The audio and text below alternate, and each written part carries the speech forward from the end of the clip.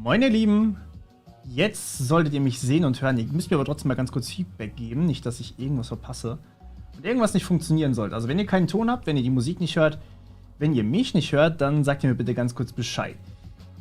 Ja, freut mich, dass ihr alle da seid. Hi. Super, Dankeschön fürs Feedback. Ich habe extra versucht, eine niedrige Latenz bei YouTube einzustellen. Deswegen, ihr könnt mir relativ zeitnah Fragen stellen und ich kann dann auch relativ direkt darauf antworten. Und ja, ich dachte mir, ich mache mal so ein kleines bisschen Wrap-up für die Videos, die wir jetzt gerade in den letzten paar Wochen gemacht haben, so zum Studium. Also Informatikstudium, IT-Studium, generell die ganzen Studienrichtungen. Und da gibt es wahnsinnig viel, was man eigentlich so erzählen kann. Und deswegen dachte ich mir, ihr könnt einfach mal fragen. Also vielleicht habt ihr ja noch irgendwelche Fragen. Denn bei mir war das damals so, viele haben angefangen, Informatik zu studieren und haben halt irgendwie so 60% oder sowas abgebrochen. Und das ist irgendwie schade, denn es ist für euch natürlich eine verschwendete Zeit auch, aber es ist vor allem eigentlich so, ja, vielleicht nicht unbedingt das schönste Gefühl, was man dann hat. Also teilweise fühlt man sich dann auch nicht so gut, wenn man selber das Studium abbricht, aber das ist auf jeden Fall schon mal ein wichtiger Punkt für euch auch. Wenn ihr irgendwann mal abbrechen solltet, dann ist das nicht schlimm, okay? Also das machen viele Leute, es ist nichts Negatives dabei. Und das kann man super gut machen, wenn es einem eben nicht gefällt. Es ist wichtig, dass ihr glücklich werdet. Und das ist halt so, ja, das ist eigentlich das Wichtigste, was man hier so beachten muss. Also wenn ihr Fragen zum Informatikstudium habt, gell, ich bin hier, na? Ihr könnt gerne jederzeit einfach reinhauen. Ich würde gerne immer mal wieder solche Streams machen, wo ich dann auch auf eure Fragen eingehe. So ein bisschen ergänzend zu den Videos. Gut, da kommt schon die erste Frage. Wie viel kostet ein IT-Sicherheitsstudium? Circa.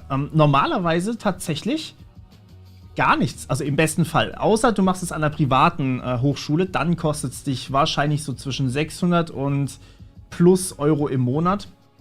Aber wenn du wirklich an jetzt einer Uni oder einer staatlichen Hochschule studieren möchtest, dann zahlst du da eigentlich nichts dafür. Geht es bei euch los? Die Frage ist hoffentlich ja. Also die Antwort sollte darauf ja sein. Wie findest du das Cybersecurity Management Studium? Würdest du es empfehlen? Also das Ding ist, Cybersecurity, du musst halt dann sicher sein, dass du genau das machen möchtest und du möchtest das wirklich dein Leben lang machen. Also du möchtest nichts anderes mehr machen. Das kannst du durchaus machen, wenn du dir sicher bist, dass du Security gerne machst und viel machst. Das machen viele tatsächlich. Also sie studieren dann halt Informatik und machen danach trotzdem nur Cybersecurity und das ist auch völlig in Ordnung.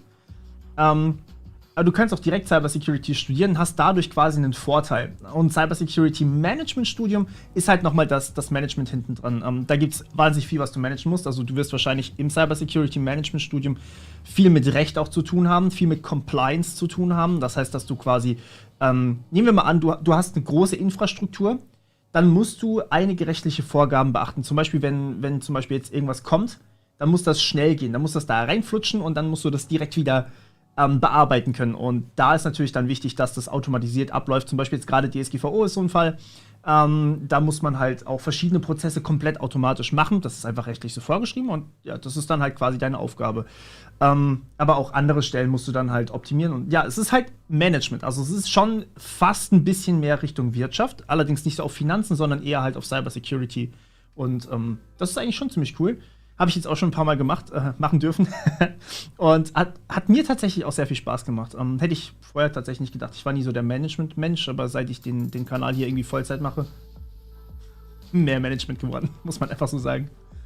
Okay, oh, jetzt ist der Chat nach unten gesprungen. Das ist böse. Jetzt muss ich gucken, wo ich war. Sorry. Okay, hier. Warum wird man immer noch mit Assembler gequält? Gerade im Security-Spektrum brauchst du Assembler. Das heißt, wenn du Malware-Analysis machst, also quasi, nehmen wir an, du arbeitest für ein Unternehmen, das Malware analysiert. Das bedeutet, die nehmen die Viren entgegen und untersuchen die, was da eigentlich genau hinten dran steht. Zum Beispiel im Fall von WannaCry war da ja so ein Killswitch dabei. Das heißt, wenn man diese eine Website-Domain da quasi bestellt hat und belegt hat, ist einfach WannaCry weg gewesen. Und das ist halt, sowas gewinnt das Game sozusagen gegen die es halt andere Leute da dran kriegen wollen. Und deswegen, wenn du sowas kannst oder machst, dann brauchst du meistens Assembler. Also gerade im Security-Spektrum ist es noch wichtig. Embedded Systems ist noch so ein Fall, wo du viel Assembler brauchst. Oder manchmal Assembler brauchst. Es kommt dann immer drauf an, was für ein Embedded System du hast. Weil wenn du direkt auf der Hardware bist, dann läuft da eigentlich meist nichts anderes außer Assembler. Deswegen brauchst du es halt manchmal. So, jetzt nächste Frage von Logo Fuzzy. Wie viel sollte man am Tag lernen? Das kommt wahnsinnig auf dich drauf an. Also, das ist absolut typabhängig. Ich kenne Menschen, die haben für ihre komplette Laufzeit jedes Mal vor der Klausur ein 4 gewinnt gespielt. Ja, also 4 gewinnt bedeutet im Endeffekt, also umgangssprachlich, wenn du eine 4 hast, hast du gewonnen. Du bist ja durch, wenn du eine 4 hast. Also durch ist gewonnen. Das ist für viele das Ziel. Und das heißt, so wenig lernen wie möglich, um gerade so durchzukommen. Und für manche reicht da wirklich schon so eine Stunde am Tag, irgendwie so 2 Wochen vorher. Das ist okay. Für andere ist es so ein bisschen, also bei mir war das häufig so, ich hab tatsächlich ein bisschen Prüfungsangst. Das ist nicht so geil gewesen, muss man sagen. Und ich habe dann meistens schon so das ganze Semester auf die Prüfung gelernt. Wirklich jeden Tag so 8 bis 10 bis 12 Stunden, je nachdem. Und dann halt kurz vor der Klausur war ich dann so fertig mit den Nerven, dass ich quasi gar nicht mehr gelernt habe. Das heißt, ich habe meistens so die letzten 3, 4 Tage am Anfang zumindest nicht gelernt. Später wurde es dann besser. Man gewöhnt sich irgendwie an diese Prüfungssituation auch ein bisschen. Ja. Okay, also das hängt wahnsinnig von dir ab, wie viele Stunden du am Tag oder wie viel du generell am Tag lernen solltest. Vielleicht lernst du auch einfach effizienter, vielleicht lernst du nicht so effizient. Manche sind da einfach schneller als andere.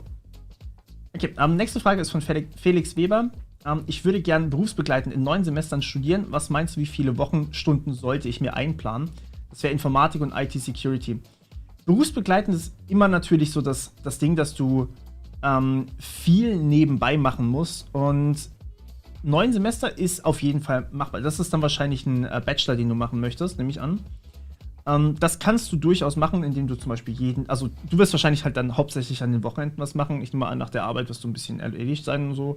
Und also vielleicht eine Stunde nach der Arbeit noch. Das würde wahrscheinlich sogar dann funktionieren. Und danach halt noch am Wochenende, so wie du es halt brauchst. Was ich dir aber empfehlen würde, wenn du gerade berufsbegleitend studierst, ist, dass du dir da, wo vielleicht große Abgaben sind, da, wo du vielleicht Prüfungen hast, dass du dir da eine Woche oder 2 Urlaub nimmst jeweils davor. Also wenn du eine wichtige Prüfung hast. Gerade sowas wie Mathe oder sowas, da hätte ich wirklich, also da wollte ich tatsächlich gar nichts machen. Ich bin dummerweise zu dem Zeitpunkt umgezogen, aber ich wollte am liebsten eigentlich gar nichts machen, außer meine Prüfung. Oder halt auf die Prüfung vorbereiten und ja, deswegen, da würde ich dir Urlaub empfehlen, wirklich. Du sprichst vielleicht auch mit deinem Arbeitgeber, aber ich meine, das ist ja auch ein Bonus für den. Der wird dir dann auch wahrscheinlich oder vielleicht sogar noch so ein bisschen Bonuszeit zum Lernen einräumen. Das machen manche Arbeitgeber. Ich habe zum Beispiel schon mit manchen gesprochen, die haben wirklich einen halben Tag pro Woche jedes Mal nur für Fortbildung. Das ist wahnsinnig geil. Das heißt, du hast dann zum Beispiel einfach Freitagnachmittag immer frei, musst dich aber in der Zeit immer fortbilden. Das ist echt super. Und vielleicht macht dein Arbeitgeber ja sowas auch mit dir. Das ist hilfreich. Okay, also du bist, von Julian kommt die Frage, ich bin mir immer noch nicht sicher, ob ich Wirtschaftsinformatik oder Allgemeininformatik studieren soll. Bin generell sehr gut in Wirtschaft und gut in Mathe, beides mal 11 Punkte. Lieber am Anfang allgemein studieren. Das ist eher nicht unbedingt eine Frage, in was du gut bist, sondern was dir wirklich Spaß macht, würde ich dir sagen. Und hier würde ich dir einfach mal so ein paar Überlegungen mitgeben. Und zwar Wirtschaftsinformatik ist halt viel Management. Es ist viel mit Finanzen meistens, es ist viel mit Organisation. Und reine Informatik hat dann doch mehr mit der technischen Seite zu tun, also sowas wie Forschen, sowas wie wirklich Kryptographie oder sowas. Das ist halt was komplett anderes. Das wirst du in Wirtschaftsinformatik zum Beispiel nicht machen. Aber das ist einfach eine andere Geschmacksrichtung sozusagen. Wirtschaftsinformatik wird aber wahnsinnig gesucht von den Unternehmen. Gerade auch Cybersecurity hat häufig viel mit Wirtschaft zu tun, weil du auch immer mal wieder mit der Wirtschaft zusammenarbeitest. Also natürlich dann auch mehr so Management-Aspekt-Sachen machst. Genau. Wird der Livestream online bleiben? Ja, natürlich. Der bleibt online. Das ist, YouTube hat, ich weiß nicht genau, das hat es ein bisschen verändert auch. Die sind jetzt an einer anderen Stelle. Wenn ihr irgendwie Schwierigkeiten habt, dann sucht einfach mal nach Morpheus Livestreams oder sowas. Da findet ihr wahrscheinlich noch ein paar andere. Zumindest ich kann sie im Dashboard sehen. Und vielen lieben Dank für die Spende. Das ist ja mega geil. Ich würde sagen, dann bevorzuge ich doch gerade mal kurz die Frage. Challenge an mich, bau eine Chat-App mit dem Signal-Protokoll in Flutter, kleiner Tipp. Gibt bereits ein Plugin Lip-Signal Protocol Dart auf PubDev. Bist der Beste, keep it up. Erstmal vielen Dank, die Idee ist wahnsinnig geil. Aber ich frage mich, warum. Also ich meine, wenn man Signal dann integrieren würde, dann wäre das natürlich eine coole Sache, quasi so zusätzlich, aber wieso soll ich das nochmal neu in Flutter bauen? Ich würde tatsächlich, glaube ich, mal gern so eine Messenger-App schreiben, aber ich würde sie ein bisschen anders schreiben. Aber ich weiß, dass da andere Unternehmen dran gescheitert sind. Sowas wie Telegram hat das, glaube ich, auch mal probiert. Die wollten das mit Blockchain-basierten Messagen machen, aber ich fände das mega cool. Aber ja, das ist momentan überhaupt nicht in meinem Kopf drin, weil ich wahnsinnig viele andere Sachen gerade habe.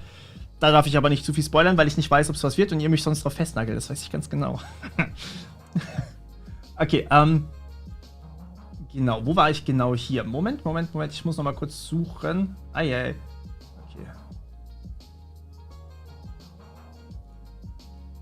So. Nee, Moment. Ich bin verwirrt, sorry. Da sind wahnsinnig viele Nachrichten reingekommen. Okay, also hier genau. Was war mein Bachelor... Oh Gott, mein Bachelorschnitt. Ich weiß es ehrlich gesagt nicht mehr. Ich müsste nachgucken. Ich meinte, ich hatte irgendwas mit 1,7 oder so. Aber das wäre... Ich kann es euch ehrlich gesagt nicht mehr sagen. Muss ich nachgucken. Ist ehrlich gesagt aber auch nicht mehr relevant, wenn man sich heutzutage irgendwas macht. Also ganz ehrlich, ihr wisst, dass ich studiert habe, aber selbst ohne Studium könnte ich das hier machen. Also das ist ja kein Thema. Da kommt es ja eigentlich bloß auf das Wissen drauf an. Und wo ich das Wissen her habe, ist eigentlich so meine Sache. Machen Unternehmen Unterschied zwischen Uni und FH? Ja, tatsächlich schon, aber nur in den ersten paar Jahren sozusagen. Wenn ihr dann ein bisschen Berufserfahrung habt, dann seid ihr eigentlich genau gleichgestellt. Also wenn ihr Uni studiert habt, steigt ihr meistens mit ein bisschen höherem Gehalt ein als die Leute von der FH.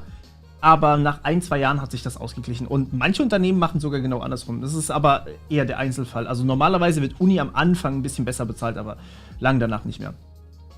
Kann man das Bachelorzeugnis nicht einfach im Darknet kaufen? Ja, du kannst auch einen Doktortitel im Darknet kaufen. Du kannst alles im Darknet kaufen.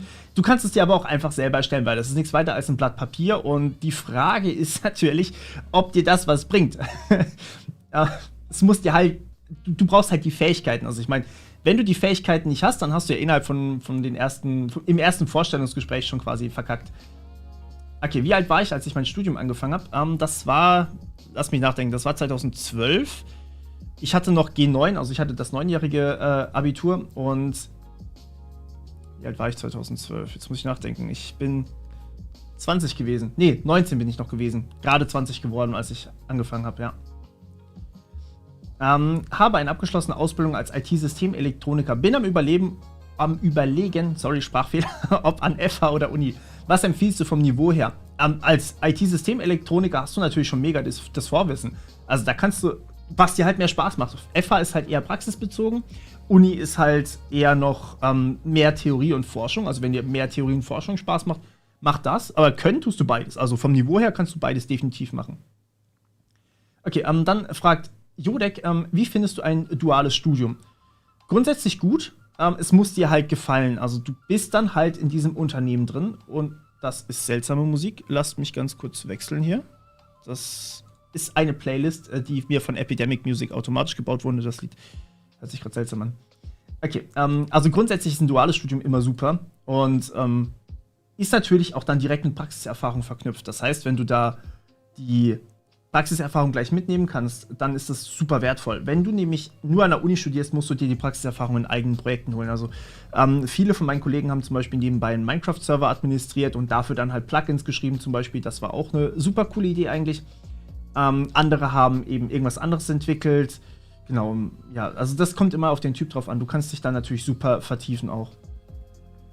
Okay, ist es schwierig, auch wenn man zum Beispiel in Mathe sehr gut ist? Es ist immer schwierig. Also ich hatte in Mathe 15 Punkte. Und also in der Schule noch damals. Und das war komplett andere Mathematik. Also du kannst dir Mathe, das hat mir damals auch jemand gesagt, der Mathe studiert hat und der dann zum Beispiel einfach mal wieder reingekommen ist und also in die Schule zurückgekommen ist und dann gesagt hat, ey yo, Mathe ist halt komplett anders, ja. Steift euch da nicht drauf fest, dass wenn ihr gut in Mathe in der Schule seid, seid ihr nicht automatisch gut in Mathe in der Uni. Es ist eine andere Mathematik. In der Schule habt ihr viel auswendig lernen, in der Schule habt ihr viel Formeln lernen oder sowas.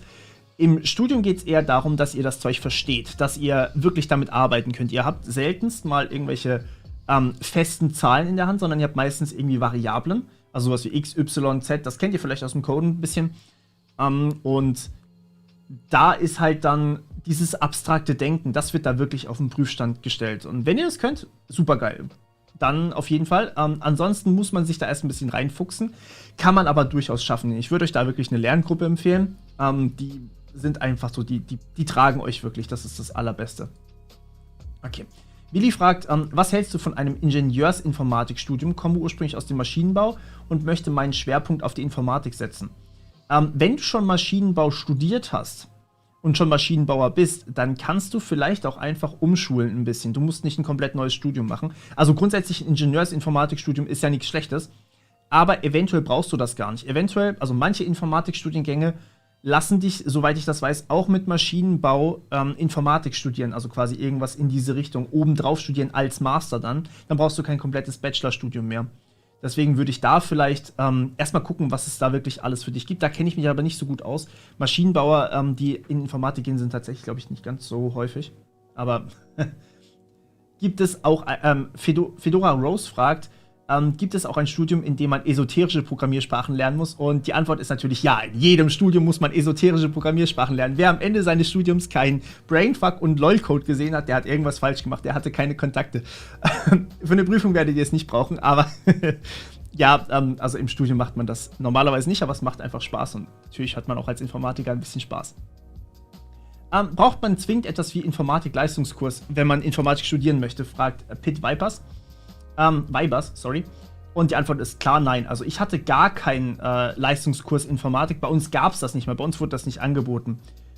Unsere Informatik war tatsächlich, wir hatten einfach nur ein bisschen Programmieren. Und wir hatten es auch nur in der 12. Klasse, also nur ein Jahr lang und nur 2 Stunden. Das war alles. Mehr hatten wir nicht. Wir sind damals so weit gekommen. Also unser Lehrer war auch kein Informatiker. Der war selbst beigebrachter Informatiker sozusagen. Und er war eigentlich Mathelehrer. Und hat uns einfach mal machen lassen. Und zwar in C#. Wir hatten C#-Forms, er hat uns gezeigt, wie man das Ding aufmacht, er hat uns gezeigt, wie man quasi damit anfängt und dann war es das. Wir sind nicht weitergekommen als Funktion. Müsst ihr euch mal geben. Also, das ist das, was ihr in den ersten 2 Vorlesungen Programmieren macht. Und das war's.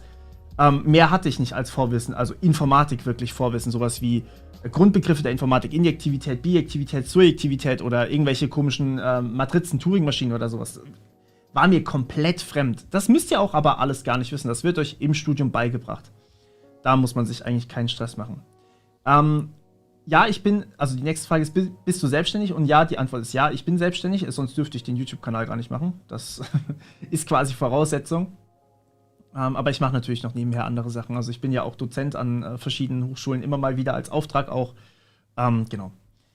Dann, ich mag Eistee, fragt, wirst du, also ja, ich mag auch Eistee, aber ich mag Eistee, fragt, wirst du deine ganzen Videos, die ich wieder löschen musste, ich kürze es hier mal ab, auf einer anderen Plattform hochladen oder wieder hier? Ich werde sie auf eine andere Plattform hochladen, ihr werdet sie hoffentlich bald bekommen.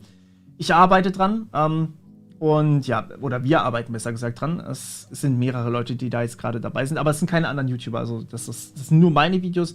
Aber der Grund ist eben auch, warum jetzt eine andere Plattform, warum nicht Libri oder sowas, das kann ich auch mal ganz kurz sagen. Es sind einfach andere, oder YouTube ist nicht unbedingt die geilste Plattform für Kurse. Das merkt ihr ja auch, also meine Kurse hier haben wahnsinnig wenig Aufrufe und alles. Und viele fragen mich auch ständig, hey, wo kann ich das finden, wo kann ich das finden? Das liegt einfach daran, dass YouTube nicht richtig organisiert und in Playlisten sortiert. Diese Playlisten, die eigentlich ja Kurse sind, man kann einfach nicht so gut damit arbeiten, deswegen habe ich mich jetzt dazu entschieden, ich möchte da noch was oben drauf bauen und ja, es wird hoffentlich geil, ich kann euch aber noch nicht zu viel versprechen. Okay, Nils fragt, kennt jemand ein gutes Buch über IT-Security? Ich empfehle ganz gerne IT-Sicherheit, heißt das Buch von Claudia Eckert. Da ist eigentlich so mal alles oberflächlich mehr oder weniger zusammengefasst und trotzdem ist das Ding so ein Schinken. Aber es ist ganz gut, kann man sich mal geben. Genau so, ich mag Eis, der hat die Frage nochmal wiederholt. Noch ein paar Mal wiederholt. Franz fragt, wie schwer ist ein Studium im Vergleich zu einer Ausbildung und wie viele Stunden pro Woche sollte man investieren? Ein Studium ist ein anderes Kaliber wie eine Ausbildung. Als eine Ausbildung, sorry. Das ist der Dialekt übrigens. Das ist nicht irgendwie, weil ich dumm bin. Das ist einfach, wenn man so aufwächst. Also ein Studium ist schon schwerer als eine Ausbildung. In dem Sinne, dass du halt einfach nochmal mehr Stoff hast und vielleicht nicht ganz so immer das machen darfst, was du möchtest. Es ist halt nicht so praxisorientiert. Manche Leute glauben, dass Informatik studieren halt wirklich heißt die ganze Zeit coden. Und das ist halt ein Trugschluss, den man ganz klar verneinen muss. Ihr werdet ein bisschen programmieren, ihr werdet aber wahrscheinlich eher in eurer Freizeit programmieren, als ihr im Studium oder für das Studium programmiert. Ihr werdet vielleicht für ein Praktikum mal programmieren, für eure Endabgabe von zum Beispiel Bachelorarbeit, Masterarbeit, da habe ich auch gecodet tatsächlich, aber das kommt auch auf euch drauf an. Also ihr könnt zum Beispiel auch eine Abschlussarbeit haben in Bachelor, in Master Informatik, die wirklich rein theoretisch ist. Da müsst ihr nichts programmieren. Gibt es auch. Also so viel coden tut man da nicht. Und die Sachen, die man macht, die sind dann tatsächlich gar nicht so einfach häufig. Denn, ja, es sind halt wirklich so mathematische Sachen, theoretische Beweise, Informatikbeweise und solche Sachen halt. Ja. Aber man kann es auf jeden Fall schaffen, also lasst euch da nicht entmutigen. Schwer heißt nicht, dass es unschaffbar ist, schwer heißt nur, dass es euch fordert. Dass es euch fordert und fördert. Das macht Spaß, auch gefördert zu werden, muss man auch mal so sagen. So, Boss Lucky fragt, hi, kannst du bitte mal erklären, wie Proxy-Chaining funktioniert, beziehungsweise VPN-Chains? Hat zwar nichts mit Informatikstudium zu tun, kann ich aber gerne machen kurz. Und zwar, wenn du Proxys hintereinander hängst. Also das heißt, du bist hier. Ne, warte, so, es ist ja gespiegelt. Du bist hier. Ist es gespiegelt? Es ist gespiegelt. Und möchtest diese Webseite hier anrufen. Dann geht normalerweise dein Call quasi direkt durch. Das bedeutet, du hast dann eigentlich so Spuren hinterlassen bei zum Beispiel, also bei deinem Provider, bei deinem Internetprovider. Und wenn du jetzt hier einen Proxy dazwischen hängst, dann hängt da halt, also du gehst ins Internet rein, hast die Spur nur quasi zu diesem Proxy hinterlassen. Das heißt, wenn man quasi kombiniert, das ist das große Problem dabei, wenn jetzt dein VPN-Betreiber oder dein Proxy-Betreiber mit deinem Internetbetreiber kombiniert wird, dann kann man das teilweise rausfinden, was du angefragt hast. Wenn du jetzt aber dann noch einen Proxy mehr dazwischen hängst, also quasi du gehst von da zu deinem ersten Proxy, zu deinem zweiten Proxy, zu der tatsächlichen Webseite, dann wird es schon sehr viel schwieriger. Und bei 3 wird es dann fast unmöglich, selbst wenn jemand den Ausgangsproxy hier kontrolliert. Und deswegen hat das Tor-Netzwerk auch die Zahl 3 da gewählt. Also du kannst so viele reinmachen, wie du möchtest. Es geht auch bei Tor, wenn man es richtig konfiguriert. Da kannst du alles reinhängen. Und VPN into Tor, into VPN oder sowas geht natürlich auch. So, back to the topic. Oder auch nicht. Bluto fragt, was ist deiner Meinung nach in Richtung Startups möglich? Inwiefern gibt es Förderungen durch Unis? Sollte man sich überlegen, ob man ein duales Studium oder ein Startup nebenbei machen will? Und das Coole ist, an der Uni gibt es eigentlich in fast allen Fällen irgendwelche Förderungen für Startups. Die beraten dich, sagen dir Bescheid, was du quasi machen musst. Die beraten dich über Unternehmensgründung, weil da eben Studenten zusammenkommen. Also du wirst dann mit Wirtschaftsstudenten zusammengeschmissen, mit anderen Informatikstudenten, die vielleicht gerade dasselbe durchmachen und so weiter und so fort. Und da gibt es dann meistens auch so eine, also nicht direkt eine Förderung, aber eine kostenlose Beratung erstmal. Und du kannst dich dann entscheiden, was du machen möchtest. Das ist sehr, sehr angenehm. Und darüber hinaus kann es passieren, dass die Uni dein Startup direkt fördert. Das ist aber eher selten der Fall, so wie ich das weiß. Und die können dir dann zum Beispiel auch mal Räumlichkeiten stellen. Du kannst dann quasi mit deinen Kollegen dort arbeiten, was tatsächlich gar nicht so selbstverständlich ist. Also ihr müsst euch das so vorstellen. In meinem Fall jetzt hier, ich habe quasi hier ein Arbeitszimmer. Hier drin ist übrigens schon wieder furchtbar heiß, weil ist ein kleines Arbeitszimmer und es ist nicht so kühl. Aber ihr müsst euch dieses Arbeitszimmer dann selber anmieten. Ihr müsst euch ein Büro anmieten als Startup und das habt ihr da eben erstmal umgangen, weil ihr quasi von der Uni teilweise Räumlichkeiten bekommt. Das ist schon angenehm, kommt aber auch stark auf die Uni drauf an. Du kannst dich mal informieren. Manche Unis bieten sowas an, manche nicht so sehr. Okay, Eat the Root schreibt, ich studiere Informatik, Medieninformatik, aber habe Schwierigkeiten mit Java. Eher gesagt, mehr mit Logik und Algorithmen und Lösen von Aufgaben. Hast du da eventuell Tipps? Tatsächlich ist es eine Sache der Übung. Wenn du regelmäßig Algorithmen schreibst und die auch analysieren lernst, dann kommst du da leichter rein. Das heißt, es wiederholen sich die Sachen. Ich habe jetzt gerade heute Morgen um 7 Uhr übrigens, was furchtbar war, mache ich nicht wieder, trotzdem ist das Video gut geworden, hoffe ich, für morgen oder übermorgen eine Coding-Challenge aufgenommen. Und da geht es auch wieder um etwas, ein Problem sozusagen, wo man ähnlich lösen kann wie Probleme, die man schon früher hatte. Das heißt, man geht quasi, also man hat quasi so 2 Ränder und man nimmt diese beiden Ränder und landet immer näher beieinander, bis man dann eben bei der Lösung ist. Und dadurch hast du eigentlich schon, also das ist ein Prinzip, das wird dir bei vielen Algorithmen immer mal wieder begegnen. Genauso bei den Sortieralgorithmen. Dieses Divide and Conquer ist ein Prinzip, das wird dir immer mal wieder begegnen. Also du hast eine große Liste, teilst die auf in 2 kleine Listen. Machst die nochmal kleiner, machst die nochmal kleiner und so weiter und so fort. Und da, ja, hast du eigentlich relativ häufig ähnliche Vorgehensweisen. Das heißt, wenn du immer mal wieder verschiedene Algorithmen gesehen hast, benutzt hast, selbst implementiert hast, dann kommt das mit der Zeit einfach. Schau dir wirklich mal meine Algorithmen-Playlist an und schau dir mal die Coding-Challenges auch an. Und was die Logik-Sachen angeht, ja, Logik ist halt so ein bisschen Kombinatorik, also halt quasi Ja und Nein sozusagen kombinieren. Das würde ich, also da habe ich auch eine Playlist dazu, die nennt sich Logik. Simpel. Und die kannst du dir auch mal angucken. Die geht allerdings ein bisschen mehr in die Tiefe. Das ist auch eigentlich bloß Übungssache. Wenn du Code schreibst, dann kommt das immer mal wieder. Das heißt, ich würde dir hier vielleicht wirklich ein Projekt empfehlen, dass du dann neben dem Studium her programmierst. Ist allerdings zeitlich, das verstehe ich auch komplett, ist zeitlich vielleicht ein bisschen schwierig, aber kann auf jeden Fall helfen. Okay. Hundrich von Heinzenfeld, netter Name, fragt, was empfiehlst du nach der Unterstufe 8. Schuljahr an einem Gymnasium in Österreich? Du meinst, was du dann machen kannst? Also tatsächlich, du bist wahnsinnig früh dran, okay? Aber alles, was du machst, ist geil. Wenn du frisch anfängst, das gilt eigentlich für alle, wenn du frisch mit Informatik oder irgendwas in die Richtung anfängst, würde ich dir Programmieren empfehlen, weil es halt schön praxisorientiert ist und weil du später alles, was du informatiktechnisch lernst, kannst du mit Programmiercode quasi selbst benutzen. Also du kannst es quasi selbst nochmal lernen und kannst dir da sozusagen dein eigenes Wissen noch aneignen und quasi einfach mal ausprobieren. Und du kannst dann sehen, okay, so funktioniert der Algorithmus, so funktioniert er vielleicht nicht so gut. Du kannst dann auch tatsächlich mal Krypto versuchen, selber zum Beispiel, also jetzt als krassestes Beispiel, ja, kannst versuchen, die selber zu implementieren und merkst dann, oh Gott, ja, krass, was da alles dahinter steckt. Also, wenn du programmieren kannst, hast du eigentlich so eine gute Basis, um mehr Spaß und mehr Praxis dann auch tatsächlich dran zu haben. Deswegen empfehle ich das eigentlich immer als erstes. Okay, Wave fragt, überlege mir zu einer FH zu gehen, aber bin in Mathe relativ durchschnittlich. Muss ich mir da Sorgen machen?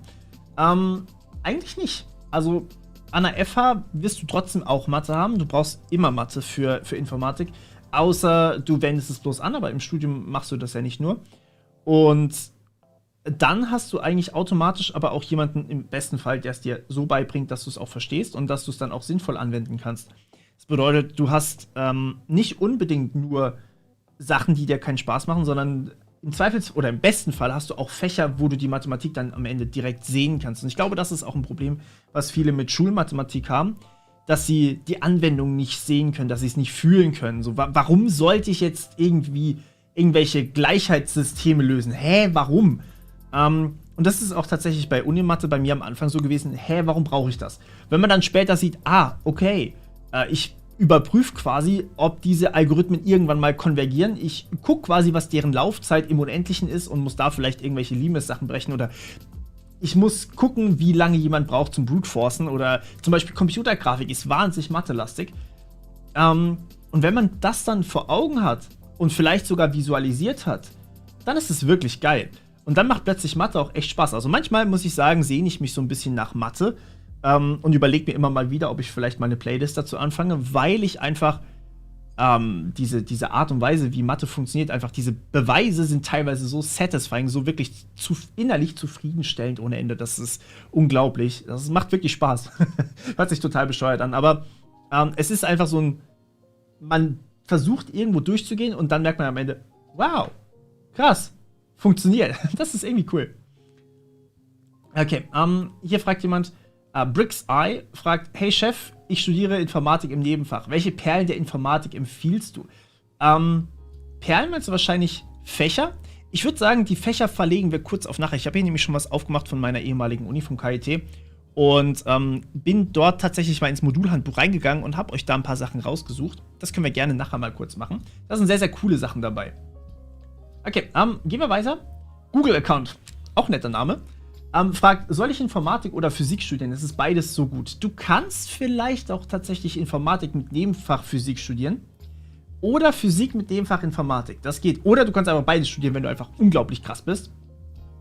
Das ginge auch. Aber was du am Ende am liebsten magst, das musst du entscheiden. Okay, Mari fragt, hi, also ich wollte mal fragen, was du davon hältst, wenn man nach dem Security Bachelor noch einen anderen Master macht. Angedacht wäre zum Beispiel Schwerpunkt AI oder Software Engineering. Absolut geile Idee. Ja, mach das. Also wenn es dir Spaß macht natürlich. Das ist natürlich immer Voraussetzung. Der Punkt ist, du kannst Security ja auch mit Software Engineering kombinieren. Also zum Beispiel gerade wenn du Software Engineering machst und Security Background hast, im Bachelor zum Beispiel, dann kannst du danach sowas machen wie DevSecOps. Das ist momentan wahnsinnig gefragt auf dem Arbeitsmarkt. Du hast dann zum Beispiel, also DevSecOps bezeichnet erstmal, ich weiß nicht, ob du die Serie zu DevOps gesehen hast, gibt es ja auch bei mir auf YouTube. Kleine Werbung an der Seite. Und zwar, du hast ja erstmal ein Entwicklungsteam, in dem quasi Entwickler drin sind. Und du hast einige Leute, die dann die Administration machen. Die sind aber auch im Entwicklerteam drin. Das ist DevOps. Und bei DevSecOps kommt dann einfach noch ein Security-Mensch obendrauf, sozusagen. Das ist halt mega geil. Und deswegen ist es auch so gefragt momentan. Wenn du Schwerpunkt AI machst, also zum Beispiel im Master Künstliche Intelligenz, dann wäre wahrscheinlich die Richtung eher eine Forschungsrichtung. Das heißt, du hättest danach einen Security-Background und aber gleichzeitig auch Wissen über Machine Learning. Und dann würdest du wahrscheinlich die beiden Sachen kombinieren, würdest zum Beispiel als Data Analyst, Data Scientist oder sowas arbeiten, im Forschungsbereich Security. Gibt's auch. Also es gibt viele Leute, die im Security-Bereich und KI-Bereich zusammen forschen. Und es ist ein sauspannendes Thema, aber natürlich eigentlich ein bisschen anders. Mit Software Engineering gehst du eher in die Praxis, gehst eher ins Unternehmen. Mit dem AI-Background gehst du wahrscheinlich mit Security zusammen eher in die Forschung, würde ich sagen. Juju fragt, wie viel Freizeit hattest du während deinem Studium? Also bei mir war das tatsächlich ein bisschen seltsam, weil ich ja nebenbei noch den Kanal hier angefangen habe, weil ich nebenbei sehr, sehr viel auch praktisch gemacht habe. Und früher oder später hatte ich dann leider sehr wenig Freizeit. Deswegen habe ich meinen Master auch ein Jahr verlängert tatsächlich, weil ich eben so viel auf einmal machen wollte und gemacht habe. Deswegen, also ich habe tatsächlich, ich glaube, 1 oder 2 Wochenenden vielleicht mal komplett frei gemacht in den letzten paar Jahren. Ist nicht unbedingt zu empfehlen, also schaut auch, dass ihr wirklich genug Freizeit habt. Ja. Ist Informatik ein einfacher Studiengang für jemanden, der mit der deutschen Sprache Schwierigkeit hat? Fragt Ayham Al-Hassan. Also, du kannst auch in vielen Bereichen Informatik auf Englisch studieren, falls dir das leichter fällt. Ich weiß nicht, ob dir das dann am Ende hilft. Im Zweifelsfall, was eigentlich, also gerade an der Uni, wird es eigentlich immer so sein, dass du irgendwelche Materialien am Ende in der Hand hast. Und das bedeutet, du hast nicht nur einfach gar nichts, sondern du hast zum Beispiel Folien, also PowerPoint-Folien oder PDF-Folien. Oder du hast ein komplettes Skript, was wie ein kleines Buch ist, was genau das beinhaltet, was in der Prüfung drankommt. Das bedeutet, du hast eigentlich auch die Zeit, um dann ständig die Sachen zu übersetzen. Und dann wirst du natürlich auch deutlich besser und deutlich schneller auch mit der deutschen Sprache. Ich glaube, das geht auf jeden Fall. So, wie habe ich mich immer wieder selbst motiviert? Ja, das ist eine gute Frage. Ich hatte irgendwie keine andere Idee im Kopf. Ich wollte halt das Informatikstudium durchziehen und habe es dann halt auch immer wieder gemacht. Teilweise hat man mal einen Durchhänger, das ist völlig normal, aber ich hatte zum Glück nie das Problem, dass ich zu Hause nicht arbeiten konnte. Das würde ich übrigens auch jedem empfehlen, der überlegt, selbstständig zu werden. Wenn ihr euch nicht selbst motivieren könnt, lasst es sein, das ist grausam. Aber ein Informatikstudium geht auch, wenn man sich nicht selbst motivieren kann. Das nennt sich Prokrastination. Und das machen gefühlt 99% aller Studenten. In dem Fall würde ich euch einen Trainingspartner empfehlen. Also jemanden, der mit euch gemeinsam studiert, an derselben Uni, dieselben Prüfungen hat. Das hilft wahnsinnig. Dann kann man sich selber in den Arsch treten, kann sich zum Lernen verabreden. Wenn der andere da ist, dann lernt man auch meistens besser zusammen. Hilft, wirklich. Okay, dann Ben fragt, welche Konzepte sollte man sich anschauen, um ein möglichst realistisches Bild von Informatik zu bekommen? Also, was dir häufig was bringt, also je nachdem, welche Geschmacksrichtung Informatik du machst, was dir was bringt, ist meistens, wenn du dir zum Beispiel, schau dir meine Netzwerktechnik-Playlist an.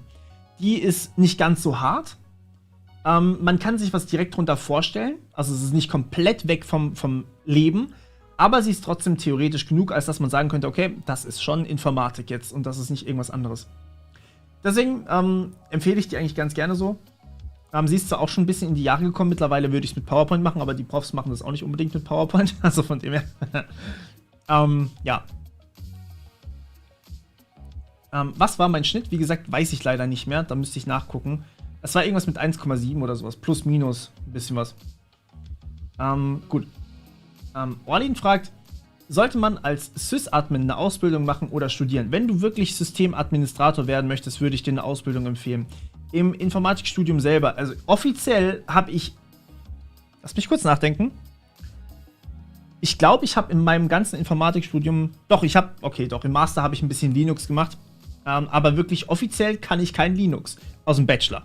Während wenn du Sys-Administrator Ausbildung machst, dann kriegst du direkt Linux oder irgendwas, was du administrieren möchtest, um die Ohren geschmissen. So, Elias fragt, braucht man noch C oder C++ in 2021? Die Antwort ist ein klares Jein. Es kommt darauf an, was du machen möchtest. Wenn du Betriebssysteme machen möchtest, wenn du Embedded Systems, also hardwarenahe Programmierung machen möchtest, vielleicht auf eigenen Chips, dann ja. Wenn du allerdings Spiele entwickeln möchtest zum Beispiel, dann wirst du C++ brauchen oder C#, je nachdem, welche Engine du benutzt. Wenn du High-Performance-Computing machst, also was wirklich, wirklich schnell gehen muss, dann wirst du auch meistens immer noch C++ brauchen, weil die anderen Sprachen einfach nicht so schnell sind. Und teilweise wirst du dann sogar also wenn du zum Beispiel Grafikkartenprogrammierung machst, ich habe eine Weile mal ein bisschen was mit CUDA gemacht, nee, es war nicht CUDA, es war OpenCL. Also wenn du OpenCL programmierst, brauchst du ja irgendwie einen Einstiegspunkt in die Grafikkarte rein, um diese ganze Power zu benutzen. Dann brauchst du auch sowas wie C++ in manchen Fällen. Es gibt mittlerweile auch dafür Alternativen, aber es gibt schon noch Anwendungsbereiche dafür. So, die Frage habe ich beantwortet. Wie findet man den Einstieg in die IT-Beratung? Also das ist quasi IT-Consulting. Ich würde dir tatsächlich ein normales Studium empfehlen und dann einfach zu einer Consulting-Firma gehen. Und da hast du dann relativ schnell Erfahrung gesammelt. Die werden dir einfach ein paar Aufträge geben. Du fährst dann dahin, machst diese Aufträge und gehst dann wieder sozusagen. Also Consulting ist ja im Endeffekt nicht wirklich nur Beratung, sondern du machst dann auch tatsächlich Sachen im Unternehmen drin. Teilweise werden die Consultants auch so behandelt, als wären sie quasi temporäre Mitarbeiter, als wären sie geliehene Mitarbeiter. Das ist auch Consulting. Also es ist super schwer zu unterscheiden, was ist eigentlich jetzt Berater und was ist wirklich interner Mitarbeiter. Teilweise lässt sich es ganz einfach sagen, wenn zum Beispiel jemand einfach für ein Audit vorbeikommt, ist er ein Berater oder ein Auditor eigentlich sogar, wenn man es genau nimmt. Aber in manchen Fällen hast du das nicht so definiert getrennt. Das ist, ja, aber du wechselst als Berater häufiger durch, also du musst dich neu einarbeiten, du wirst häufiger andere Kollegen auch haben, falls dich das stört zum Beispiel. Und es kann passieren, dass du sehr, sehr weit reisen musst immer. Für manche ein Bonus, für manche vielleicht nicht so ein Bonus, ist Geschmackssache, würde ich sagen. Okay. Ich weiß nicht, ob die Frage schon gestellt wurde, aber ist Linux oder Windows eher für das Studium als OS zu empfehlen? Fragt CFox. Das ist eigentlich komplett deine Geschmackssache. Also da kannst du machen, was du möchtest. Es wird dir nicht vorgeschrieben. Ich hatte 1, 2, 3 Fächer, glaube ich, die wirklich gesagt haben, wir brauchen das und das. Und in dem Fall als Informatiker hast du sowieso, wenn du zum Beispiel Windows jetzt hast, ja, hast du sowieso wahrscheinlich irgendwie eine virtuelle Maschine rumfahren, die ein Linux hat. Und früher oder später wird dir das einfach gegeben. Bei mir war das damals Betriebssysteme als erstes Fach und die haben uns sogar die virtuelle... Was, Betriebssysteme? Ich will nicht lügen. Ich glaube, es war Betriebssysteme. Nagelt mich bitte nicht drauf fest. Aber die haben uns tatsächlich einfach wirklich eine virtuelle Maschine gegeben und dann gesagt, viel Spaß dabei, probiert ein bisschen rum. So, ja. So, den Namen werde ich nicht vorlesen, aber die Frage durchaus. Kann man ohne Abi Informatik studieren? Ich darf nächstes Jahr vielleicht nicht antreten, weil ich mein Pflichtpraktikum nicht absolvieren kann. Du kannst ohne Abi Informatik studieren, wenn du die Fachhochschulreife hast, dann allerdings nur an der FH. Das ist der kleine, aber feine Unterschied. Aber du kannst. Ich glaube, Fachhochschulreife wäre 11. Klasse, wenn ich mich nicht täusche. Korrigiert mich da gerne. Ich habe das gerade, glaube ich... Lasst mich das ganz kurz googeln. Genau, da haben wir es schon. So. Es ist nicht einheitlich. Es ist mal wieder Ländersache. Also Google selber am besten. Ich weiß nicht, in welchem Bundesland du bist. Aber ja, du kannst, sobald du Fachhochschulreife hast, Informatik studieren an der FH eben. Und ja, das ist durchaus auch möglich. Was lernt man so im Studium? Da kommen wir nachher zu. Ich dachte mir schon, dass die Frage kommt, deswegen habe ich ein bisschen was vorbereitet. Amplux fragt noch: Moin, ich fange ab August mit meinem Fachabi in Informationstechnik an und ich bin immer noch nicht sicher, ob ich Studium oder duales Studium danach machen soll. Was ist besser, wenn ich programmieren will? Wenn du wirklich programmieren willst, dann würde ich dir ein duales Studium empfehlen. Im Hochschulstudium, also im richtigen Unistudium sozusagen, da machst du das nicht. Während im dualen Studium hast du halt das von der Uni bzw. FH und du hast dann obendrauf nochmal den Praxisanteil von deinem Unternehmen und da wirst du meistens wahrscheinlich irgendwas programmieren. Wie kann man 8 Stunden lernen?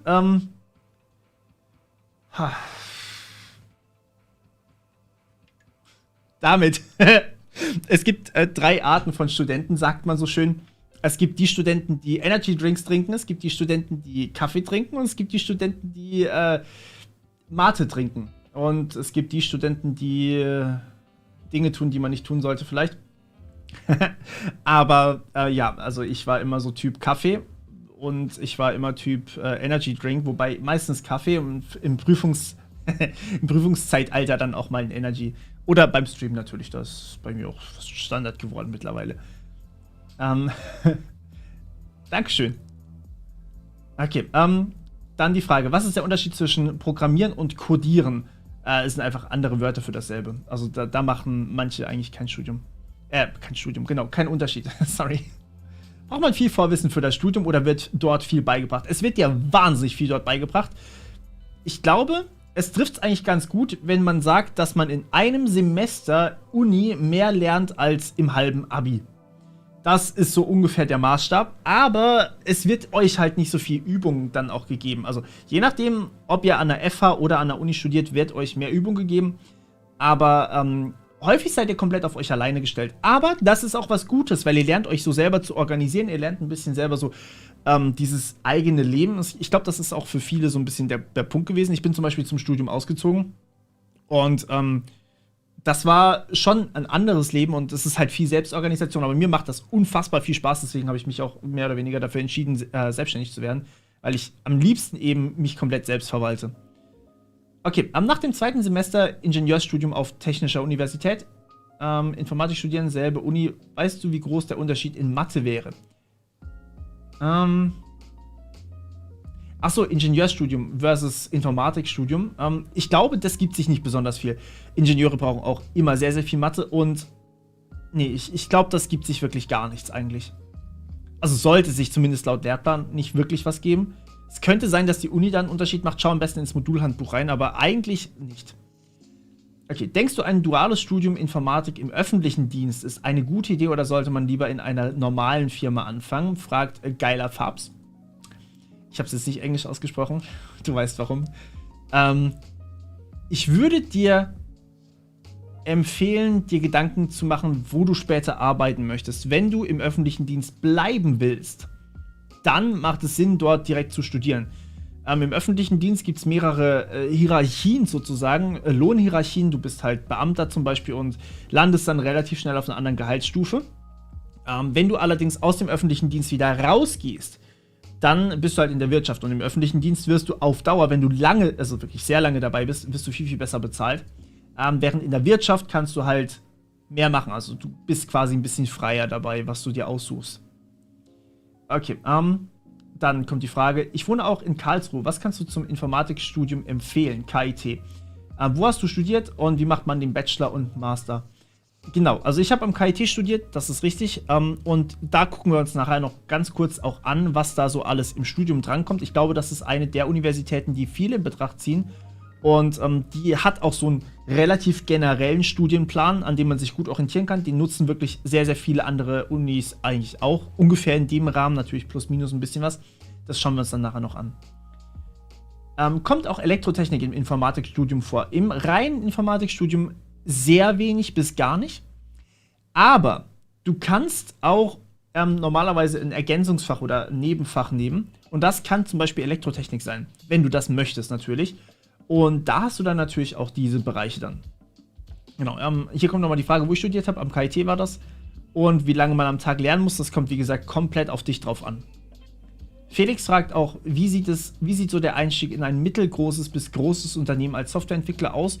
Und im Endeffekt ist der eigentlich wie in jedem anderen Unternehmen auch. Also du schreibst deine Bewerbung, wenn sie jemanden suchen und du kriegst ein Vorstellungsgespräch, du machst dann deine Vorstellung dort und dann wirst du genommen. Also das ist, oder halt auch nicht genommen. Das kommt dann immer natürlich drauf an. Aber im Zweifelsfall musst du dich halt in ein Team einarbeiten und die wissen schon, wo sie mit den Studien nicht Abbrechern, sondern den Leuten, die das Studium Absolventen, danke, das war das Wort, was ich gesucht habe. Und die wissen schon, wie sie mit den Leuten dann umgehen. Aber ja. Okay. Wie konnte ich mir mein Studium finanzieren? Das ist tatsächlich eine interessante Frage. Ich hatte mir relativ früh schon angefangen, Sachen anzusparen fürs Studium tatsächlich. Ich habe auch ein bisschen Unterstützung von meiner Mom bekommen, was das angeht. Das war eine große Hilfe, sonst wäre das nicht gegangen. Also, danke Mama. Walrus MD fragt, von was für einem Hexenwerk redest du hier? Das Hexenwerk nennt sich Informatik, kann man studieren. Ben fragt, hi Cedric, ich bin im ersten Lehrjahr Informatik Kaufmann. In der Berufsschule bis jetzt nur Einser und mein Betrieb fördert fordert mich nicht. Ist Abbrechen und Informatik anfangen sinnvoll? Was du machen kannst, ist vielleicht berufsbegleitend zu studieren. Das könnte funktionieren oder sogar in duales Studium zu wechseln. Dann müsstest du nicht von deinem Unternehmen weg. Aber wenn dir natürlich dein Unternehmen keinen Spaß macht, dann macht das vielleicht sogar Sinn. Also wenn es dir wirklich keinen Spaß macht in deinem Unternehmen, dann würde ich vielleicht gehen. Wenn du aber dein Unternehmen und dein Umfeld magst dort, dann könntest du dir vielleicht überlegen, ob du vielleicht einzelne Kurse machst. Und ja. Ich bin nicht unten angekommen. Oh, shit. Okay. Es tut mir wahnsinnig leid, der Chat ist mal wieder komplett nach unten gescrollt. YouTube hat Probleme mit dem Chat. Der Chat ist abgeschnitten. Nice, YouTube. Okay, gut, dann fange ich jetzt hier an, wo ich kann. Und falls ich eure Frage übersprungen habe, tut es mir sehr, sehr leid. Ich bitte euch einfach, nochmal sie mir dann zu stellen. Das Einzige, was ich... genau, das ist keine Frage gewesen, das war eine Aussage. Okay. Mensch-Maschine-Interaktion. Kann man das auch in seinem Master in Cybersecurity machen? Das kommt stark auf das Modulhandbuch drauf an. Da gehen wir auch gleich noch drauf ein, wie so ein Modulhandbuch aussieht und auf was ihr da achten müsst. Denn es ist immer von der Uni abhängig, was genau ihr für Fächer belegen könnt. Und das würde ich euch wirklich empfehlen. Bevor ihr euch für eine Uni entscheidet, guckt da vorher rein. Ansonsten funktioniert das einfach gar nicht. Das habe ich damals leider nicht so ausführlich gemacht. Ich hatte Glück, kann aber auch sein, dass es anders läuft. So. Immer schön hydriert bleiben. Das ist wichtig. Okay, also Benno fragt, bin Schüler und werde wahrscheinlich ein Frühstudium neben der Schule ab der 10. Klasse bei einer Uni machen. Ist das empfehlenswert? Ja klar, wenn du kannst und wenn du Bock drauf hast, immer. Das ist mega geil. Ich hätte mir das auch wahnsinnig gewünscht in meiner Schule damals, aber das ging dort irgendwie nicht, warum auch immer. Klar, also wenn du Bock hast, auf jeden Fall. So, da fragt jemand, Checkpoint fragt, ich bin in der 9. Klasse, kann PHP, HTML, JavaScript und lerne gerade Java. Wie würdest du sagen, was würdest du sagen, was ich später machen kann für mein Studium? Will am liebsten in einem Fang-Unternehmen anfangen. Ui, du hast Großes vor. Aber ja, du bist auch gut dabei schon. Hey, das hätte ich mir damals von mir auch nur gewünscht. Wenn du sowas machen möchtest, würde ich jetzt sogar fast schon in Richtung... Ja, fang vielleicht wirklich sogar mit Algorithmen schon ein bisschen an. Du kannst dir mal meine Algorithmen-Playlist angucken. Da habe ich leider kein Java benutzt, das tut mir leid. Auch kein PHP oder HTML oder JavaScript, sondern Python. Aber die Theorievideos sind auch dabei. Und Python lesen kannst du mit Sicherheit. Das ist nicht besonders schwer. Time Management während des Studiums ist ein großes Thema. Time Management werde ich wahrscheinlich noch separat Videos zu machen.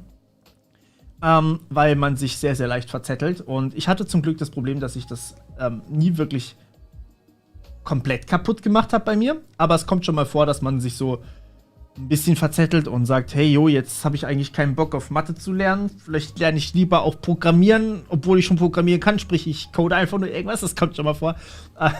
Aber ja, ist ein wichtiges Thema. Da muss man auf jeden Fall drauf achten, dass man halt Prioritäten setzen kann.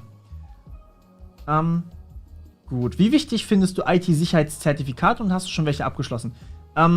Sie sind in der Praxis relativ wichtig. Ich arbeite mit jemandem zusammen. Ich selber brauche ja an sich nicht direkt solche Zertifikate, wenn ich ein vergleichbares Studium habe, was ich in dem Fall habe.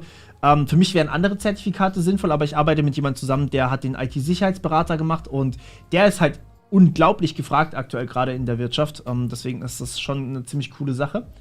Also, sie sind wichtig, aber wenn ihr ein Studium habt, braucht ihr sie nicht unbedingt. Es kommt halt drauf an, was ihr machen wollt. Was ist meine Meinung zur Ausbildung als Fachinformatiker Richtung Daten- und Prozessanalyse? Beginne bald damit, noch relativ junge Richtung, genau. Ja, also da hatte ich auch mal, glaube ich, ein Video drüber gemacht. Das sind jetzt quasi neue Ausbildungsgänge. Es gab 3, glaube ich, davon.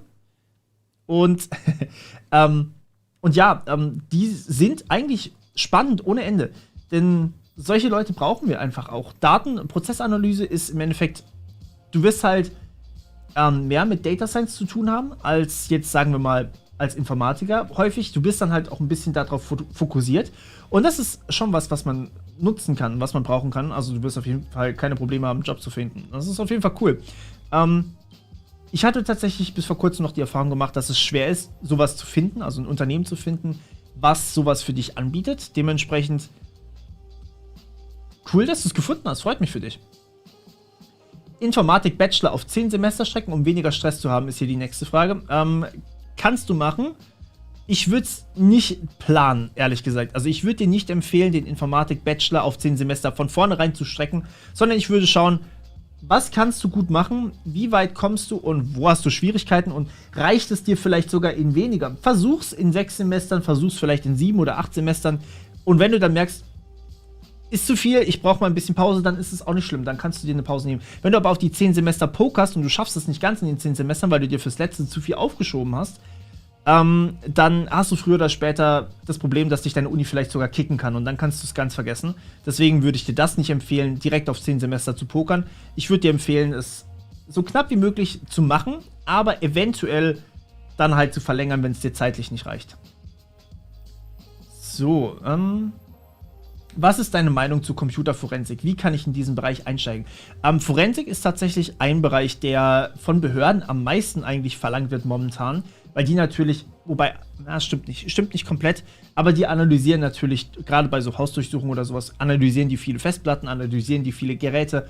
Das heißt, da wirst du sogar vielleicht im öffentlichen Dienst einsteigen, kannst mal gucken, ob die sowas anbieten. Sie bieten auf jeden Fall sowas an. Kannst mal gucken, ob dich das vielleicht interessiert. Du kannst es aber auch in der Wirtschaft benutzen und du kannst nach dem Studium zum Beispiel aus der Wirtschaft in den öffentlichen Dienst auch wechseln. Das geht schon. Was du dabei allerdings beachten musst, ist, dass dein Studium in Deutschland anerkannt ist und nicht nur im Ausland, also je nachdem, wo du es machen möchtest. Gerade bei Fernunis musst du da natürlich immer vorsichtig sein. Okay, Fabian fragt, lernt man an der FH genug Mathe, um in Data Science und Machine Learning einzusteigen? Habe im Studium Analysis, diskrete Mathematik und Stochastik. Ja, du lernst eigentlich immer genug für alles und im Zweifelsfall kriegst du den Bereich nochmal in der jeweiligen Vorlesung. Also sagen wir mal, du machst FH Grundlagen, also Bachelor Informatik und machst dann an der Uni den Master in Data Science und Machine Learning.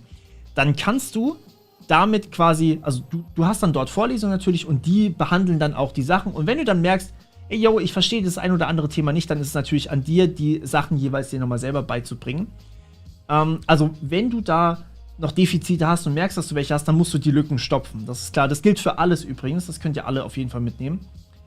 Aber ich würde es euch empfehlen, immer zu stopfen, wenn ihr merkt, ihr wisst irgendwas nicht, dann googelt danach, versucht zu verstehen, holt euch ein Buch eventuell und dann passt das.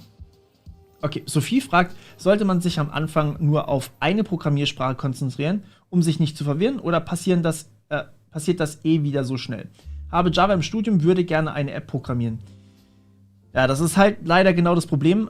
Gerade im Studium wird dir eine Sprache vorgesetzt und du musst die machen, während du eigentlich in der Praxis viel, viel mehr machen möchtest.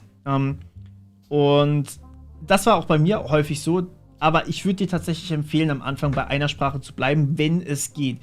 Wenn du die andere Sprache halt brauchst, um das zu machen, was du machen möchtest, in dem Fall eine App programmieren, dann mach das ruhig. Aber bei einer App wäre ja tatsächlich Kotlin zum Beispiel interessant. Und Kotlin basiert auf Java.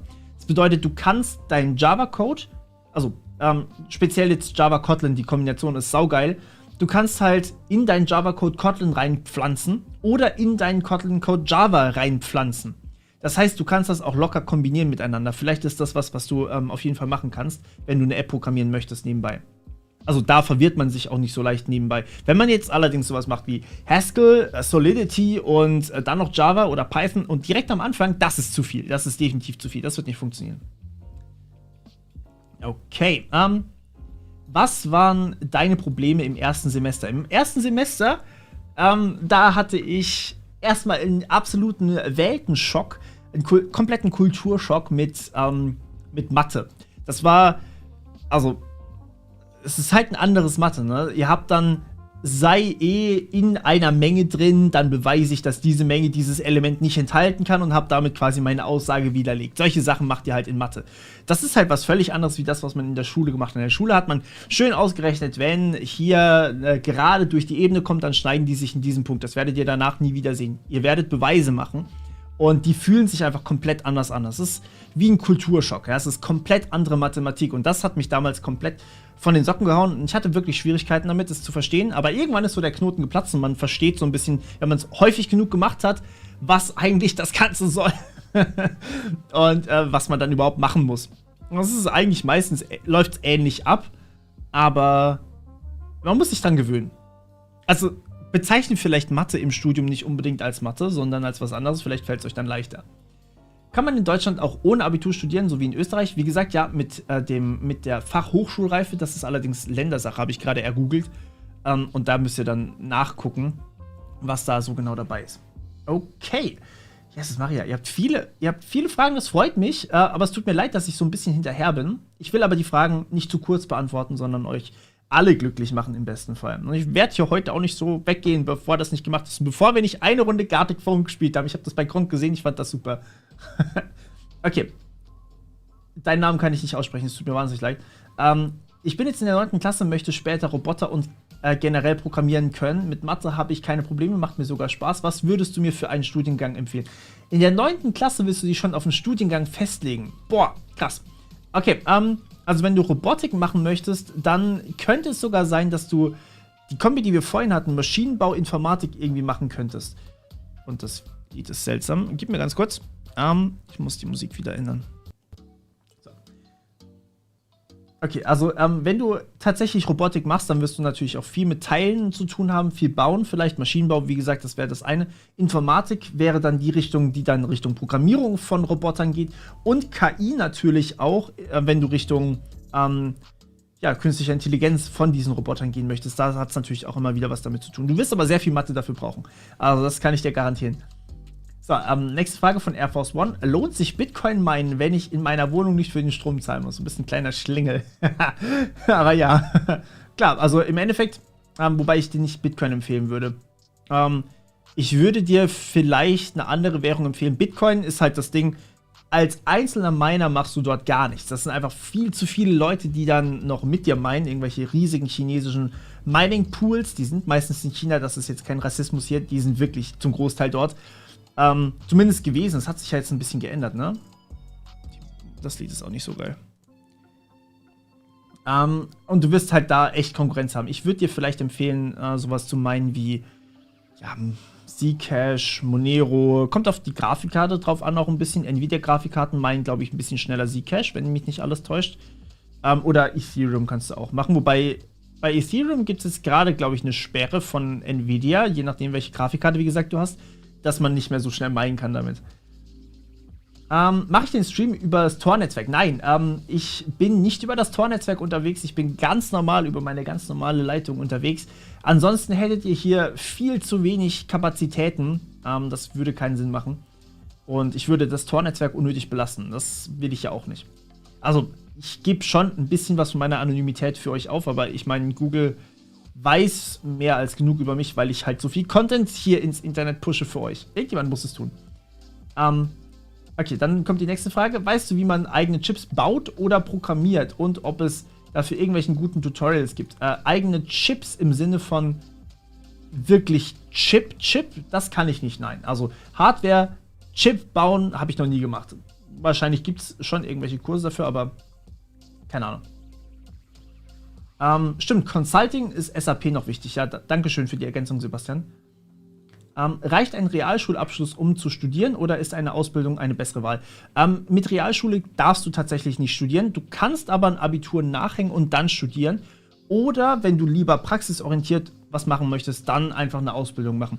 Und was du auch machen kannst nach der Ausbildung, also eine Ausbildung ist auf gar keinen Fall schlechter. Das ist immer wieder der große Punkt, den ich irgendwie so nicht nur unter Informatikern höre, sondern auch in unserer Gesellschaft tatsächlich merke, dass eine Ausbildung irgendwie als was Niedrigeres angesehen wird. Aber das stimmt überhaupt nicht. Jemand aus einer Ausbildung hat einfach andere Kompetenzen. Wenn du eine Ausbildung zum Systemadministrator machst, dann wirst du jedem studierten Informatiker, der sich nicht komplett in seiner gesamten Freizeit damit beschäftigt hat, was vormachen in Systemadministration. Du bist spezialisiert auf diesen Bereich und du bist mega gut darin, wenn du eine Ausbildung machst. Und das Geile ist halt, wenn du weißt, okay, ich will Systemadministration machen, machst eine Ausbildung und machst danach noch Zertifikate zum Beispiel, die dir teilweise von deinem Unternehmen gezahlt werden, dann kriegst du so viel Boni in dieser ganzen Welt, dass du eigentlich ohne Probleme jedem Informatiker, studierten Informatiker, nicht Fachinformatiker, das Wasser reichen kannst. Nur in anderen Bereichen mangelt es dir dann halt vielleicht. Also du kannst dann zum Beispiel halt keine theoretische Kryptographie machen oder sowas, aber das brauchst du auch nicht, wenn du Sys-Admin bist. Also sowas zum Beispiel ist einfach die Frage, was machst du lieber? Ausbildung ist definitiv keine schlechte Wahl.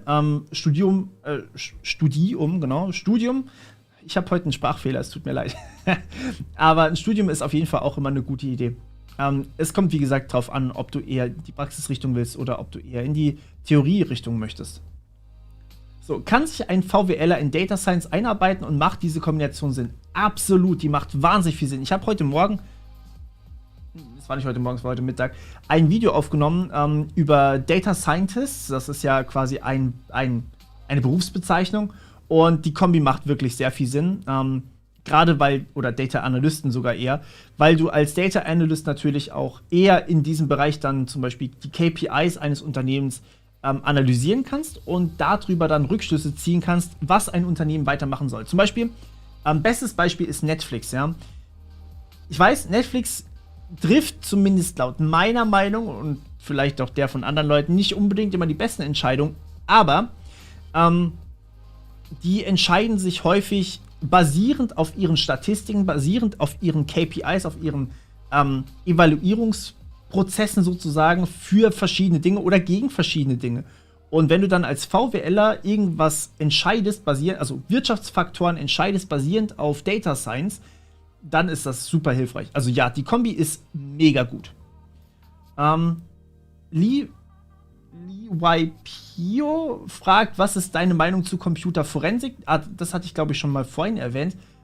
Spule einfach mal zurück, falls du es nicht gefunden hast. Computerforensik ist super gut, kannst du super drin einsteigen. Ist halt Malware Analysis oder eben auch dann sowas wie Analyse von konfiszierten Rechnern und sowas. Könnte ich mal wieder C-Sharp-Videos machen. Ja, was ich für Videos mache, das ist aktuell noch ein bisschen in der Schwebe tatsächlich, weil ich sehr, sehr viel gerade plane und auch ein bisschen was umstelle. Es wird wahrscheinlich hier auf dem Kanal in nächster Zeit ein paar größere Änderungen geben, kann man das so sagen? Ich weiß es nicht. Ich weiß nicht mal, ob es größere Änderungen geben wird. Es kommt darauf an, was ich brauche. Aber ich verfolge momentan ein Ziel. Das Ziel kann ich aber noch nicht spoilern und es geht alles in diese Richtung hin. Also es ist nicht mehr nur YouTube für mich, sondern ich will euch noch was Geileres bieten können als nur YouTube. Und dafür versuche ich gerade alles zu machen. Deswegen kommt von mir auch momentan so ein bisschen zu wenig Content. Was das angeht, also zu wenig Content. Ihr versteht, was ich habe hohe Ansprüche, okay. So, dann sind hier, da ist noch eine Frage. Die habe ich schon beantwortet. Wie geht man an die erste Arbeitsstelle als Softwareentwickler an? Wie geht man die an? Nach dem Bachelor in Informatik. Also finde ich in der Praxis, werden oft irgendwelche Frameworks verwendet und das macht das schwer. Ja, in der Praxis werden fast immer Frameworks verwendet. Zum Beispiel wirst du in deinem Studium, je nachdem, wo du es gemacht hast, sagen wir einfach mal, du machst sowas wie Webentwicklung später, aber in deinem Studium hast du an sich die Frameworks für Webentwicklung noch nie gesehen. Also zum Beispiel, ich habe in meinem Studium nicht mal offiziell HTML gelernt, ja. Und wenn ich dann in eine Firma gehe und dort Webentwicklung mache, dann habe ich in 100% der Fällen muss ich irgendwas mit HTML machen können. Und darauf aufbauen natürlich dann eigentlich auch CSS und SCSS und dann sogar noch React und so weiter und so fort. Und das ist eigentlich etwas, was im Studium nicht dabei ist. Der Problempunkt an der Sache ist halt, dass viele Universitäten auch ein bisschen an dem Arbeitsmarkt vorbei ausbilden, aber ihr bekommt sozusagen das Wissen und müsst es dann selber konzentrieren und euch in das Framework einarbeiten. Aber das wissen die Unternehmen auch. Also die wissen, ihr seid keine Profis, wenn ihr vom Studium kommt und versteht mich da nicht falsch. Ihr seid gut, wenn ihr aus dem Studium rauskommt, aber ihr seid nicht das, was das Unternehmen braucht. Und das ist völlig normal. Ihr müsst euch einarbeiten, immer. Da macht euch aber eigentlich hoffentlich auch niemand einen Vorwurf. Wenn euch ein Unternehmen da Vorwurf macht, dann geht nicht in das Unternehmen. Vorwurf ist nie gut. Okay, ich bin am Überlegen, nächstes Jahr einen Master in Artificial Intelligence zu starten, allerdings als Fernstudium. Kennst du an der IUBH, der Name sagt mir was, kennst du diese Hochschule und wie ist ein Master? Ich kann dir leider nicht genau sagen, wie der Master dort ist. Ich kenne die Hochschule leider nicht besonders gut, aber grundsätzlich kann man eigentlich nichts mit falsch machen, fast schon. So, wie finde ich den Studiengang Medieninformatik? Ja, wenn es dir Spaß macht, tu es. Es kommt immer darauf an, was du möchtest. Nicht unbedingt, was ich möchte oder was ich gut finde oder nicht gut finde, sondern was du am meisten machen möchtest auch. Welche Programmiersprache ist für Google am besten? Ja gut. Die Frage ist, was du bei Google machen möchtest. Python ist nie verkehrt. Und du kannst natürlich jede Sprache lernen, das ist auch meistens so. Gut. Das hatte ich. Nicht wundern, ich bin immer noch wahnsinnig weit hinten, was die Fragen angeht. Ich könnte jetzt. Ich könnte jetzt tatsächlich hier noch ein bisschen. Okay, ich werde ein bisschen runterscrollen. Hier sind relativ viele Fragen, die ich schon beantwortet habe. Und ich will mal wieder auf dem Laufenden sein mit dem Chat. Und er hat mich wieder mal nach unten gespult. Na toll, gut gemacht. Chat. Also nicht ihr, sondern gut gemacht YouTube. Okay, ich gehe jetzt ein bisschen weiter nach oben, aber nicht komplett. Also wie gesagt, wenn eure Frage nicht beantwortet wurde, dann stellt sie einfach nochmal. So, Dr. Prof fragt, bin jetzt in der 10. Klasse und programmiere seit der 5. Gibt es Möglichkeiten, direkt nach dem Abi ohne Ausbildung oder Studium bei einer Firma anzufangen? Du kannst dich mit Bewerbungen bei Firmen direkt bewerben, das geht. Die Frage ist natürlich, wie beweist du, dass du es schon kannst? Das ist für viele Firmen immer noch ein riesiges Problem. Und ich habe einen Barter auf meinem Schreibtisch gefunden. Okay. Also, und ja, das passiert häufiger. Auch mal in der Tastatur drin oder so. Das ist furchtbar. Aber wenn du, sagen wir mal, wenn du nicht beweisen kannst, dass du die Fähigkeiten hast, dann musst du dich erstmal dem Unternehmen beweisen. Und das macht man halt meistens über solche Sachen wie eben ein Zertifikat zum Beispiel oder eben Ausbildung oder Studium.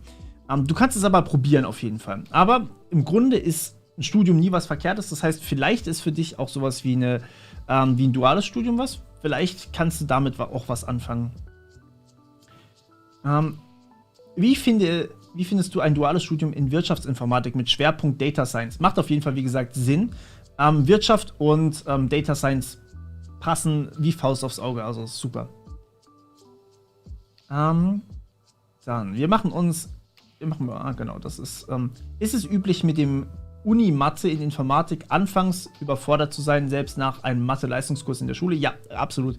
Lieber Maxim, das ist gar nicht ungewöhnlich. Gibt es ein duales Frühstudium für Bachelor in der Informatik? Da musst du mal gucken. Vielleicht hat deine Schule tatsächlich ein Förderprogramm für dich. Das muss aber nicht unbedingt sein. Aber, also es gibt auf jeden Fall Möglichkeiten, schon einzelne Prüfungen aus Informatik früher gemacht zu haben. Und dann kannst du quasi so die Punkte direkt übernehmen. Also das heißt, du kannst dann während deiner Schulzeit schon die ersten paar Prüfungen ablegen schon und kannst die dann mitnehmen einfach ins Studium. Die werden dir dann als ECTS angerechnet und du kannst quasi die ersten paar Semester zum Teil überspringen. Also wie gesagt, es ist nicht mehr schuljahrbasiert in der Uni, sondern du hast halt wirklich die Fächer und die Fächer musst du am Ende in der Prüfung bestehen. Okay. Wenn du Pentester werden möchtest, Lukas, Lukas fragt gerade, braucht man als Pentester eine Ausbildung oder ein Studium? Wenn ja, welches? Also, du hast mehrere Möglichkeiten. Wenn du Pentester werden möchtest, ist erstmal wichtig, dass du was drauf hast. Dann kannst du natürlich ein Studium machen. Das wäre im direkten Fall Cybersecurity oder IT-Sicherheit. Im indirekteren Fall allgemeine Informatik mit Fokus auf Sicherheit. Das kannst du beides machen, das funktioniert auch ganz gut. Du kannst aber auch eine Ausbildung machen, zum Beispiel als Systemadministrator und dort dran aufbauend quasi dann Zertifikate ablegen, wie zum Beispiel den Ethical Hacker oder sowas. Irgendwas, was halt in Richtung Pentesting geht. Und da dann das Ganze machen. Oder du machst halt IT-Sicherheitsberater, Auditor und so weiter und so fort. Wobei das eher in die defensive Schiene fällt. Also du hast mehrere Möglichkeiten, was du machen kannst. Ist eigentlich alles gut und gleichwertig auch eigentlich. Würde gerne Spiele entwickeln. Was für eine Lernrichtung würdest du empfehlen? Bin völlig neu in dem Thema. Du meinst jetzt vom Studium her wahrscheinlich? Ich würde dir also es gibt Game Design als, ich glaube, Studium und Ausbildung, aber da weiß ich jetzt gerade ehrlich gesagt nicht genau. Schau mal nach Game Design. Ich glaube, das kann man studieren, bin ich aber nicht ganz sicher. Gibt es eine Alternative zur Ausbildung zum Fachinformatiker Anwendungsentwicklung, wenn man programmieren will, wenn man die mittlere Reife hat? Also der Fachinformatiker Anwendungsentwicklung ist der Ausbildungsbereich, der am meisten mit Programmieren zu tun hat. Deswegen würde ich dir den am ehesten empfehlen. Alternativ, es gibt auch sowas wie Fachabitur. Da kannst du dann quasi den IT- oder Informatik-Fachabi machen und kannst danach dann studieren gehen, wobei das auch nicht so viel mit Programmieren zu tun hat. Also Fachinformatiker Anwendungsentwicklung ist schon, glaube ich, am ehesten das, was du suchst. Okay, Toni fragt, sollte man lieber statisch typisierte Programmiersprachen lernen, um sich auf das Informatikstudium vorzubereiten? Das ist egal eigentlich.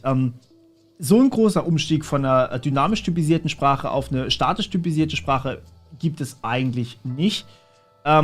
Und andersrum auch nicht. Also wenn du quasi eine statische Sprache... Wie gesagt, es kommt sogar auf die Uni drauf an, was du überhaupt für eine Sprache hast. Also manche Unis lehren mittlerweile Python, manche lehren immer noch Java, manche lehren Kotlin. Ist alles dabei. Manche lehren auch JavaScript, manche lehren C, C++, ist eigentlich wirklich alles dabei. Ich hatte auch Haskell im Studium, ich hatte Prolog im Studium, das sind so komische Programmiersprachen, die eigentlich in der Praxis seltener angekommen sind, aber ändert sich ja gerade wieder ein bisschen, was Haskell angeht, ne? Cardano, ich spreche mit dir. Genau. Okay, DE104BO fragt, ich studiere an einer FH Mathe, ist also mehr wie in der Schule mit Problemen lösen und weniger beweisen. Gibt es Berufe, Kryptograph, die mir verschlossen bleiben? Eigentlich nicht. Also wenn du an der FH Mathe studiert hast, dann kannst du danach immer noch wunderbar alles machen. Du kannst auch den Master dann in Informatik machen. Das machen viele tatsächlich. Und also eigentlich sollte dir da nichts verschlossen bleiben. Okay, Pelle fragt, hast du eine Lieblingsprogrammiersprache? Ich würde sagen, es ist momentan Python, aber wirklich am liebsten mache ich sie nur, weil sie so schön effizient ist und weil man da schön so schnell zu einem Ergebnis kommt. Dr. Prof fragt, bin jetzt in der 10. Klasse und programmiere seit der 5. Warte mal, die habe ich schon beantwortet, oder? Nee. Doch, habe ich beantwortet, richtig. P196 fragt, würdest du dir den Neuralink-Chip von Elon Musk implantieren lassen, um zum Beispiel schneller zu lernen oder deinen Computer und andere Geräte mit deinen Gedanken zu steuern? Ich wäre da sehr, sehr vorsichtig mit, ehrlich gesagt. Und ich glaube, wenn wir so weit sind, dass wir den Chip im Gehirn haben, einfach so aus Freizeitgründen, einfach so, weil es uns Spaß macht, um effizienter zu sein, ich glaube, dann kommen wir schon langsam in ein Zeitalter, wo man keine Chips mehr oder wo man selbst nicht mehr so viel machen muss, sondern wo man freiwillig Sachen machen kann. Es freut mich wahnsinnig übrigens, dass ihr alle so aktiv dabei seid. Das ist der Wahnsinn. Das ist mega geil. Es macht gerade wahnsinnig Spaß für mich. Ich hoffe, ich kann auch eure Fragen so einigermaßen beantworten. Also, ihr seid echt die Geilsten. Das macht richtig Spaß. Okay, ich guck mal weiter hier.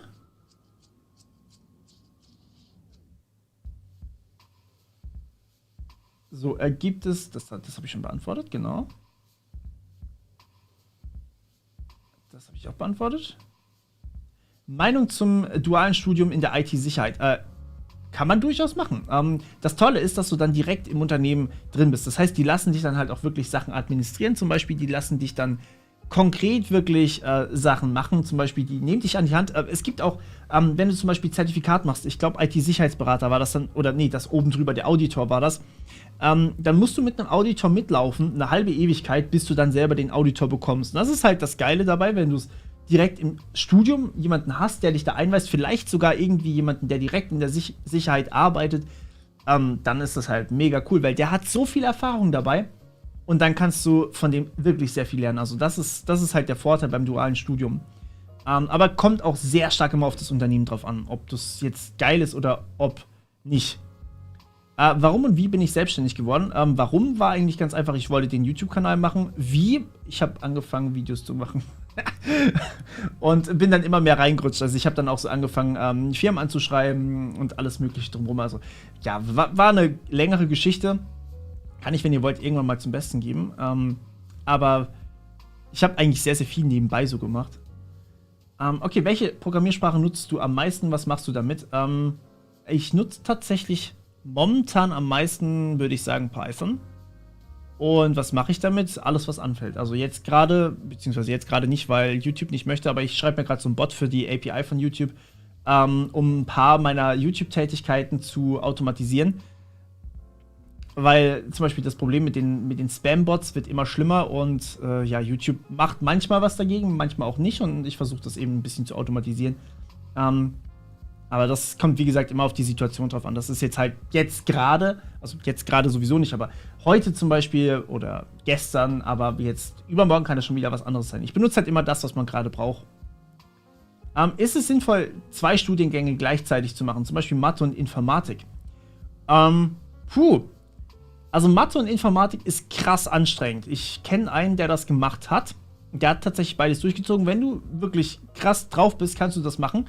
Der positive Vorteil dabei ist halt einfach, du kannst dir Sachen aus dem Informatikstudium anrechnen lassen und in Mathe oder aus dem Mathestudium für Informatik anrechnen lassen. Also du hast dann automatisch schon dein Ergänzungsfach fertig, kriegst dafür die Punkte, du hast automatisch die Mathe-Vorlesung aus dem Informatikstudium fertig, aber du hast natürlich trotzdem noch viel aus dem Mathestudium, was du separat machen musst, und deswegen hast du natürlich mehr Vorlesungen.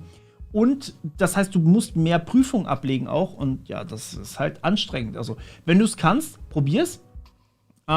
Kannst du schon machen, aber ja, schwierig. Also, anstrengend, nicht schwierig, schwierig auch. Revox meint, lieber bei der Deutschen Bahn oder beim BSI eine Ausbildung machen.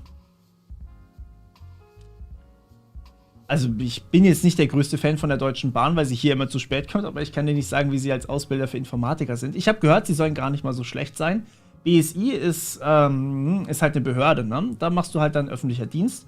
Ist halt auch Geschmackssache, ob du das machen möchtest oder nicht. So, Fresh Avacado, muss man schon richtig aussprechen, fragt, was ist deine Meinung zu Rust? Rust ist eine Sprache, für die es nicht kennen, ist eine Programmiersprache, die momentan, wobei vor kurzem eigentlich einen ziemlich krassen Aufwind hatte und die mittlerweile ganz beliebt ist, die viele benutzen auch. Und ist eigentlich eine schöne Sprache, die, wenn ihr sie mal ausführt, nur schwerlich abstürzt. Und das macht sie halt so schön safe dann auch, dass am Ende euer Programm nicht abstürzt. Aber bis sie ausgeführt werden kann, ist es gar nicht mal so ohne. Ja, ist eine gute Sprache, kann man machen. Musst du gut sein in Mathe, wenn du Informatik studieren möchtest? Ja, musst du. Also nicht in dem Mathe an sich, aber du musst im Informatikstudium auf jeden Fall Mathe machen, und die hat sich schon gewaschen. Aber du kannst es lernen. Man kann alles lernen, wenn man motiviert ist. Also da würde ich niemanden irgendwie sagen, das schafft man nicht.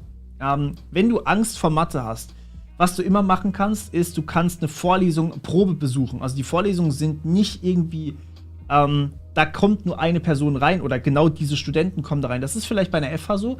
Bei einer Uni kannst du dich normalerweise einfach reinsetzen.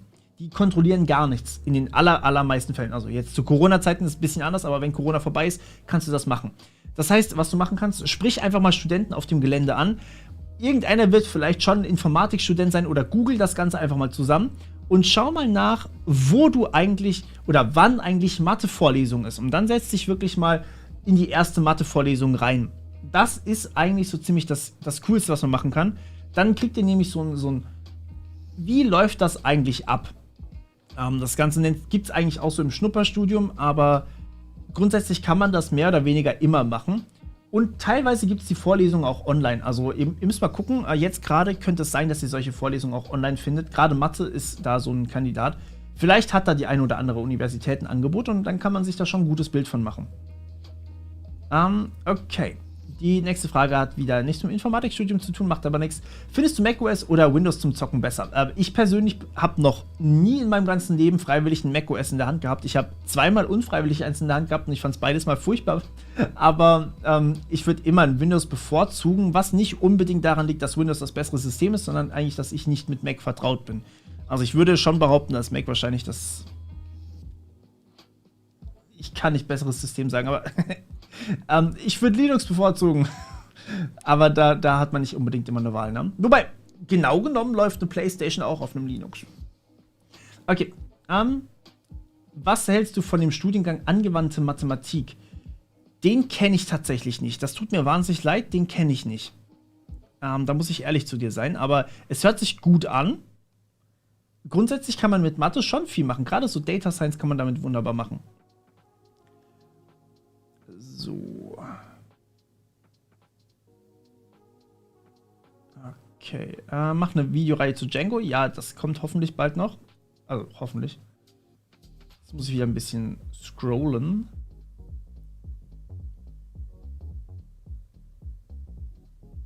So, nicht wundern, ich lese nur gerade den Chat. Also, gibt es ein duales Fernstudium für Bachelor in der Informatik? Das ist eine gute Frage, ne? Duales Studium, Informatik, Fernstudium. Gucken wir mal. Es scheint ein duales Fernstudium für Informatik zu geben, ja. Also ich habe das tatsächlich nur gegoogelt. Ich kenne tatsächlich keins. Ich kenne nur ein Fernstudium, normales. Machen auch tatsächlich viele und die sind meistens eigentlich echt begeistert. Aber ich weiß ehrlich gesagt nicht, oder ich habe von noch niemandem gehört, der ein duales Fernstudium gemacht hat. So, meine Meinung zum Quantum Machine Learning. Wenn es funktioniert, ist es geil. Aber ich habe ehrlich gesagt noch kein Machine Learning Modell gesehen, was darauf wirklich basiert hat, was dann auch am Ende wirklich Resultate geliefert hat. Aber das kann sein, dass ich da auch nicht up to date bin, tatsächlich. Das ist schwierig. Kenne ich Lotus Script und das IBM Notes Umfeld? Ganz, ganz wenig. Ich habe ein bisschen mal was davon gelesen, aber nicht wirklich was gemacht. Sorry dafür. Da kann ich dir wenig geben. Und nein, ich bin kein Schweizer. Klingt mein Dialekt Schweizerdeutsch? Schweizerdeutsch, oder? Nein, ich kenne ein, zwei Schweizer, aber ja, das war's dann auch. So, jetzt bin ich wieder so weit hinten, dass schon die ersten ein Ladezeichen schicken. Was sind die Themen, die ich hauptberuflich mache? IT-Sicherheit, Softwareentwicklung etc. Was ich hauptberuflich mache, ist Dozententätigkeit im Bereich IT-Sicherheit hauptsächlich und Programmieren. Oder auch irgendwas, was halt mit Sicherheit zusammenhängt. Also Blockchain zum Beispiel mache ich auch ganz gerne. Aber das sind eher so Dozententhemen, die ich mache momentan, weil ich momentan so viele Anfragen habe als Dozent, dass ich halt eher das mache. Weil ich find Lehre halt wahnsinnig wichtig. Aber das ist halt einfach nur so meine Geschmacksrichtung. Aber ich mache auch tatsächlich manchmal so Pentests oder eben andere sicherheitsrelevanten Dinge. Genau. Gut, okay, ich glaube, jetzt muss ich mal wieder tiefer scrollen, weil ihr häufig eure Fragen nochmal gestellt habt.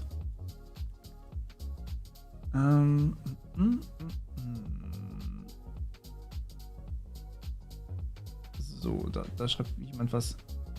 Naja, genau. Habe gerade eine Ausbildung als technischer Systeminformatiker, Automatisierung und hardwarenahe Programmierung abgeschlossen. Kann ich mich als Softwareentwickler bewerben? Moment, du hast technischer Systeminformatiker, Automatisierung und hardwarenahe Programmierung abgeschlossen und willst Softwareentwickler werden. Das geht durchaus, klar. Der Punkt wird wahrscheinlich eher sein, also ich meine, Softwareentwicklung bezeichnet ja erstmal die Entwicklung von Software. Welche Software entwickelt wird, das hängt dann vom Unternehmen ab. Das heißt, jemand, der irgendwie High-Level-Software macht, ist vielleicht jetzt nicht unbedingt dein attraktivster Part, weil du da sehr, sehr viel nochmal lernen müsstest. Würde wahrscheinlich auch funktionieren, aber in den meisten Fällen würdest du vermutlich als Softwareentwickler für zum Beispiel hardware-nahe Dinge easy rankommen. Also das ist gar kein Thema. So, jetzt ist mein Chat wieder komplett nach unten gesprungen. Dankeschön, YouTube. Weil immer wenn ich unten ankomme, springt der Chat einfach 1 Milliarde Kilometer tiefer und ich überspringe sehr viel. Okay, also zu Computerlinguistik. Computerlinguistik ist, ja, jetzt muss ich die Definition, Moment, also ich will euch da keinen Mist erzählen, aber ich will auch mich dann nochmal ganz kurz hier ein bisschen auffrischen. So, in der Computerlinguistik wird untersucht, wie natürliche Sprache in Form von Text- oder Sprachdaten mithilfe des Computers algorithmisch verarbeitet werden. Sie ist Schnittstelle zwischen der Sprachwissenschaft und Informatik. Okay, sehr schön. Also, was im Endeffekt dahinter steckt, ist Folgendes. Ihr beschäftigt euch quasi mit der menschlichen Sprache in Kombination mit Computer, also mit Informatik. Das heißt, wie man menschliche Sprache auswertet, da ist viel Data Science auch dabei, glaube ich, wie man eben menschliche Sprache da irgendwie reinbekommt. Und was ich gesehen habe, was in Computerlinguistik tatsächlich auch manchmal dabei ist, ist Mensch-Computer-Interaktion oder Computer-Mensch, Human-Computer-Interaction heißt das Ding normalerweise. Das ist ein wahnsinnig wichtiger Punkt eigentlich, denn wenn man als Mensch, also wenn ich jetzt, oder meine Oma, ja, wenn meine Oma irgendein System bedienen soll, dann muss das System gut designt sein, damit sie das auch möchte. Das heißt, man designt seine Systeme normalerweise für den DAO, für den Dumbest Available User zum Beispiel. Und man versucht, die Systeme so intuitiv zu machen, dass sie einfach so leicht zu nutzen sind wie möglich. Und da sind früher sehr, sehr viele Systeme gefailt. Viele Systeme für Unternehmen, also interne Unternehmenssysteme, die failen da auch dran. Aber mittlerweile, so gerade wenn es um Webseiten geht, ist es unfassbar wichtig. Genau, okay. könnte ich diese Q&A-Folge auf YouTube hochladen? Ja, die ist auf YouTube automatisch oben, wenn nichts da passiert. So. Kennst du den Studiengang Medienprogrammierung an der Hochschule in Flensburg? Leider nicht, tut mir leid. Aber du kannst mal ins Modulhandbuch gucken.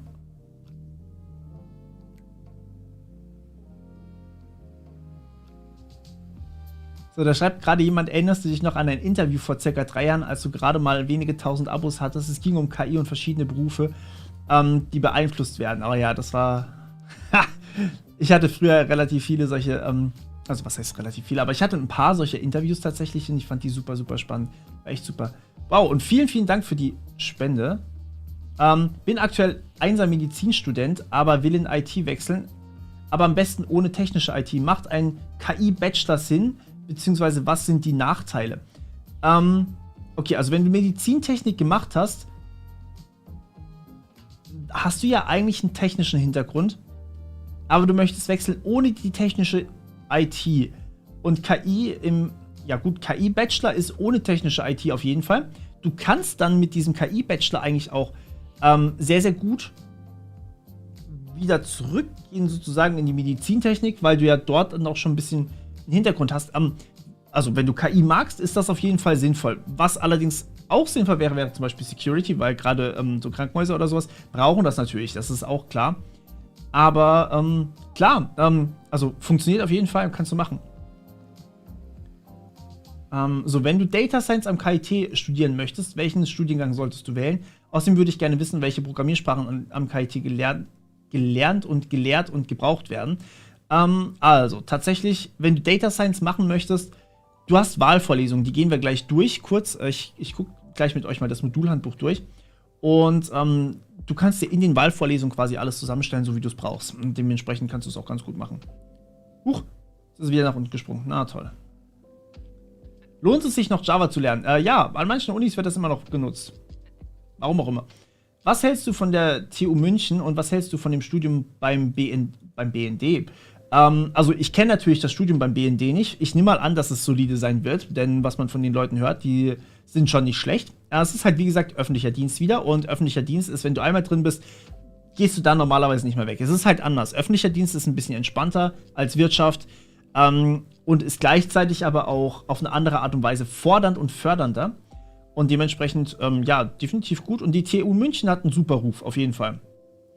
Hier kommt noch die Frage, habe ich irgendwelche Zertifikate? Ich mache gerade das GREM. Ich habe das Castell-Zertifikat von meiner Uni damals bekommen, aber ich habe mir seit dem Studium tatsächlich kein Zertifikat mehr geholt, weil man die ja auch regelmäßig auffrischen muss. Alle 3 Jahre oder 5 Jahre im Normalfall. Und da ich jetzt momentan einfach sehr viel Lehre mache, brauche ich die gerade nicht. Deswegen, ja, ich arbeite dann halt mit den Leuten zusammen, die Zertifikate haben. Selber mache ich die dann relativ selten eigentlich jetzt gerade, momentan zumindest. Kann sich ändern, weiß ich noch nicht. Vielleicht mache ich mal eins, einfach nur zum Testen, wie es ist für euch und bewerte das dann. Lohnt sich jetzt noch ein Informatikstudium an einer Fernuni neben meinem Beruf, wenn ich 43 bin und wahrscheinlich mit 49 fertig sein würde mit 50 also in die Branche einsteigen? Wenn du mit 50 einsteigst in die Branche, ist das definitiv nicht zu spät, was viele Leute eher davon abhält, sich in deinem Alter, also in deinem Alter, ja, 43 ist ja jung, aber was viele Leute davon abhält, sich da nochmal umzuschulen, ist einfach, es ist nochmal ein zusätzlicher Aufwand neben dem Beruf her. Du musst ja weiter deinen Beruf ausführen und du hast weiterhin deine Familie vielleicht, die du verpflegen musst und so weiter und so fort. Und dieser Kraftakt, den ein Studium dann auch mit sich bringt, der ist teilweise auch ein bisschen, ja, ein bisschen hoch, würde ich mal behaupten. Hey, Ayman, vielen, vielen Dank für deine Spende, das mehrfachste Mal jetzt schon. Ist es realistisch, bereits als KI-Bachelorstudent solo selbstständig zu sein, beziehungsweise wie findet man Aufträge? Was hältst du von IEEE-Zertifikaten? Und danke. Also als KI-Bachelorstudent solo selbstständig zu sein, das kannst du machen, weil du als Informatiker, beziehungsweise generell als ITler ja immer schon irgendwie eine Praxisnähe haben kannst. In deinem Fall zum Beispiel, wenn du KI benutzt, kannst du zum Beispiel eine Website machen, die irgendeinen Dienst anbietet, der für andere Leute dann interessant ist. Also zum Beispiel könntest du da einen Dienst anbieten, dass man zum Beispiel sich Text generieren lassen kann. Habe ich erst neulich wieder gesehen. Und natürlich, sowas wird wahrscheinlich von den wenigsten Leuten irgendwie mit Geld belohnt. Also die wenigsten Leute werden dann dafür bezahlen. Aber du kannst Werbung drauf schalten zum Beispiel. Und dann kannst du dadurch auch wieder ein bisschen was einnehmen. Und dadurch kannst du dir zum Beispiel dein Studium finanzieren. Das ist auf jeden Fall, was du machen kannst. Aufträge zu finden hingegen ist als KI-Bachelor-Student, also wenn du noch als Student da bist, ist es nicht so einfach. Da würde ich dir dann eher sowas wie eine Dozenten, beziehungsweise nicht Dozenten, eher Tutoren-Tätigkeit empfehlen. Da kannst du dann hergehen und kannst sagen, okay, ich gebe halt zu einzelnen Vorlesungen sozusagen anderen Studenten Unterstützung und kannst dir darüber dann auch super dein Studium finanzieren. Das machen sehr, sehr viele Studenten. Ist natürlich ein bisschen Arbeit, klar, aber das wird eigentlich auch meistens ganz gut bezahlt und ja, es ist eigentlich eine angenehme Variante. Und zu deiner zweiten Frage mit den IEEE-Zertifikaten. IEEE ist ein großer Name, der definitiv wertvoll ist. Also wenn du ein Zertifikat von IEEE hast, dann ist das meistens auch ganz gut auf dem Markt angesehen, würde ich mal behaupten. Generell ist eigentlich jedes Zertifikat, was euch bescheinigt, dass ihr wirklich Wissen habt, ganz gut. Mir wurde sogar gesagt, dass Teilnahmezertifikate auch was wert sind, wenn man sich irgendwo bewirbt, aber Teilnahmezertifikate bescheinigen ja erstmal nur, dass ihr überhaupt etwas angeguckt habt. Also zum Beispiel, wenn ihr jetzt meinen Kurs auf YouTube guckt, könnte ich euch ein Teilnahmezertifikat ausstellen. Das macht halt einen guten Eindruck erstmal, wenn man sich mit was beschäftigt hat, aber im Endeffekt kann man ja genau genommen auch einfach hergehen, auf Play drücken und dann laufen lassen. Deswegen von Teilnahmezertifikaten würde ich abraten. Davon halte ich persönlich einfach nichts. Aber das ist auch Geschmackssache. Wie gesagt, manche Unternehmen finden es gut. Aber wirklich geprüfte Zertifikate sind alle wertvoll eigentlich. Manche haben halt nicht so einen geilen Ruf, aber sie werden euch trotzdem irgendwie in einer Weise helfen können. Im Normalfall. Also jetzt generalisiert jetzt mal. So. Dann Studium trotz schlechter Mathe-Note, aber gute Infonote. Erfahrung plus Erfahrung im Programmieren. Kannst du machen. Wie gesagt, Mathe. Das Ding ist, an Schulmathematik ist meistens das Problem, dass die Lehrer es einfach nicht erklären können.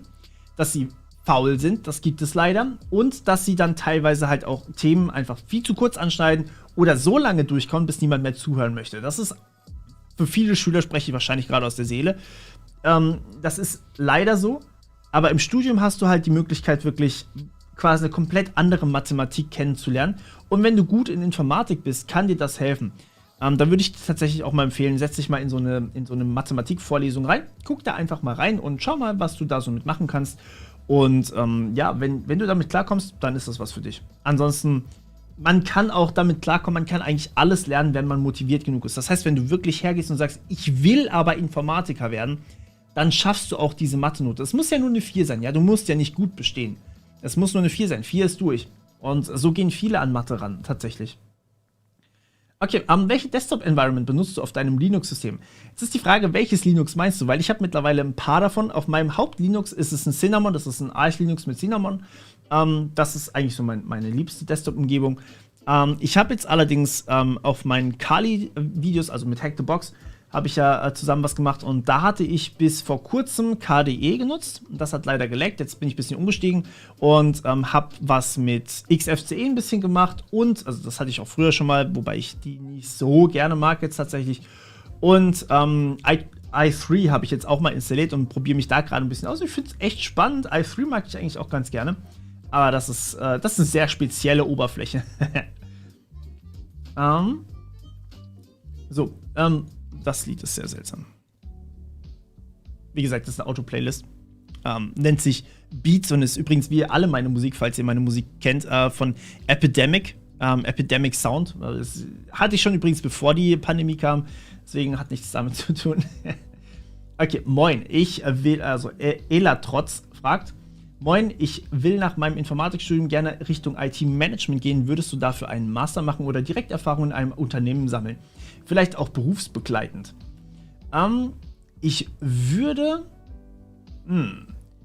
Du kannst beides machen, tatsächlich. Also du hast jetzt gerade, oder du machst gerade schon dein Informatikstudium, deswegen würde ich dir kannst du ja kein duales Studium in dem Sinne mehr machen, aber vielleicht wirklich berufsbegleitend den Master zu machen, ist eine gute Idee. Es gibt auch sehr, sehr viele Fortbildungen für Informatiker, die in Richtung Management gehen. Vielleicht kannst du da ein Unternehmen finden, das sich in diese Richtung auch fördern möchte, denn solche Fortbildungen werden häufig von Unternehmen bezahlt, mit der Prämisse, dass du dann halt eine gewisse Zeit lang beim Unternehmen bleibst. Das heißt, du hast halt eigentlich noch eine niedrigere Chance, dass sie dich kündigen und du wirst von ihnen gefördert, was eigentlich sehr, sehr geil ist. So, Slow Mode wäre tatsächlich sinnvoll, ja, das könnte sein, aber es freut mich eigentlich, dass es so gut läuft. Und die Benachrichtigung habe ich leider gerade gar nicht oben bekommen. Hier hat mir jemand wieder gespendet. Vielen Dank. Aber ich habe gerade tatsächlich im Live-Chat das oben gar nicht bekommen. Und darauf verlasse ich mich eigentlich, dass wenn mir jemand spendet, dass ich das dann oben bekomme.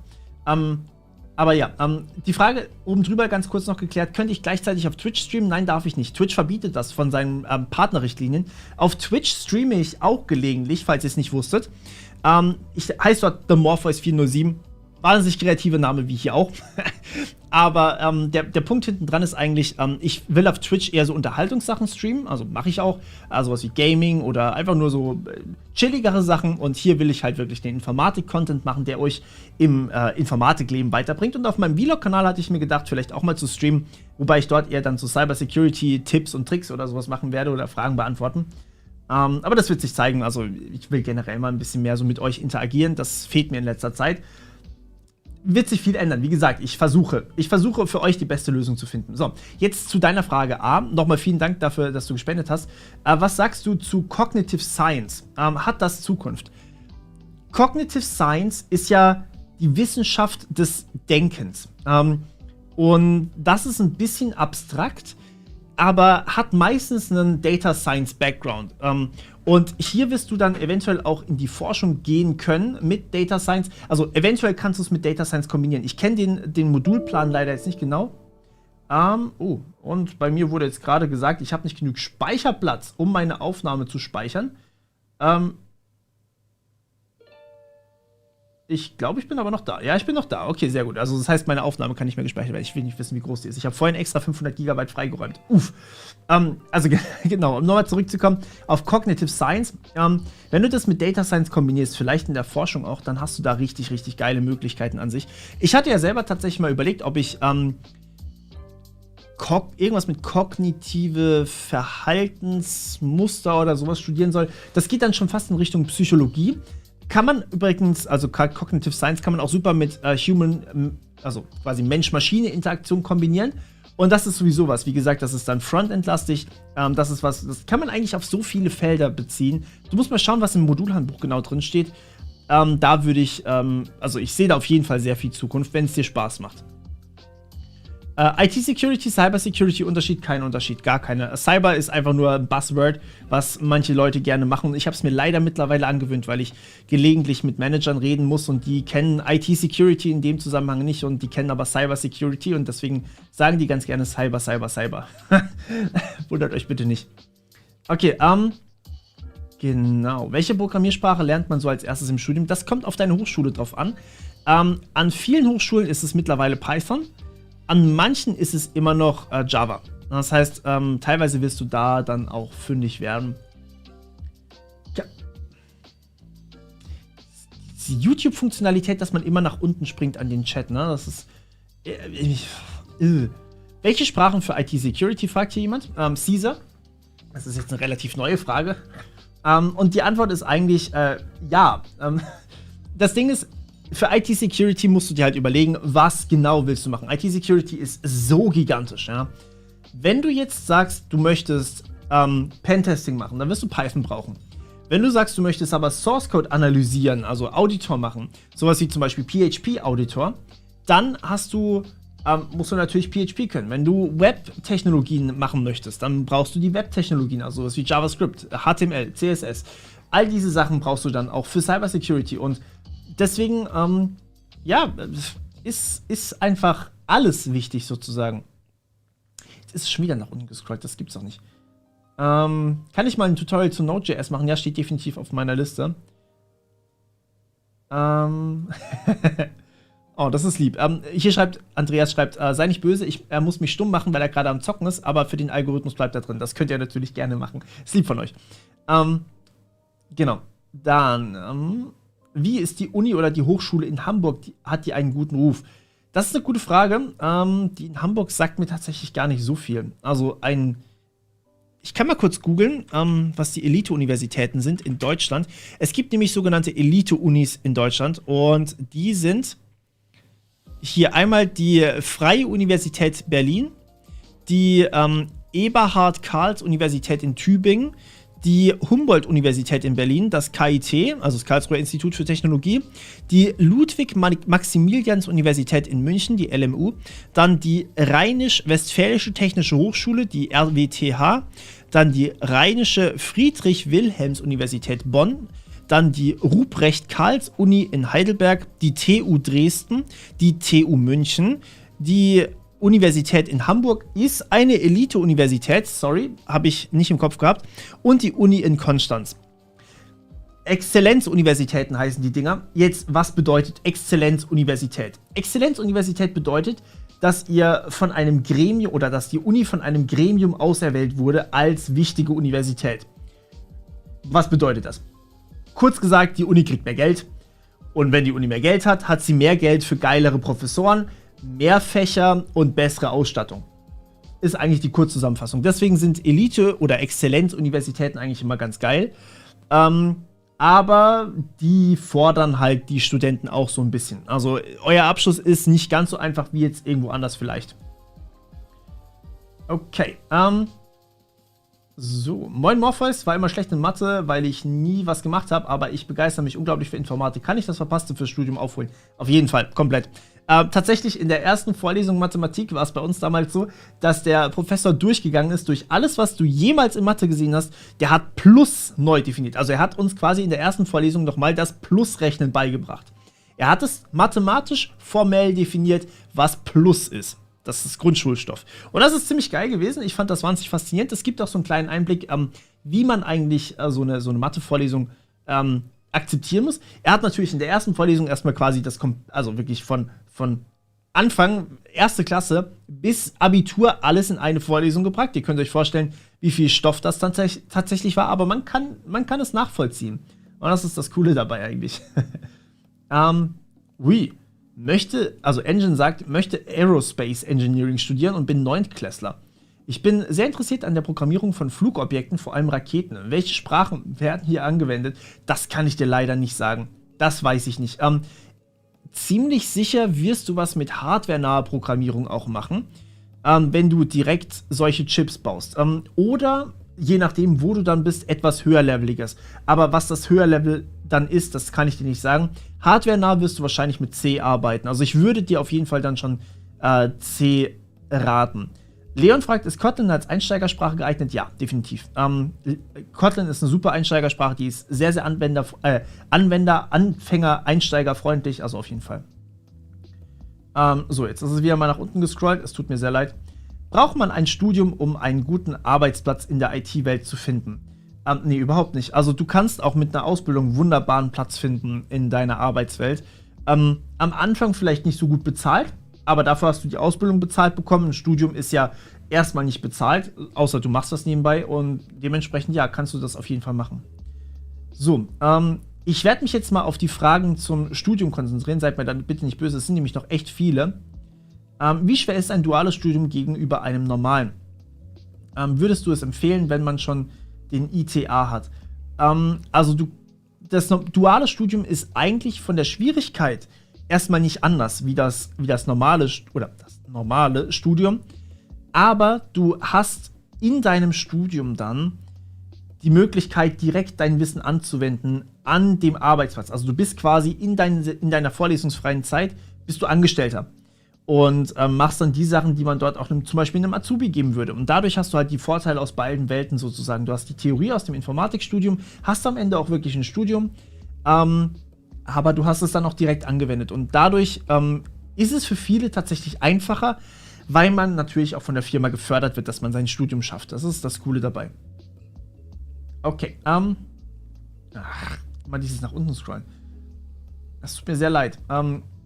Okay, wird eine allgemeine Fachhochschulreife, Fachabi, ähnlich wertgeschätzt von Arbeitgebern bzw. Fachhochschulen wie das Abitur?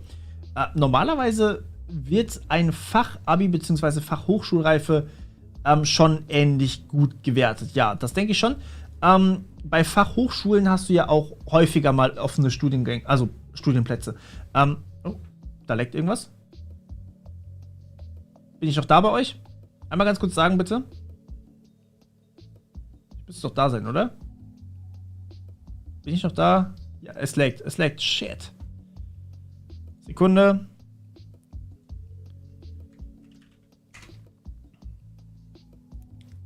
Sekunde. Ich hab's. So, jetzt sollte es nicht mehr laggen. Es leckt nicht mehr.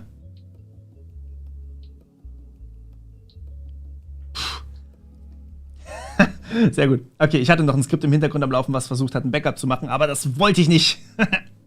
Okay, Lag aber da. Besser, Stream laggt etwas. Oh nein, das ist nicht gut. Sollte wieder gut sein. Ja, wenn man seinen Rechner jede Nacht, okay, wenn man seinen Rechner jede Nacht durchlaufen lässt, ist es vielleicht nicht so die beste Idee. Super, okay, also jetzt wieder die Fragen bitte. Verbindungsproblem. Ich schaue diesen Stream auf Kali Linux, das freut mich für dich. Welche Unis kann ich empfehlen? Also genau, die Exzellenzuniversitäten sind eigentlich meistens, wie gesagt, ganz gut ausgestattet. An denen kann man sich auf jeden Fall mal orientieren. So, jetzt würde ich gerne eine Sache mit euch machen. Ich beantworte gerne danach noch mal ein paar Fragen. Aber ich möchte mal ganz kurz mit euch einen Modulplan sozusagen angucken. Wie sieht es eigentlich im Informatikstudium aus? Das leckt immer noch? Ja, okay, gerade gedacht. Wie sieht so ein Studiengang aus? Und das schauen wir uns hier mal an.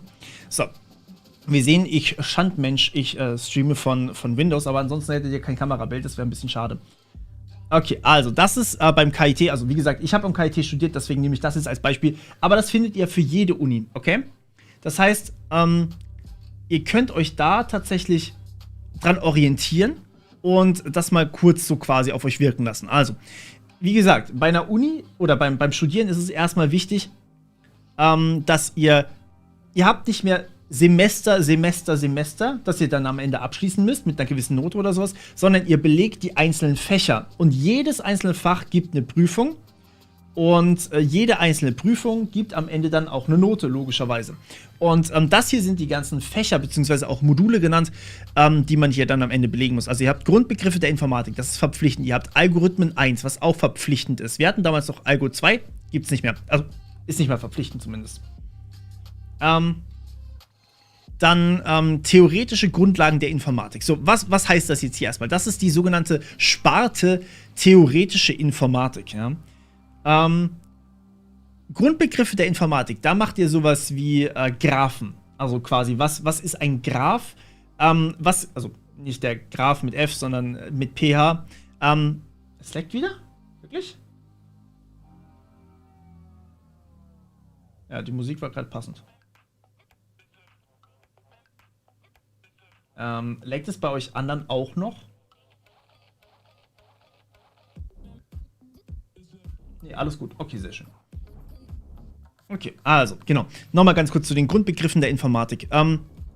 Was genau heißt Grundbegriff der Informatik? Im Endeffekt sowas wie Graphen, Algorithmen auf Graphen, relativ einfache Sachen, eben Grundlagen, sowas wie Injektivität, Bijektivität, Surjektivität, sowas eben in diesem Zusammenhang, dass man quasi erstmal so einen gemeinsamen Standpunkt hat. Da gibt es dann auch sowas wie Automaten, das bedeutet Zustandsautomaten. Sowas kann man dann auch wunderbar selber programmieren. Macht man in Grundbegriffe der Informatik normalerweise nicht, aber sowas könnte man programmieren. Das bedeutet, ihr könnt damit, also ihr könntet euch dann sowas wie einen Zustandsautomaten machen. Das heißt, es ist quasi wie ein Programm, das sich speichert, was ihr gerade macht.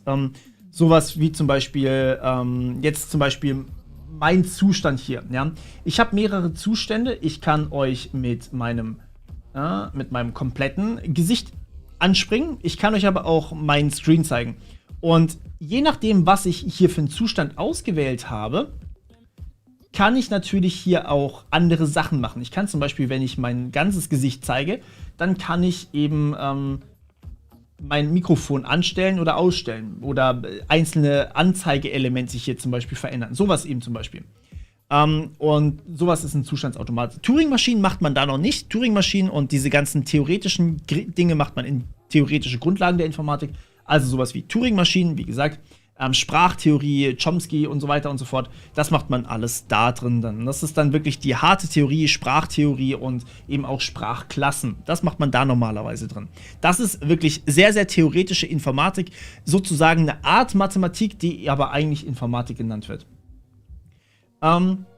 Und hier dazwischen liegt noch Algorithmen 1. Algorithmen ist im Endeffekt genau das, was in meiner Playlist Algorithmen gemacht wird, nur eben ohne die Python-Skripte dabei. Das heißt, da codet man tatsächlich, in der Theorie, also man macht das mit Pseudocode, man macht das nicht mit echtem Code normalerweise, sondern man macht das quasi mit so Programmiersprachen ähnlichem Code, der so aussieht, als wäre er Code, aber eigentlich viel, viel einfacher ist.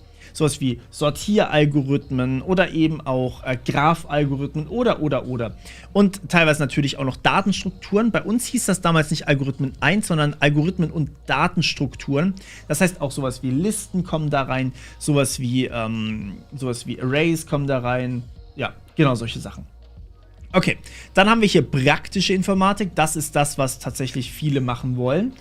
Programmieren dürfte klar sein, ist Programmieren. Ihr seht aber hier schon den Unterschied, ja. Programmieren gibt euch 5 ECTS oder 5 LP. LP ist dasselbe hier wie ECTS. Und Algorithmen 1 bzw. Grundbegriffe gibt euch 6 Punkte, während Mathe im ersten Semester euch 9 plus 9 Punkte gibt, ja. Also, ihr könnt euch da, 9, die beiden meine ich hier, 9 plus 9 Punkte. Also, ihr könnt euch da vorstellen, was dahinter alles steckt, ja. Und genau, also Programmieren ist nicht so viel Aufwand, ist halt ein bisschen Coden. Was für eine Sprache verwendet wird, kommen wir gleich dazu, das kommt dann ins Modulhandbuch. Okay, dann Softwaretechnik 1 ist im Endeffekt, wie kann man, also im Endeffekt, was diese LP bringt, das fragt hier gerade jemand, LP sind wie ECTS. Man braucht für jedes Semester, damit man quasi ein volles Semester hat, man muss die nicht alle im selben Semester machen, aber man braucht die 30 ECTS pro Semester. Das heißt, für ein vollständiges Informatikstudium Bachelor braucht ihr normalerweise, das ist eigentlich sogar genormt, 180 ECTS oder auch LP genannt hier. Also quasi für jedes Semester hier 30, also 30, 60, 90, beziehungsweise 30, 60, 90, 120, 150, 180. Also im Endeffekt so ungefähr kann man das aufteilen. Der große Punkt ist, ihr könnt das alles hin und her schieben. Ja? Ihr könnt im Zweifelsfall theoretische Grundlagen der Informatik im ersten Semester hören. Mathe erst im, okay, Mathe nicht, das müsst ihr im ersten oder zweiten Semester hören. Aber Programmieren zum Beispiel, nee, das auch nicht. Scheiße, schlechte Beispiele. Aber zum Beispiel Programmierparadigmen könnt ihr im dritten Semester hören. Dürft ihr machen, müsst ihr aber nicht. Ihr könnt auch Sachen nach hinten schieben, also zum Beispiel Numerik erst im sechsten hören und so weiter und so fort. Ist eigentlich super flexibel. Jetzt kamen hier gerade ein paar Fragen rein. Man braucht nicht x Punkte, um zur Prüfung zu dürfen, sondern wenn du die Prüfung schaffst, dann bekommst du diese Punkte quasi auf dein Gesamtguthaben gut geschrieben. Teilweise gibt es sogenannte Übungsfächer oder Übungszettel, Übungsscheine.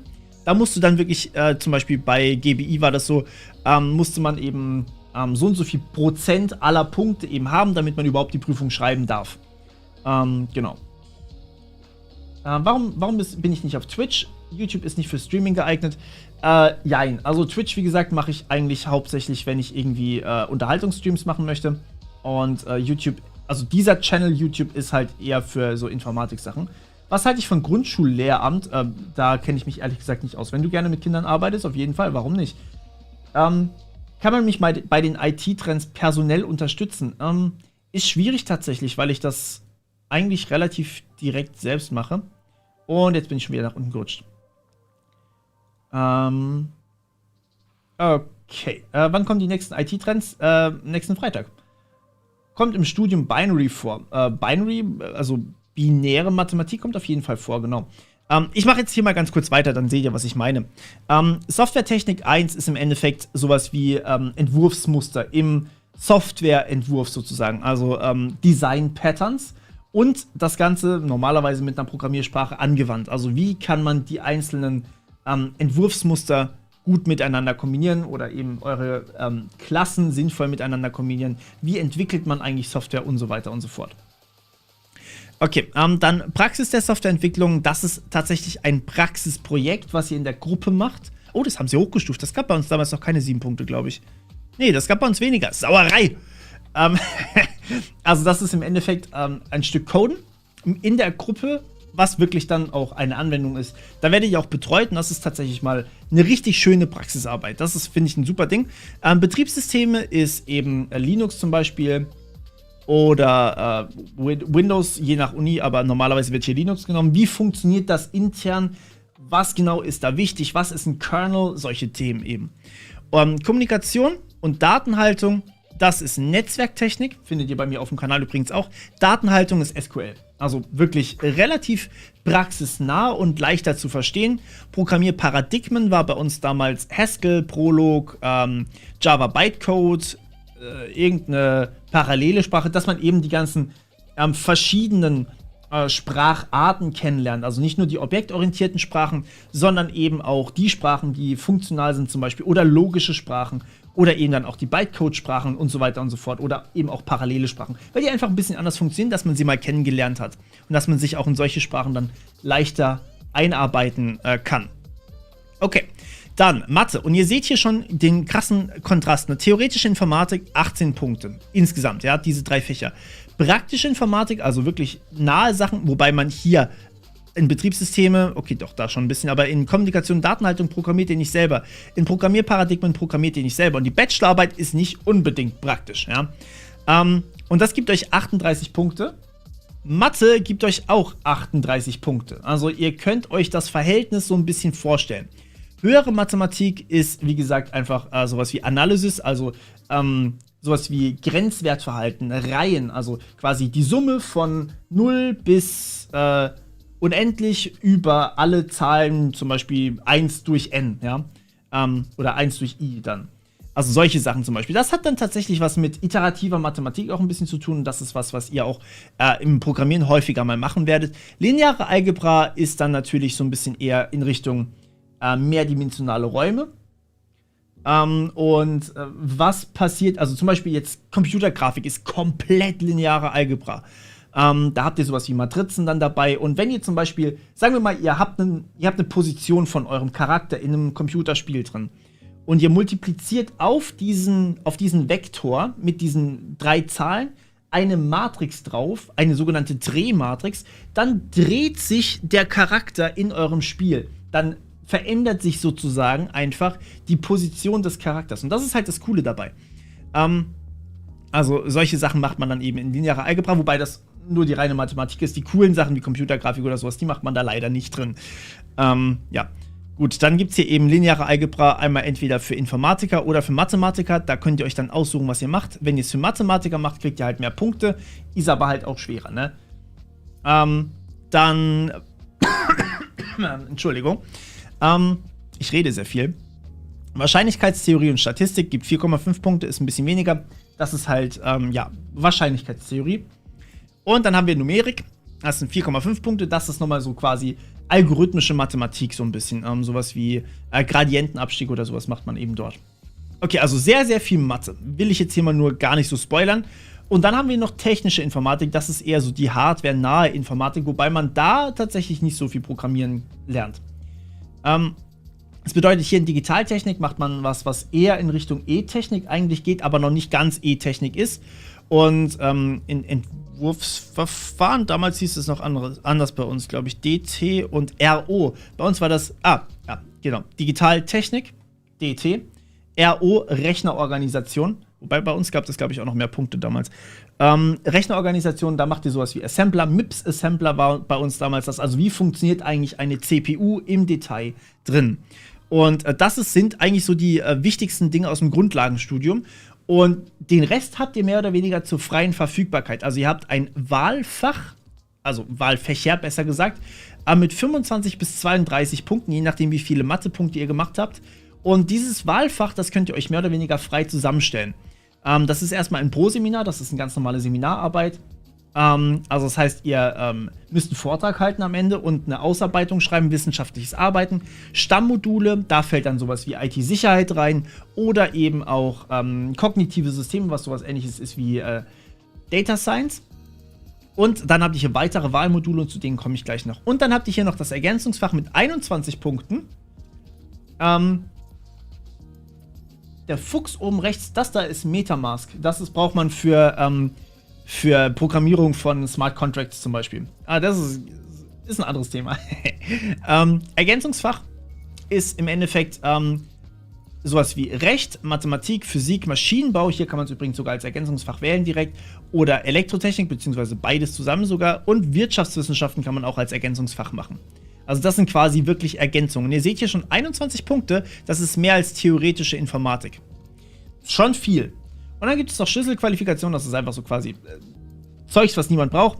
Die 2 hier bekommt ihr so oder so geschenkt. Die sind direkt bei diesem Projekt Praxis der Softwareentwicklung dabei. Also da kriegt ihr eigentlich 9 Punkte statt diesen 7, weil ihr eben zusammen in einem Team arbeitet. Und Schlüsselqualifikationsmodule, da habe ich halt 2 Sprachkurse gemacht. Einmal Schwedisch und einmal Italienisch. Ja, die geben euch jeweils 2 Punkte. Das sind eben diese 4 Punkte hier. Die sind mehr oder weniger einfach so, damit ihr euch ein bisschen weiterentwickeln könnt. Okay, schieben. Ja, du hast recht. Sorry. Upp, da bin ich. Ciao. Genau. Ja, das ist im Endeffekt so der grobe Plan hierbei. Und wenn ihr dann die Details haben wollt, würde ich euch das Ding hier empfehlen. Das nennt sich ein Modulhandbuch. Das findet ihr eigentlich für jeden Studiengang. Und hier seht ihr dann eigentlich so ziemlich genau das, was wirklich alles im Detail wichtig für euch ist. Also ihr habt hier halt auch wirklich 408 Seiten. Das Ding ist riesig. Aber es ist eigentlich für jede Universität, es ist eigentlich eine Voraussetzung, wenn man eine Uni machen kann. Immer noch Schriftgrößer, wirklich? Okay, machen wir noch größer.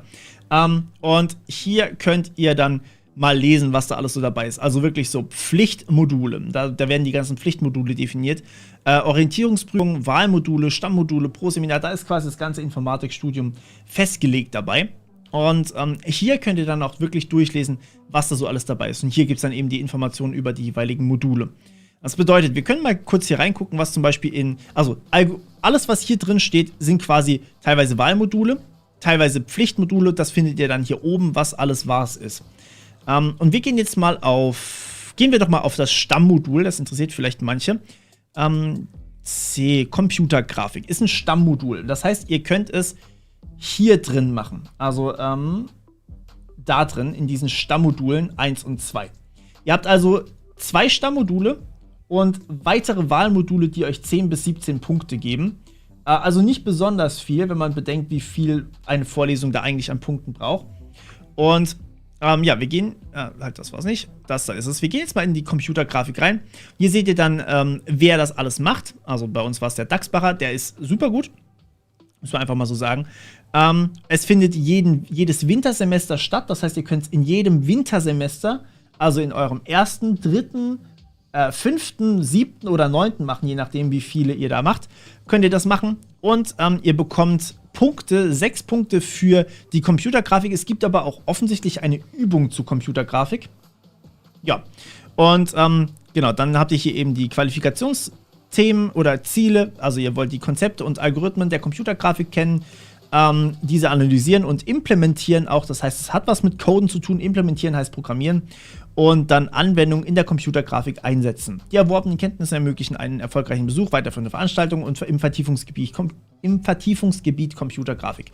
So, das heißt konkret gesagt, diese Vorlesung vermittelt grundlegende Algorithmen der Computergrafik, Farbmodelle, Beleuchtungsmodelle, Bildsynthese, Raytracing, Rasterisierung, Transformationen, Abbildung, Texturen. Alles okay? Es leckt wieder. Frech. Finde ich nicht okay, sowas.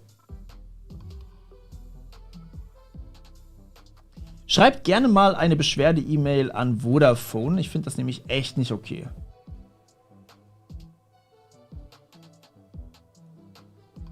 So, ja. Also das war tatsächlich nicht ich gerade. Ich habe das Skript vorhin beendet. Genau, hier Transformationen, Abbildungen, Texturen und Texturierungstechniken, Grafik, Hardware, APIs, zum Beispiel OpenGL, geometrisches Modellieren und Dreiecksnetze. Dann habt ihr so ein paar grundlegende Informationen, was da eigentlich dabei steht. Und hier habt ihr auch ungefähr, wie viel Arbeitszeit dieses Modul jeweils wert ist. Und also zum Beispiel hier müsst ihr 60 Stunden in die Vorlesung gehen. Hier wird aber auch tatsächlich gesagt, Vor- und Nachbereitungszeit der Vorlesung sind 90 Stunden. Das ist mehr, ja, ich sag's nochmal ganz nah, mehr als das, was ihr eigentlich in der jeweiligen Vorlesung verbringt. Das heißt, ihr habt 60 Stunden, die ihr dort sein müsst, zugucken müsst, und ihr habt 90 Stunden Vor- und Nachbereitung und ihr habt nochmal 30 Stunden für die Klausur. Also insgesamt wird dieses Modul mit doppelter Aufwand außerhalb der Vorlesung gewertet. Und so ist das eigentlich fast überall, dass es so gewertet wird. Genau, also so könnt ihr euch quasi alles wirklich exakt so angucken und euch überlegen, ob das was für euch ist oder ob das nichts für euch ist. Okay, also so sieht ein Modulhandbuch aus, und so ein Modulhandbuch gibt es wirklich für alle Studiengänge der Informatik da draußen. Oder generell für alle Studiengänge, weil, ja, es ist halt super, super wichtig. Okay, jetzt schalte ich mal wieder kurz um auf mein Face. So. Hi. Jetzt kann ich wieder auf eure Fragen eingehen. Es ist immer noch sehr unscharf, das ist unschön. Lass mich mal ganz kurz gucken, was hier YouTube gerade dazu sagt. Also mein Stream sagt sehr gute Verbindung. Ich kann euch leider nicht genau sagen, was das heißt. Stream-Zustand, ja, hier. Genau, um 21:04 Uhr gab es auch wieder einen kurzen Fehler. YouTube empfängt nicht genügend Videodateien. Sauerei. Es tut mir sehr leid. Ich versuche mich nochmal drum zu kümmern. Ich habe schon die stärkste Internetleistung, die man hier in Deutschland haben kann. Es ist eine 400 Mbit Leitung, die ich hier habe, aber was soll ich machen, ne? Ich bin halt leider auch ein Opfer von der deutschen Internetkapazität. Okay, also, wie gut muss mein Englisch sein für Studium? Bei uns war es tatsächlich so, die meisten Vorlesungen fanden auf Deutsch statt, aber du hast vereinzelt auch Vorlesungen, die auf Englisch stattfinden, und hier ist es natürlich echt an dir zu sagen, okay, das ist ein Problem für mich und das ist kein Problem für mich. Hier würde ich dir auch nochmal einen Blick in dein oder in dein Modulhandbuch quasi rein empfehlen, denn da steht es eigentlich auch drin, in welcher Sprache das ist. Also, ich kann noch mal ganz kurz hier reingehen. Ne, hier steht es tatsächlich gar nicht komplett drin. Ich habe gelogen, es tut mir leid. Ah, nee, doch, hier, Sekunde. Genau, ich wechsle noch mal ganz kurz. Screen mit Cam, das ist es. So, hier hast du bei Sprache zum Beispiel auch immer Deutsch drin stehen. Hier unten hast du Sprache Deutsch-Englisch drin stehen. Und da zeigt es dir dann auch ungefähr an, so was ist eigentlich, also das ist jetzt zum Beispiel eine Vivi-Vorlesung, das ist Wirtschaftswissenschaften, ja, das ist quasi Ergänzungsfach. Aber die sind halt nach Name geordnet und leider nicht nach Zugehörigkeit. Aber die wäre jetzt zum Beispiel in Deutsch und in Englisch. Du kannst dir dann auch quasi die Sachen aussuchen, die eben nur auf Deutsch sind oder eben nur auf Englisch. Okay. Genau, können wir einen Modulhandbuchblick in einer anderen Uni reingucken? Die sollten eigentlich alle ähnlich aussehen, aber wenn mir jemand einen Link schickt, bitte keinen Bitly-Link, sondern einen richtigen, normalen Link, dann können wir da gerne mal reingucken. So, ist es ein Muss an angesehenen Universitäten wie TUM, KIT und so weiter zu studieren, um bei Top-Firmen wie zum Beispiel Google, Microsoft etc. einen Job zu bekommen? Nein, überhaupt nicht. Überhaupt nicht. Du kannst mit jedem Studium zu einem Google oder Microsoft etc. gehen. Die brauchen auch Leute, also die sind auch gewillt, dich anzustellen. Und ja, das ist halt eigentlich mehr an dir, eigentlich mehr an deinen Fähigkeiten. Wenn du nicht direkt nach dem Studium zu Microsoft oder sowas gehst, dann interessiert am Ende auch niemand mehr, was du oder wo du genau studiert hast. Also da ein bisschen interessiert das schon, aber nicht mehr so gravierend, wie das jetzt vielleicht davor der Fall war. Wie wäre es mit Semper-Video auf Twitch mit dir? Warum nicht? Schreibt ihn an, also wenn er Bock hat, klar, gerne. Ich habe tatsächlich neulich mit jemandem geredet, ich dachte, es wäre Semper-Video, weil er einfach genau dieselbe Stimme hatte. Das war faszinierend. Ich habe mich aber nicht getraut zu fragen, tatsächlich. Was sagst du zum Studiengang CES? Jetzt musst du mir kurz nachhelfen. Ich muss kurz googeln. CES Studium. CES. Computational Engineering Science. Wenn du das machen möchtest, ist das geil. Es hat halt mehr mit dem Herstellen auch hinten dran zu tun. Also Computational Engineering Science, ich will hier kurz nochmal die Definition vorlesen. Wo haben wir es? Die Definition ist interdisziplinär. Ich habe keine konkrete Definition leider. Also es hat auf jeden Fall sehr viel mit Verfahrensstrukturen, mit Herstellen, mit Mechanik und so weiter zu tun. Und klar, natürlich, überall ist Informatik mittlerweile drin. Wenn dir das Spaß macht, dann ist das auf jeden Fall was für dich. Ist IT-Security am besten, wenn es um alles rund ums Hacken geht? Ja. Also ja, schon. Aber du bist danach halt wirklich festgelegt auf IT-Security und du wirst im Studium selber normalerweise nicht hacken lernen. Das ist ganz, ganz wichtig zu erwähnen hier. Ich habe im Studium keine Pentesting-Fähigkeiten erworben. Die werden einem dort eigentlich seltenst beigebracht an einer Universität. An einer Fachhochschule kann das anders aussehen. Und es kommt natürlich auch immer auf die Module drauf an. Aber in den meisten Fällen wird euch das nicht direkt beigebracht. So. Schaue ich mir auch Twitch-Livestreams von Cybervideo an? Nein, tatsächlich nicht. Ich bin selbst kein Mensch fürs Livestreaming. Ich schaue mir, wenn dann, gerne Zusammenschnitte von Livestreaming an. Aber ich selber gucke eigentlich fast nie Streams, muss ich sagen. Aber das ist okay. Also wenn ihr das mögt, dann mache ich das trotzdem sehr, sehr gerne. Wo findest du eine Liste der Elite-Unis? Einfach mal googeln. Elite-Universitäten oder Exzellenz-Universitäten heißen sie offiziell Deutschland. Der ist ab 22 Uhr heute live auf Twitch. Heute? Ah, interessant, okay. Wie nah liegt die veranschlagte Zeit an dem tatsächlichen Zeitaufwand für so ein Modul? Es ist zwar sehr unterschiedlich von Person zu Person. Genau, also wer jetzt gerade für Computergrafik hier 60 Stunden Vorlesung, 90 Stunden plus 30 für die Klausurvorbereitung waren, ist viel, kommt aber hin. Also zumindest bei mir war die Zeit meistens eher ein bisschen drüber, weil ich halt lieber mir alles 120 Mal eingeprügelt habe, als nur vielleicht zweimal, wie manch anderer das gemacht hat.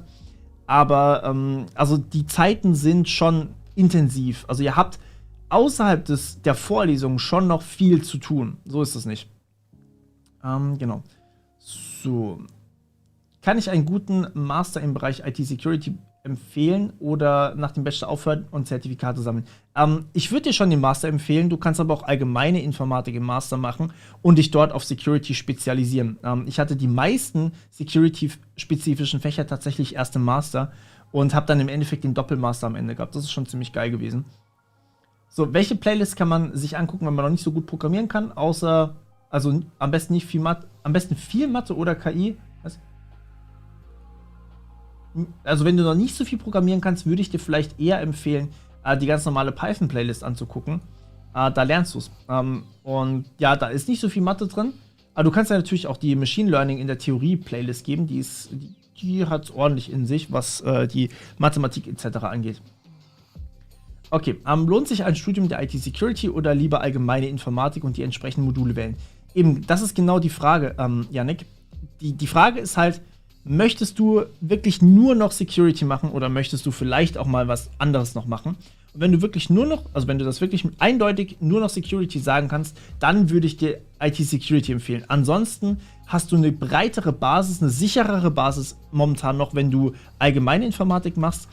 Wenn du aber weißt, du möchtest immer irgendwo im Bereich Security sein, dann macht das Sinn. Wenn du jetzt aber zum Beispiel sagst, ey, vielleicht Security, vielleicht nur Software Engineering, vielleicht aber auch KI oder was völlig anderes, dann würde ich dir eher allgemeine Informatik empfehlen. Sollte Informatik an einer Schule oder muss Informatik in der Schule unterrichtet werden? Meiner Meinung nach ja, weil wir alle permanent Informatik haben. Aber da widersprechen mir Lehrer offensichtlich manchmal. Genau. Ah ja. Kuss zurück, Royal Gamer.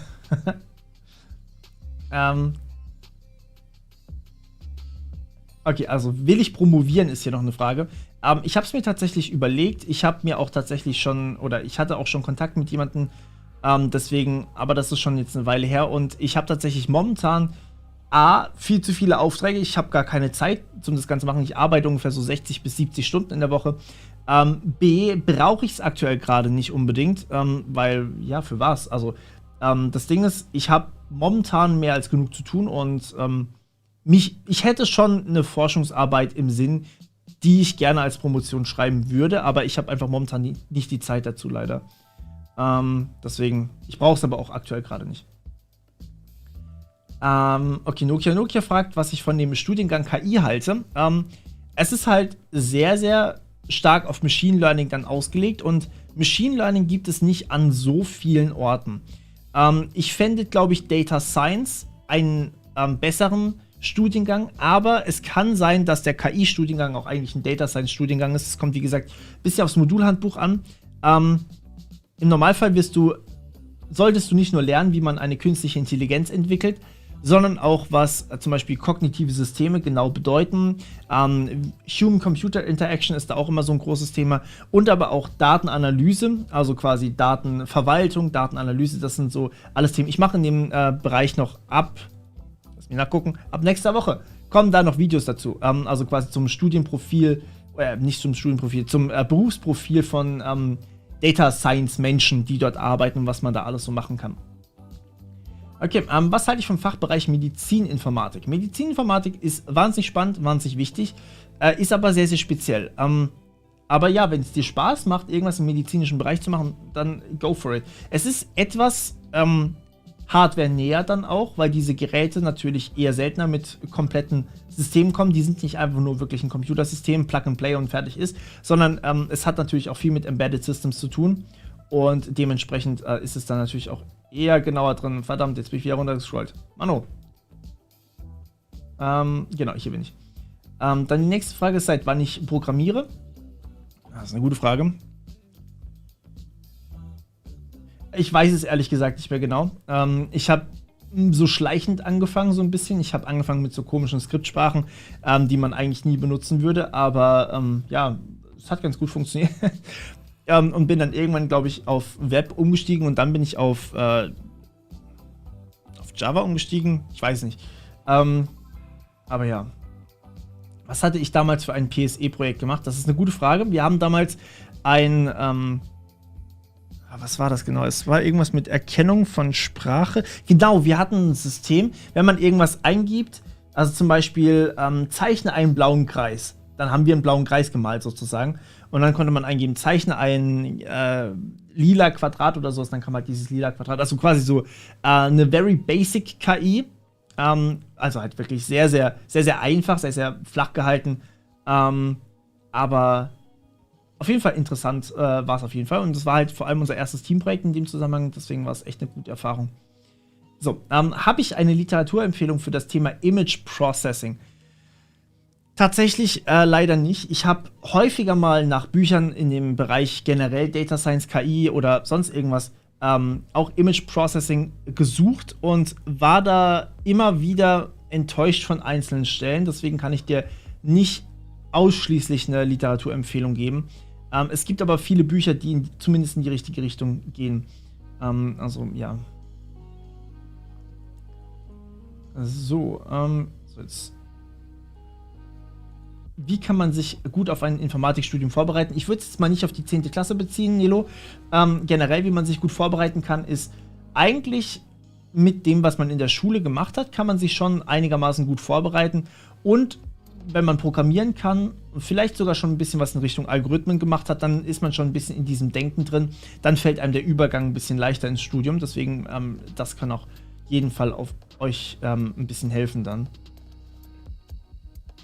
So, wenn du in dem Bereich KI später arbeiten möchtest, ob du dann eher KI studieren oder Informatik studieren solltest, ich würde dir eher zur Informatik raten, weil KI sehr, sehr speziell ist. Also es ist wirklich sehr, sehr speziell.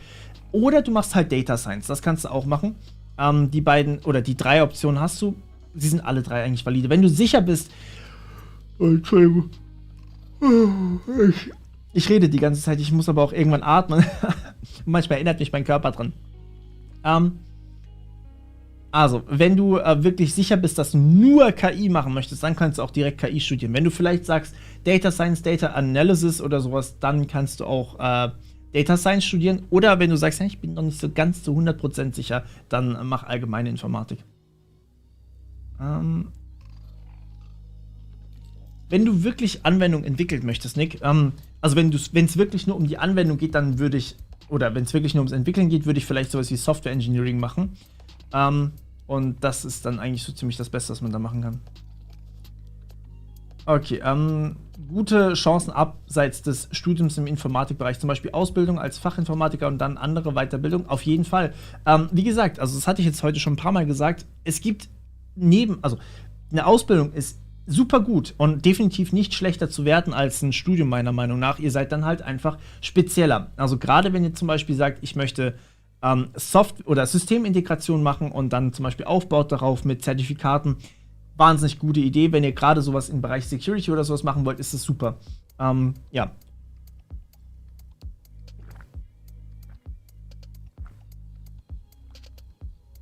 So, bisschen Wasser.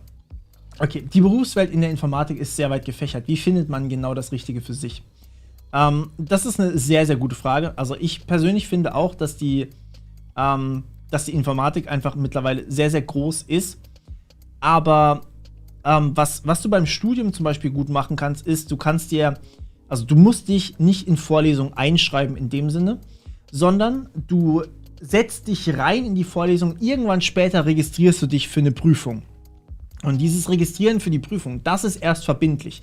Wenn du dir die Vorlesung einfach nur anhörst, dann ist das nicht verbindlich. Und das heißt, du kannst dich einfach reinsetzen in so eine Vorlesung und kannst dir mal angucken, interessiert mich das oder ist es vielleicht gar nicht so geil? Und das ist dann meistens der Punkt, wo viele schon sagen, okay, Computergrafik, ich zock zwar gerne, aber vielleicht nicht unbedingt mein Fall. Aber dafür dann Sicherheit, boah, ist das krass, ist das spannend, ja, sowas zum Beispiel. Und deswegen würde ich euch empfehlen, setzt euch einfach wirklich in die jeweilige Vorlesung rein, die ihr interessant findet und dann findet ihr auch euren Bereich so ein bisschen. Gerade im Bachelor kann man sich noch super gut orientieren, im Master würde ich mich dann fast schon spezialisieren ein bisschen. Okay,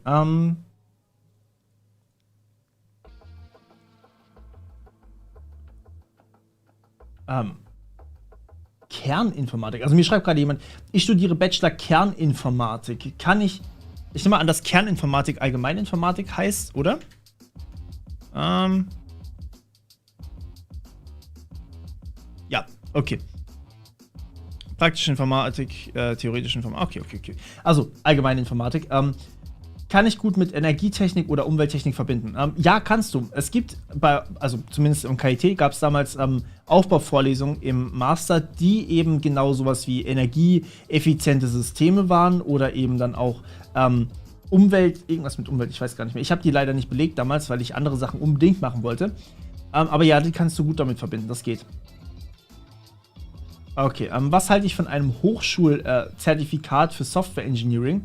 Wenn du es machen kannst, dann mach's. Also wenn du es machen kannst und möchtest natürlich, dann mach das. Denn jedes Zertifikat bringt euch eigentlich nur Vorteile in einem Unternehmen später, wenn es wirklich eine Prüfung ist. Und wenn du es bezahlt bekommst von deiner Universität oder von deiner Hochschule, dann ist das eigentlich eine geile Sache für dich. Je mehr, nicht immer je mehr, desto besser, aber in dem Fall, also was Zertifikate angeht, ist es eigentlich immer ganz gut. Was ist das für ein Lied? Sekunde. Jetzt besser.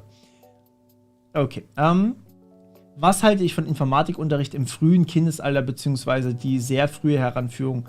Da würde ich eher leichter heranführen. Ich würde die Leute oder die Kinder nicht tatsächlich direkt dazu zwingen, sich mit harter Informatik zu beschäftigen, sondern ich würde eher sagen, sie sollen vielleicht ein bisschen entspannt, ein bisschen was so machen, Sachen installieren, wie benutzt man eigentlich die Geräte, aber auch eben, was lauern da draußen für Gefahren, wie kann ich damit umgehen. Sowas fände ich sinnvoll. Ich würde ihnen aber nicht wirklich Informatikunterricht geben, sondern eher sowas wie Digitalunterricht. Also Informatik ist für mich halt wirklich dieses Informatik-Technische im Hintergrund. Das muss man nicht haben, wenn man nicht wirklich in dem Bereich später arbeitet. Aber Digitalkompetenzen sollte jeder haben. Und Programmieren ist auch eine Fähigkeit, die mittlerweile schon in sehr, sehr, sehr, sehr, sehr vielen Berufen nötig ist. Dementsprechend, ja, würde ich schon vorschlagen, dass man sowas dann aber halt eher in Gymnasiumsalter oder halt so 10. Klasse aufwärts vielleicht reinbringt. Vielleicht sogar schon ein bisschen früher, vielleicht auf der Realschule auch. Generell bin ich ja kein Fan von diesem Realschule, Hauptschule, Gymnasiumszeugs. Das führt meiner Meinung nach nur so zu einer Auftrennung, aber ja gut. Das ist eine andere Geschichte für sich schon. Studium ohne Vorkenntnisse wunderbar möglich. Ja, kannst du machen, kein Problem. Was halte ich grundsätzlich von Zertifikaten? Das kommt immer drauf an, was es für Zertifikate sind. Und wenn es zu viele werden, dann macht es auch irgendwann keinen Sinn mehr. Aber Zertifikate an sich sind sehr gut, wenn man eine Prüfung dafür ablegen muss. Das ist so immer der Punkt, den ich bemängle. Denn ich als Unternehmen würde absolut nichts darauf geben, wenn es ein Teilnahmezertifikat ist. Es ist halt einfach nur ein Zertifikat, dass ihr wohl dabei gesessen habt. Im Zweifelsfall musstet ihr dafür nichts machen und wart sogar vielleicht 90% der Zeit AFK. So, kann einmal vorkommen. Aber dafür dann halt ein Zertifikat zu haben und das dann irgendwie hoch anzuwerten, das macht keinen Sinn. Wenn man aber eine Prüfung ablegen muss, dann beweist das Fähigkeiten. Und dann ist eigentlich egal, ob man teilgenommen hat, dann weiß man, dass derjenige oder diejenige das dann kann. Und dementsprechend würde ich es auch gut finden. Also, wie gesagt, das ist nur meine Meinung jetzt. Aber ja, das kann jeder für sich so finden, wie er es möchte oder wie sie das möchte. Wenn ich mir einmal ein Smart Home System aufbaue, könnte ich dann bei dir einen Abonnentenrabatt bekommen, wenn ich dir einen Auftrag zum Pentesten meines Systems gebe. Ich glaube nicht, dass ich das machen dürfte. Müsste man sehr, sehr genau gucken. Abonnentenrabatt kann ich dir aber nicht versprechen, sonst kriege ich ja bald niemand mehr. Ich meine, ich habe ja meistens fast alle Informatiker mittlerweile in Deutschland, erreicht ihr irgendwie. Kennst du die Uni Leipzig und wie ist dort das Informatikstudium? Von der Uni Leipzig habe ich auch Gutes gehört tatsächlich. Aber ich habe natürlich selbst dort nicht studiert. Aber schau dir mal das Modulhandbuch an, im Grunde genommen. Oder schau dir auch einfach Erfahrungsberichte an. Es gibt Rankings online, wie gut die Universitäten jeweils sind. Denen kann man tatsächlich zum Großteil vertrauen. Aber viel wichtiger als das, wie gut ist eigentlich meine Universität oder wie schlecht ist meine Universität, finde ich, seid ihr glücklich mit dem Standort? Gehen dort eure Freunde hin? Kennt ihr vielleicht schon jemand, der an dieser Uni ist? Oder müsst ihr dafür komplett in eine andere Region von Deutschland ziehen? Habt ihr vielleicht eure Familie in der Nähe? Denn wenn man jetzt auszieht, ja, das ist eine tolle Sache. Ich bin mit Freuden ausgezogen damals. Aber trotzdem möchte man schon noch Kontakt zu seiner Familie behalten. In den allermeisten Fällen ist das zumindest so. Und dementsprechend ist es nicht so angenehm, wenn man komplett weit weg geht. Und jetzt haben wir hier gerade Dubstep am Laufen. Das muss nicht sein. Unter Beats fällt echt einiges. Okay. So, wenn du. Genau hier. Wofür bräuchte man denn einen Doktortitel? Wenn du in der Forschung bist, dann ist ein Doktortitel sehr, sehr wichtig. Wenn du aber auch teilweise in einer Universität als Dozent arbeitest, was ich ja tatsächlich eigentlich tue, bräuchte ich eigentlich auch an manchen Stellen einen Doktortitel. Aber tatsächlich habe ich in der Praxis noch nie einen dafür gebraucht. Und deswegen habe ich mich bislang dagegen entschieden, weil ich eben momentan eigentlich mehr für euch da sein möchte. Und ein Doktortitel oder generell eine Doktorarbeit kostet halt einfach wahnsinnig viel Zeit. Das sind halt mehrere Stunden am Tag, die dann da drauf gehen. Die habe ich momentan halt einfach nicht. Wie kommt man von 1 und 0 zu einem komplexen Code? Haha. Schau dir am besten mal meine Assembler-Reihe an. Das ist der einfachste Code, den man kriegen kann. Und den bekommt man aus C-Code. Und C-Code bekommst du zum Beispiel aus C++-Code. Ja? Oder Assembler-Code direkt aus C++-Code, um es korrekter auszudrücken. Und wenn du jetzt diesen Assembler-Code hast, dann hast du da für Menschen immer noch lesbar zum Beispiel eine Instruktion, also eine Anweisung und dann 2 Parameter sozusagen. Diese ganzen Sachen sind eigentlich auch nur 1 und 0. Also die Anweisung, die kann man einfach 1 zu 1 übersetzen. Also zum Beispiel Move von einem gewissen Byte-Part oder von einigen Nullen und Einsen. Wenn du die verschieben möchtest in andere Register zum Beispiel, dann entspricht das auch nur einer gewissen Zahl, einem sogenannten Opcode. Und damit landest du dann irgendwann wieder bei 0 und 1. Und das kann halt deine CPU dann verstehen. Um es ganz, ganz knapp zusammenzufassen. Brauchst du wirklich eine Universität, um Programmieren zu lernen? Nö, überhaupt nicht. Du kannst wunderbar auch mit meinen Videos zum Beispiel Coden lernen. Das kannst du damit genauso gut machen wie in der Universität, vielleicht sogar noch ein bisschen besser, aber du brauchst das nicht, überhaupt nicht. Aber du brauchst die Uni, um vielleicht andere Sachen zu machen oder vor allem dann, um dir zu bescheinigen, dass du es kannst. Dafür braucht man halt eine Universität momentan. Kann man, jetzt bin ich wieder runtergescrollt. Mann. Wird der Stream hochgeladen? Ja, der Stream wird hochgeladen, beziehungsweise wird automatisch hochgeladen von YouTube selber. Die machen das von sich aus. Automatisch speichert das. Wie reagiere ich auf Hater? Gar nicht. Ich ignoriere sie einfach. Was würdest du sagen, welche Programmiersprache die einfachste ist? Es kommt immer drauf an, ne? Also, dazu müsstest du erstmal definieren, was ist eigentlich die Programmiersprache oder ab wann kann man eine Programmiersprache? Müsstest du erstmal definieren. Und wenn du mir dann sagst, dass du eine Programmiersprache kannst, nachdem du if kannst, dann sind alle Sprachen gleich leicht oder gleich unnütz. Wenn du mir sagst, man muss alle Bibliotheken einer Sprache können, dann wirst du niemals fertig. Dann kann auch ich kein Python. Also das ist immer die Frage. Aber ich finde generell zum Lernen ist Python eine sehr leichte Programmiersprache und dementsprechend, ja, würde ich schon die nehmen, so ein bisschen. Okay. Sorry, wenn ich die Nase rümpfe, dann bedeutet das, dass mein Stream-Chat wieder nach unten gescrollt ist, obwohl ich noch nicht fertig war mit Lesen. Lerntechniken, da werde ich noch ein separates Video drüber machen.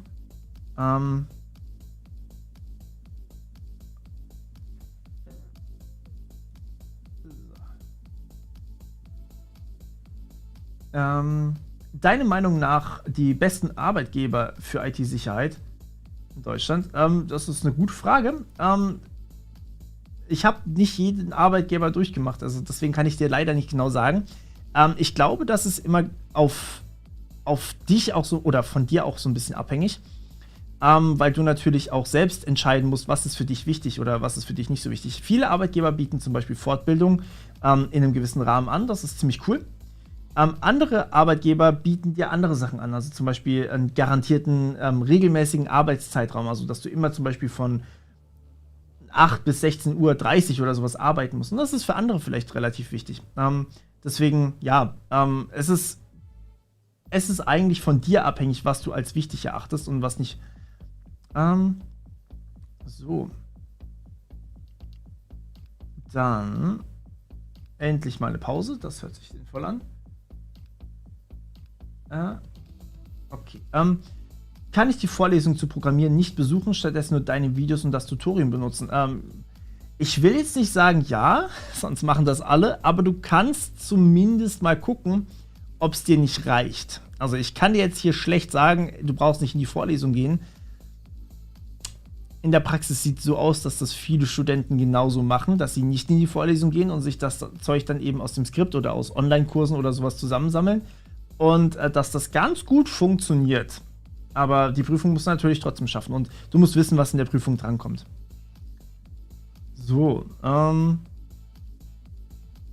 hi, ich würde gerne, also, Mr. Oyasumi schreibt, hi, würde gerne mit Cybersecurity anfangen, könnte das aber nur nebenher studieren. Kannst du ein Fernstudium in meinem Alter noch empfehlen oder sind da die Jobaussichten eher schlecht?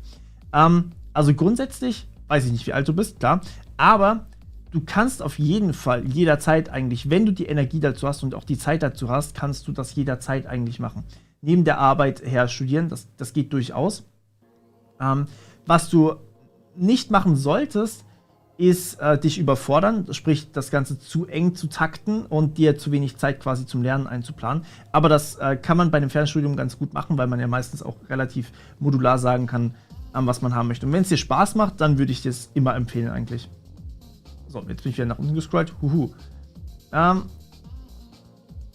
Okay, jetzt haben wir hier sehr, sehr viele andere Leute, die auch noch helfen. Das ist super lieb von euch. Dankeschön. Kannst du Informatik studieren ohne Vorkenntnisse? Ja, kannst du machen. Also grundsätzlich brauchst du nur die Sachen aus dem Abi, um Informatik zu studieren. So.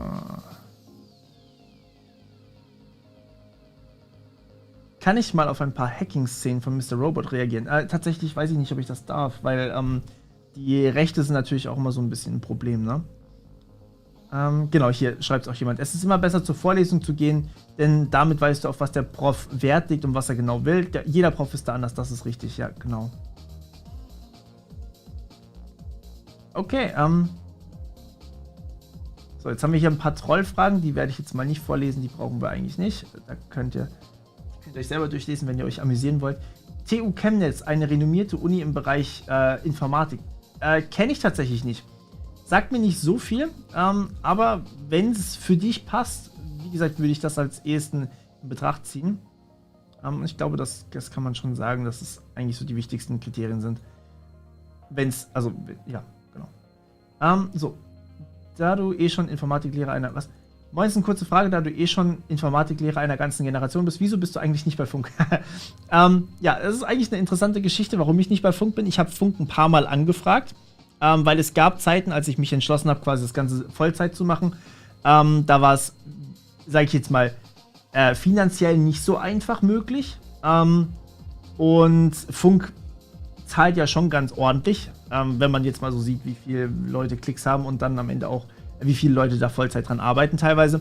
Aber ich habe mich beworben, sowohl mit dem Kanal, also mit dem Hauptkanal, als auch mit dem Vlog-Kanal und beide Kanäle wollten sie tatsächlich nicht haben. Also meinten halt, dass die Zielgruppe zu klein ist. Keine Ahnung. Aber ja, also das war quasi der Grund. Also es lag nicht an mir, es lag an Funk und mittlerweile muss ich sagen, habe ich keine Lust mehr auf Funk, weil ich sie einfach jetzt nicht mehr brauche, sondern der Kanal läuft eigentlich auch einigermaßen so und ich kann nebenbei eben noch andere Sachen machen. Und den Kanal halt nicht komplett machen, aber eben euch auch trotzdem die Sachen bieten, die mir wichtig sind. Und deswegen möchte ich aktuell nicht mehr zu Funk. Früher, wie gesagt, wollte ich eigentlich. Wie lange braucht man, um Programmierer zu werden? Es kommt darauf an, was du machen möchtest. Wenn du eine Ausbildung machst, 3 Jahre. Wenn du ein Studium machst, dann wirst du allerdings nicht unbedingt Programmierer am Ende sein, sondern dann wirst du Softwareentwickler sein oder noch ein bisschen mehr, weil du das auch nach der Ausbildung bist. Da brauchst du dann halt normalerweise so... Ja, gut, Bachelor auch 3 Jahre eigentlich, wenn man es so sieht. Gute Unis für Wirtschaftsinformatik und meine Empfehlung. Wie gesagt, ich würde da tatsächlich auch mal danach gehen, welche Unis für dich in Betracht kommen. Wenn du ganz Deutschland auswählen möchtest, dann schau mal nach den Exzellent-Universitäten, die sind immer ganz gut. Aber spezielle Empfehlungen von meiner Seite kann ich dir da nicht geben, weil ich selber keine Wirtschaftsinformatik studiert habe. Und ob du lieber im Ausland studieren solltest, also in Österreich oder Deutschland, oder doch im Inland, also Österreich oder Deutschland studieren solltest, oder doch ins Ausland gehen solltest, das bleibt auch dir überlassen. Grundsätzlich kann man sagen, ein deutsches Studium ist schon viel wert, weil es auch echt nicht einfach ist. Es gibt eine Umrechnungstabelle von quasi dem Deutsch, also wenn ihr einen deutschen Abschluss habt, sagen wir einfach mal, ihr habt jetzt eine 2,0 oder sowas in eurem Schnitt gehabt, dann kann man das umrechnen in einen internationalen Abschluss, also quasi so eine Notenskala gibt es dann da.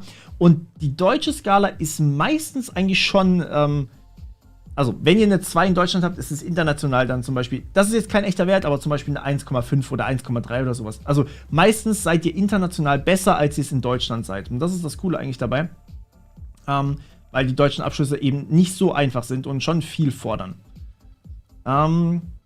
Gut, meinst du, man kann sich als Informatiker betrachten, wenn man keine Ausbildung absolviert hat, aber beispielsweise kommt hier A+-Zertifikat, wüsste gerne deine Meinung. Warum nicht?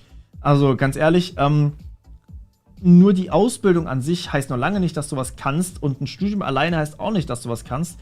Ein CompTIA-Zertifikat alleine heißt zumindest mal, dass du den Teil kannst. Warum sollte man sich dann nicht auch Informatiker nennen können?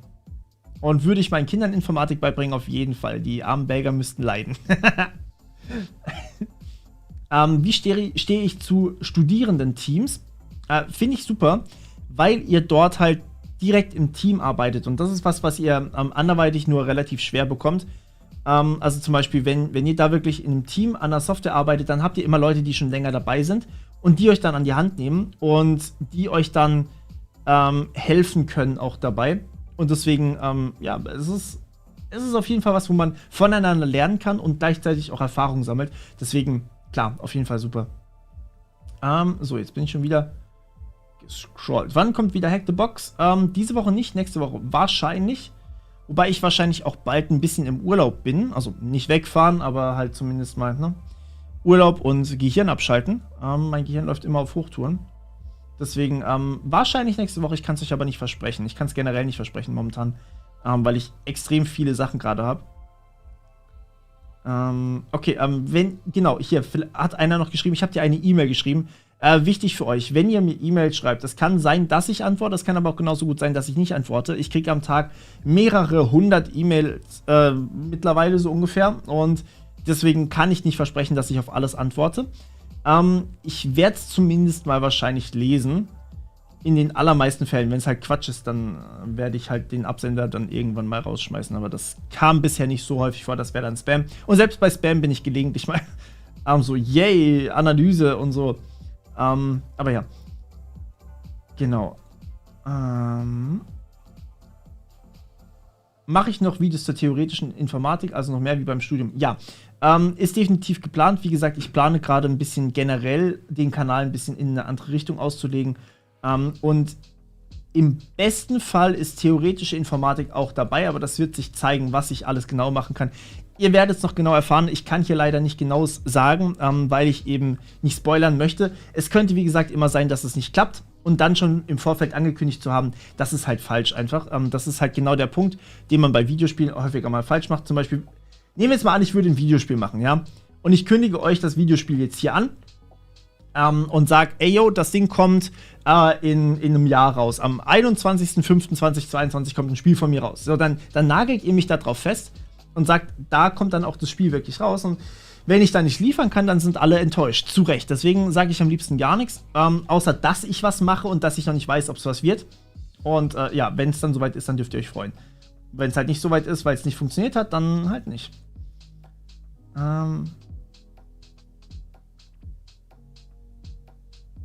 So. Wer schafft denn schon den Bachelor in 3 Jahren? Ich habe tatsächlich meinen Bachelor in 3 Jahren gemacht. Damals hatte ich noch nicht so viel nebenbei. Und ich habe alles in Regelstudienzeit tatsächlich durchgezogen. Aber ja, es ist eigentlich, also es haben tatsächlich wenige Leute gemacht. Ich glaube, aus unserer Lerngruppe, wir waren zu zweit, wo den Bachelor in 3 Jahren gemacht haben. Und es waren noch Leute dabei, die ihn in 11 Semestern, glaube ich, gemacht haben, mit Härtefallantrag und allem. Also das gibt es alles. Da muss man sich auch nicht schämen dafür. Wenn man verlängert, dann verlängert man. Das ist völlig okay. Und wenn es nichts für einen ist, dann kann man auch schon durchaus noch nach dem 6. Semester oder sowas abbrechen, wenn man es nicht mag. Das ist jedem das Seine. Da sollte man sich, finde ich, nicht so viel vorschreiben lassen. Okay, da schreibt jemand, F-Society00, um genau zu sein, schreibt, ich interessiere mich extrem für Linux. Welches Studium würde ich empfehlen? Du wirst Linux wahrscheinlich im Studium nicht unbedingt machen. Linux ist ein Mittel im Studium, aber du wirst es wahrscheinlich nicht unbedingt dadurch machen. Also da drin machen tatsächlich dann. Deswegen Studium, am ehesten dann Informatik allgemein. Und ja, mehr kannst du nicht machen. Vielen Dank, Patrick Nachname, dass du Kanalmitglied geworden bist. Das freut mich sehr. Übrigens, das gilt natürlich für alle. Ihr könnt Kanalmitglieder werden. Ihr könnt aber auch auf Patreon vorbeigucken. Dort gibt es tatsächlich einige Kurse im Vorfeld. Also quasi, wenn ich einen Kurs gemacht habe. Ich bringe ja jeden Tag maximal ein Video raus. Und die Kurse, die ich quasi im Vorfeld produziert habe, für Zeiten, wo ich mal weg bin zum Beispiel, die findet ihr auf Patreon dann. Wobei ich leider schon eine Weile jetzt nichts mehr gemacht habe. Das liegt einfach daran, dass ich gerade so viel anderes noch plane. Gut. Wie sieht's mit einem Hack-the-Box-Stream aus? Ja, plane ich auch.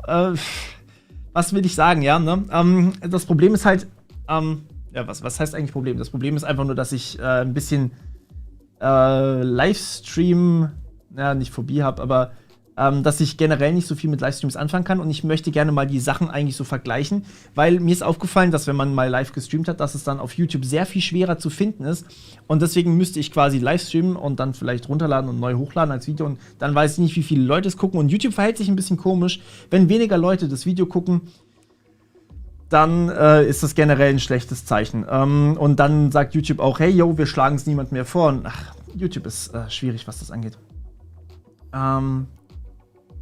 So, genau. Was ist der Abschluss an einer Wald- und Wiesenfachhochschule wert? Der ist im Endeffekt genauso viel wert wie ein Uni-Abschluss. Klar, natürlich kann es dann sein, dass wenn man jetzt an einer krass angesehenen Universität war, dass man dann vielleicht ein bisschen besser angesehen wird, wenn man sich bewerbt, aber das kommt dann wirklich nur drauf an. Sagen wir mal, es gibt eine einzige Stelle und es bewerben sich 2 Leute drauf. Einer von einer Wald- und Wiesenfachhochschule und der andere von einer Exzellenzuniversität. Dann könnte es sein, je nach Unternehmen, dass man den von der Uni bevorzugt behandelt. Aber das muss nicht mal sein. Und in den meisten Fällen habt ihr sowieso mehr als eine Stelle, auf die ihr euch bewerbt. Und in den meisten Fällen sind da auch mehr als eine Stelle frei. Und deswegen, ja, also meistens wird es eigentlich nicht so schlimm sein. Okay, jetzt wieder nach unten gescrollt. Sehr, sehr schön. Wunderbar.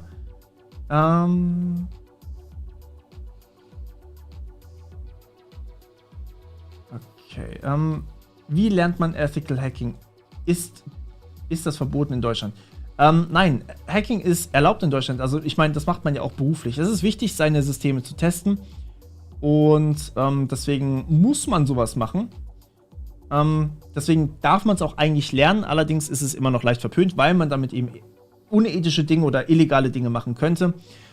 Ja, es ist ganz, ganz schwierig. Die Situation ist nicht einfach. Aber ich meine, selbst beim Staat arbeiten viele Ethical Hacker. Und es gibt ganze Firmen, die nur darauf aus sind, Ethical Hacking zu betreiben, weil sie eben dann für andere Leute ihre Systeme testen.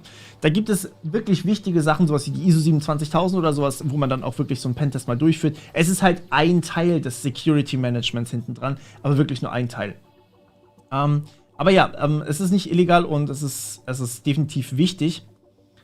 Und jetzt fragt noch Meisel394, fragt, warum ich den Kanal nicht auf Englisch betreibe.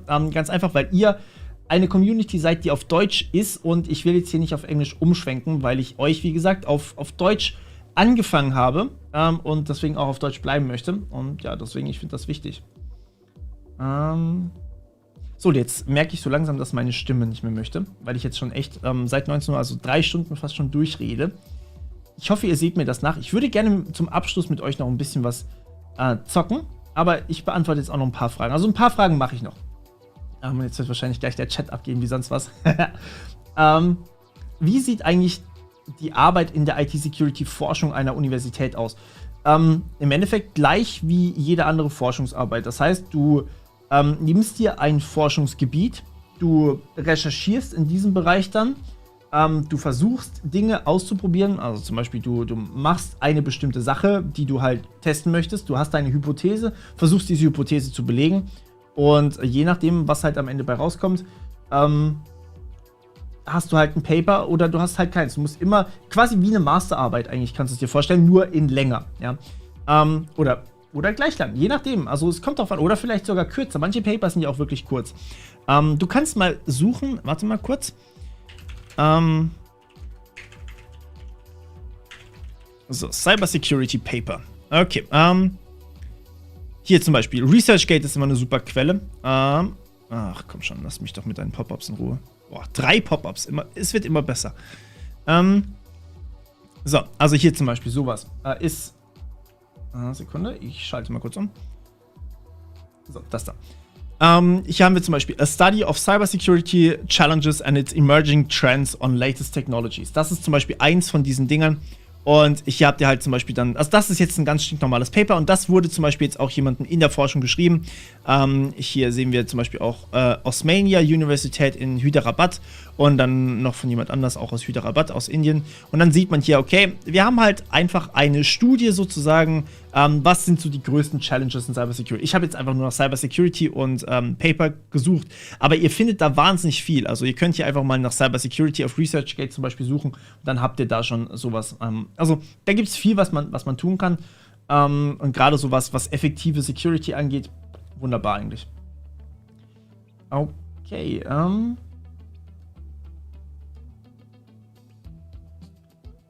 was ist das, was dich motiviert? Oh, das ist eine schöne Frage. Also ich finde es, ja, es ist eine breite Frage. Wenn wir jetzt erstmal am oberflächlichen Rand kratzen wollen, mich motiviert, anderen Leuten die Möglichkeit zu geben, sich selbst zu verwirklichen. Ich möchte, dass jeder dieselben Chancen hat und ich habe irgendwie das Gefühl, heutzutage ist das nicht so. Das ist allerdings eher so eine gesellschaftliche Frage und eine Überzeugungsfrage, da könnt ihr gerne anderer Meinung sein. Aber ich habe das Gefühl, dass viele Leute irgendwie vom Schulsystem benachteiligt werden, vielleicht aber auch von anderen Dingen benachteiligt werden, vielleicht von ihrem Umfeld. Und mir fällt gerade was auf. Ich habe hier nämlich überhaupt nicht die Kamera so auf Fullscreen. Sorry dafür. Dementsprechend möchte ich eigentlich, dass alle Leute sich selbst so realisieren können, dass es für euch dann jeweils passt. Und ich denke, mit meinem Kanal kann ich das sehr, sehr gut machen. Deswegen mache ich ja auch diese breite Sache. Ich meine, der Kanal ist definitiv nicht das, was jetzt am lukrativsten wäre. Ich habe schon von vielen Leuten gehört, ich soll damit aufhören und ich soll was machen, was halt richtig Geld bringt. Ne? Aber ja, also das ist eigentlich einer meiner Gründe, warum ich das Ganze hier mache, auch auf diesem Kanal und auf meinem zweiten Kanal, The Morpheus Vlogs übrigens, falls ihr den noch nicht kennt. Dort gibt es halt so Cybersecurity Awareness Sachen, weil das auch was ist, was finde ich sehr, sehr wichtig ist und was vielen Leuten wirklich den Tag retten kann oder deutlich mehr noch retten kann. Okay, dann... Ja.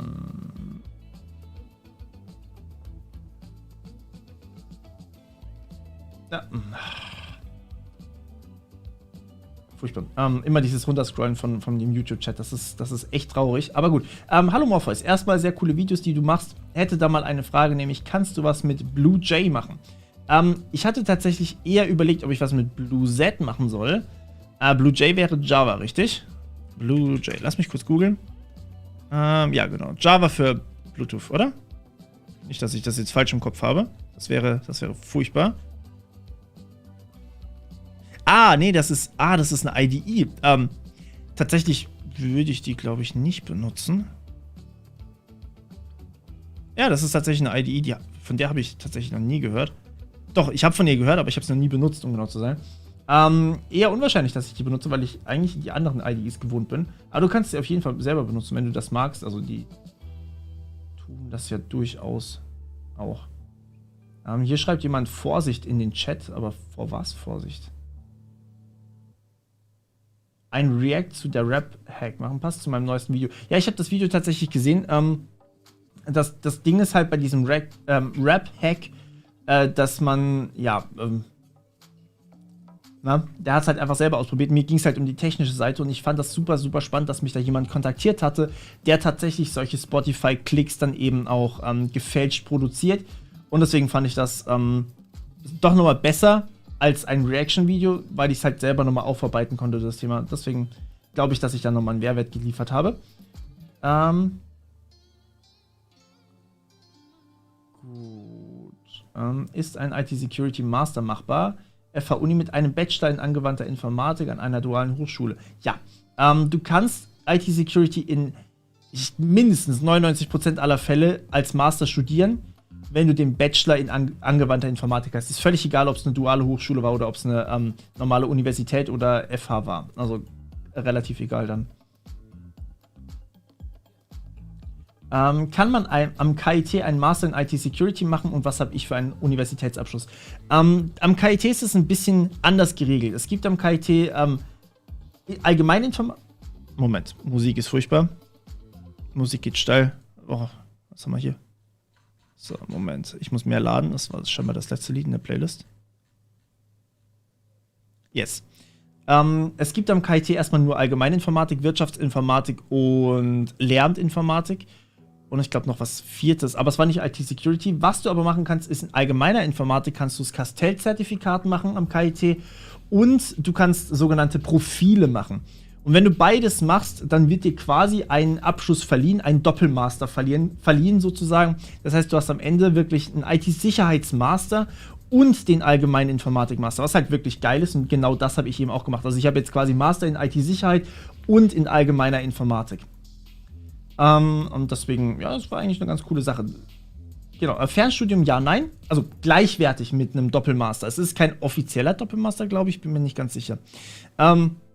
Fernstudium ja, nein. Wenn es dir Spaß macht, fern zu studieren, dann auf jeden Fall ja. Also schlechter ist es auf jeden Fall nicht. So jetzt. Verdammt. Okay, es ist gerade wieder nach unten gescrollt. Es tut mir wahnsinnig leid. Ja, da ging es gerade um BlueJ. Ich glaube, ich war wieder mal sehr weit hinten dran. Ne? Okay. Wie finde ich Visual Studio? Ja, Visual Studio Code meinst du wahrscheinlich oder meinst du das richtige Visual Studio? Also mit Visual Studio an sich kann man arbeiten, ist halt nicht kostenlos, ne? Visual Studio Code ist eine super IDE, beziehungsweise ein super Texteditor erstmal, aber ich habe halt lieber meine ganz normalen IDEs, die ich halt jetzt einfach mittlerweile gewohnt bin. Das ist halt einfach so mein Ding. Man gewöhnt sich halt an Sachen und man wird bequem. Informatik neben Physik studieren sinnvoll. Wenn du das möchtest, kannst du das machen. Aber es ist anstrengend. Also generell irgendwas neben Informatik zu studieren, ist ziemlich schwer. Oder generell 2 Sachen gleichzeitig zu studieren. Ein Studium ist halt immer noch ein Studium. Das ist viel Arbeit. Und Physik hat nicht so viele Überschneidungen mit Informatik, wie man denken würde. Mathe hat wenigstens noch genug Überschneidungen, dass du viel anrechnen lassen kannst. Ich glaube, Physik hat nicht mehr ganz so viele Überschneidungen dann. Okay. Okay.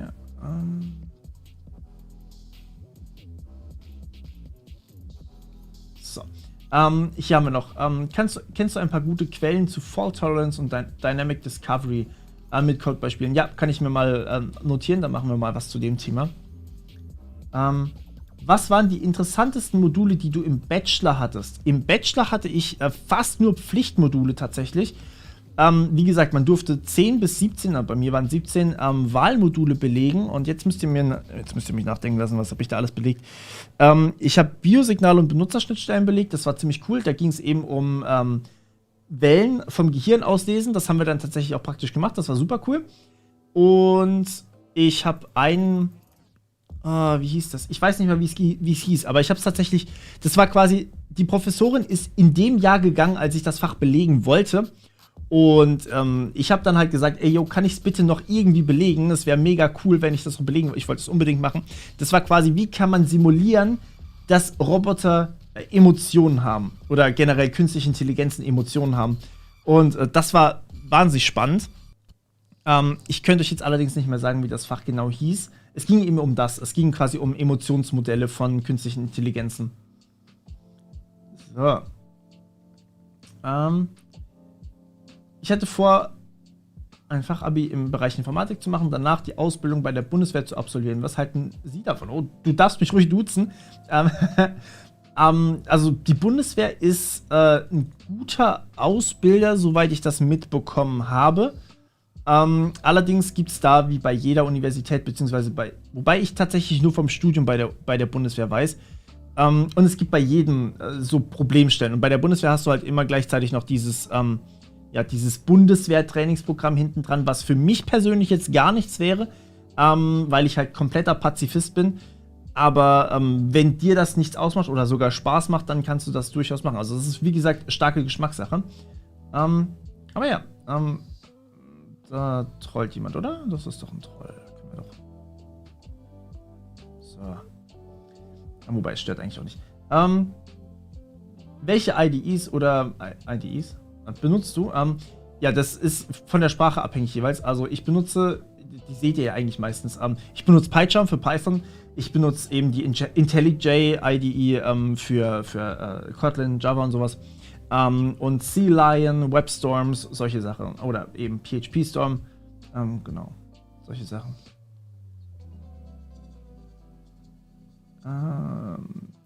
Verdienen Uni-Absolventen mehr als FH-Absolventen? Ja, in den ersten paar Semestern, ihr seht, in den ersten paar Jahren nach dem Studium schon. Aber das gleicht sich eigentlich sehr, sehr schnell wieder an. Genau. Kommt in absehbarer Zeit nochmal was zum Bereich Cloud Native Landscape. Ich will eigentlich auch in den Bereich Cloud noch ein bisschen reingehen. Ja, das geht bei mir auf dem Kanal noch fast gar nicht, beziehungsweise noch überhaupt nicht. Aber sagen wir es so, es ist auf jeden Fall geplant, aber wie gesagt, ich plane gerade generell viele große Sachen. Und hier fragt Patrick gerade noch, gibt es hier sowas wie Mods? Theoretisch ja, praktisch weiß ich nicht, wie viele gerade da sind, aber im Zweifelsfall habe ich ja gerade permanent den Chat im Auge und moderiere da quasi selber noch so ein bisschen. Also wenn da irgendwas ist, dann mache ich das schon. Aber ja, ich habe eigentlich habe ich Mods, ja, ich glaube, die sind auch da. Ich habe vorhin mal jemanden gelesen, der Mod ist. Was gefällt dir besser? VirtualBox, VMware, Proxmox etc. Ich habe tatsächlich noch nicht so viel Erfahrung gesammelt mit VMware oder Proxmox. Ich habe meistens VirtualBox verwendet. Wir haben jetzt tatsächlich Proxmox und VMware habe ich auch schon jetzt ausprobieren dürfen. Ich glaube, also wenn es der richtige Name ist, dann durch dich sogar. Ich muss sagen, VMware funktioniert halt deutlich flüssiger als VirtualBox, aber ja, mit VirtualBox bin ich halt immer noch ein bisschen vertrauter.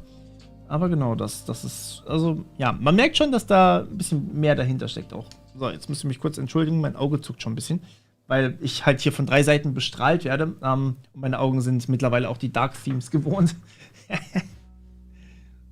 So, okay.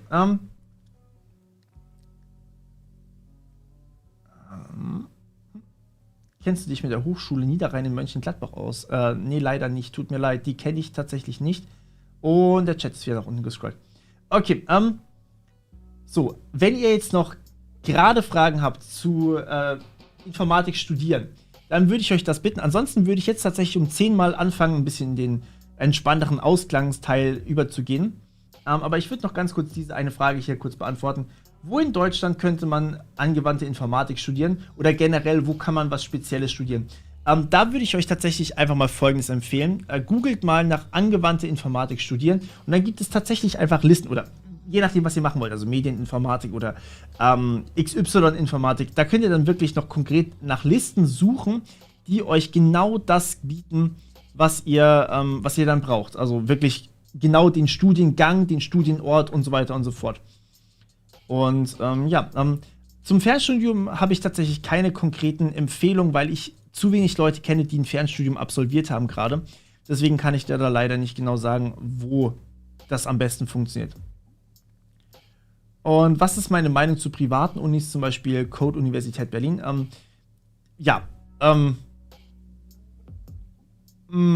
Die Frage ist halt, was du dann am Ende für einen Abschluss hast. Also ich meine, es gibt ja auch private Hochschulen, die würde ich genauso, also es sollte eigentlich keinen Unterschied machen am Ende. Ich meine, am Ende geht es ja wirklich darum, wie gut ist euer Studium und wie gut seid ihr am Ende auf dem Arbeitsmarkt. Deswegen würde ich da mal auch einen Blick ins Modulhandbuch werfen wieder und dementsprechend entscheiden, ob das gut ist oder nicht.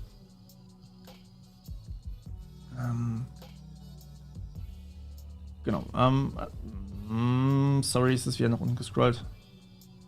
Lohnt sich ein Master? Ja, würde ich schon sagen. Also gerade in Deutschland ja schon, aber man braucht ihn nicht zwangsläufig. Aber die meisten machen schon den Master hinterher, weil es halt nochmal quasi, also in Deutschland war es ja ursprünglich mal anders. Wir hatten ja kein Bachelor-Master-System, sondern wir hatten ein Diplom und dann gab es das Vordiplom und viele sehen den Bachelor immer noch als Vordiplom und erst den Master als Diplom, das heißt als richtigen Abschluss, was so eigentlich nicht mehr stimmt, aber je nachdem, in welcher Firma du landest, ist es halt anders angesehen auch tatsächlich. Mach doch mal einen Armer. Ich mach gerade einen Armer. Ich antworte halbherzig. Ja, teilweise weiß ich halt leider nicht mehr dazu, was ich hier sagen kann, ohne eine Recherche zu machen. Also das ist halt genau das Problem.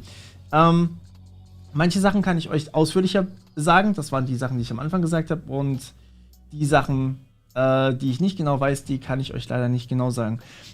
Vielleicht noch kurz ergänzend zu dem lohnt sich ein Master.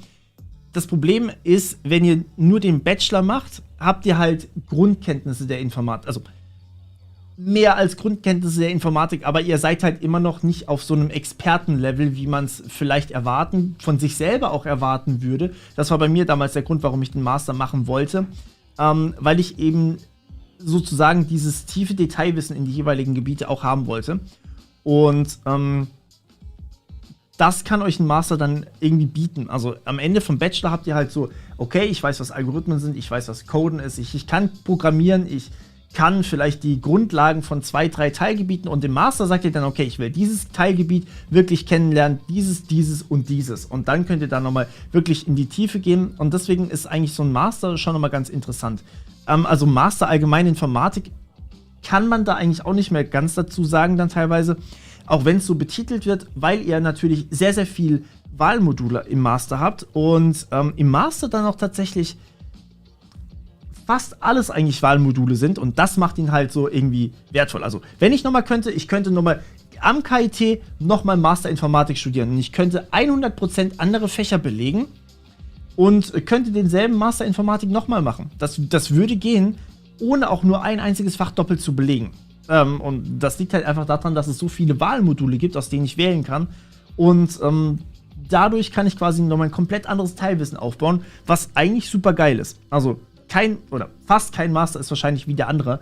Aber am Ende kommt es halt trotzdem drauf an, was genau ihr für Fächer im Master belegt habt. Was aber wahrscheinlich die Firmen nur teilweise interessiert. Also manche Firmen interessiert das, was ihr im Master für Fächer belegt habt. Manche eher nicht so sehr. Und das ist halt fast ein bisschen schade auch. Ja. Was ist meine Meinung zu Vim? Ja, Vim kann man schon benutzen. Ist halt für mich eine Lösung, wenn ich keine IDE habe, sagen wir es mal so. Und ja, der Stream wird hochgeladen nochmal tatsächlich, das stimmt schon.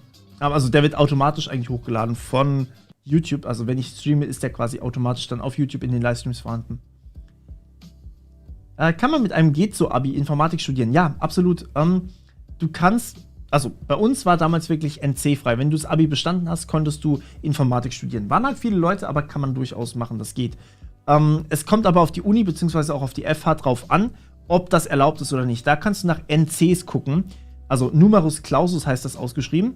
Das ist quasi so die Zulassungsbeschränkung. Gerade bei Medizin wirst du so ein Numerus Clausus von 1,0 oder 1,2 oder sowas haben. Bei Informatik 3, ja, die nehmen einfach fast alle, aber ein 7 dann auch natürlich dementsprechend. Du musst dich schon reinhängen natürlich, aber das muss jeder, der Informatik studiert. Das hat mit dem Abi eigentlich wenig zu tun. So, André fragt, vielen Dank erstmal für deine Spende. André fragt, Informatik lieber an einer FH oder TU studieren? Und ist es möglich, in einem normalen Studium nebenbei in einer Firma zu arbeiten? Sehr, sehr wichtige und sehr, sehr spannende Fragen auch wieder. Die Frage, ob du jetzt an einer FH oder an einer Universität studieren möchtest, ist im Endeffekt die Frage, wie praxisbezogen möchtest du sein. Eine technische Universität, also eine Uni generell, ist sehr, sehr theorielastig, also wirklich auf Forschungstheorie-Ebene. Das bedeutet, du hast sehr viel Theorie, sehr viel Mathe, sehr viel technische Details, sehr theoretische Details vielleicht aus dem allertiefsten Hintergrund. Irgendwie ist immer Mathe mit dabei, um das Ganze zu belegen auch, um bewiesen zu sein auch. Während bei der FH hast du eher so die anwendungsbezogene Richtung. Das heißt, du bist eher praktisch orientierter, aber immer noch nicht so praxisorientiert logischerweise wie bei einer Ausbildung oder bei einem dualen Studium. Und dementsprechend ist eine FH schon eher Richtung Arbeitsmarkt auch eigentlich eher orientiert als eine Universität. Aber es kann auch Spaß machen, so theoretisch zu sein. Mir zum Beispiel macht das sehr viel Spaß. Und ist es möglich, neben einem normalen Studium nebenbei noch zu arbeiten? Absolut, ja. Das nennt sich Werkstudentenjobs. Man darf Werkstudentenjobs haben bis zu 20 Stunden in der Woche. Also ihr dürft eine 50% Tätigkeit haben, wenn ihr studiert, nebenbei. Und kriegt dann halt natürlich auch so ein gewisses Gehalt. Aber mehr als 20 Stunden dürft ihr nicht machen, sonst ist es kein Vollzeitstudium mehr. Sonst ist es halt ein Teilzeitstudium, was ihr wahrscheinlich nicht haben wollt. Weil ihr da den ganzen Kram von oder quasi die Bevorzugung eines Studenten dann nicht mehr habt. Deswegen würde ich euch da eher zu 20 Stunden Werkstudentenjob raten, als jetzt zu einem Teilzeitstudium, wenn ihr das machen könnt natürlich. Der Punkt ist allerdings trotzdem, als Werkstudent, ihr müsst, soweit ich das weiß, nicht festgenagelt werden auf diese 20 Stunden pro Woche. Also jede Woche darf nicht mehr als 20 Stunden sein. Sondern ihr dürft auch tatsächlich hergehen und sagen, okay, Semester oder vorlesungsfreie Zeit, ich habe jetzt hier ein bisschen mehr Zeit, ich arbeite jetzt hier irgendwie 40 Stunden pro Woche Vollzeit in dem Unternehmen und arbeite dann aber in der Zeit, wo ihr zum Beispiel Prüfung habt oder in der Zeit, wo ihr wieder Vorlesung habt, nicht so viel. Und das ist ziemlich cool, dass man das so flexibel machen kann. Ja. So, oh nein, Max, es tut mir wahnsinnig leid. Ich habe deine Donation nicht gesehen, tatsächlich. Mir wird die manchmal angezeigt und manchmal wird sie mir nicht angezeigt. Das ist ganz, ganz furchtbar. Ich schaue noch mal kurz nach, ob ich die finde. Gib mir ganz kurz. Zuschaueraktivität haben wir das doch. Haha. So. Wie geht man mit einem Imposter-Syndrom um im Studium? Ich habe sie gefunden übrigens, sorry. Imposter-Syndrom bezeichnet ja, wenn ich das richtig im Kopf habe, dass du denkst, du kannst nichts, obwohl du eigentlich was kannst. Ja? Und ich glaube, das geht jedem Studenten an manchen Orten so.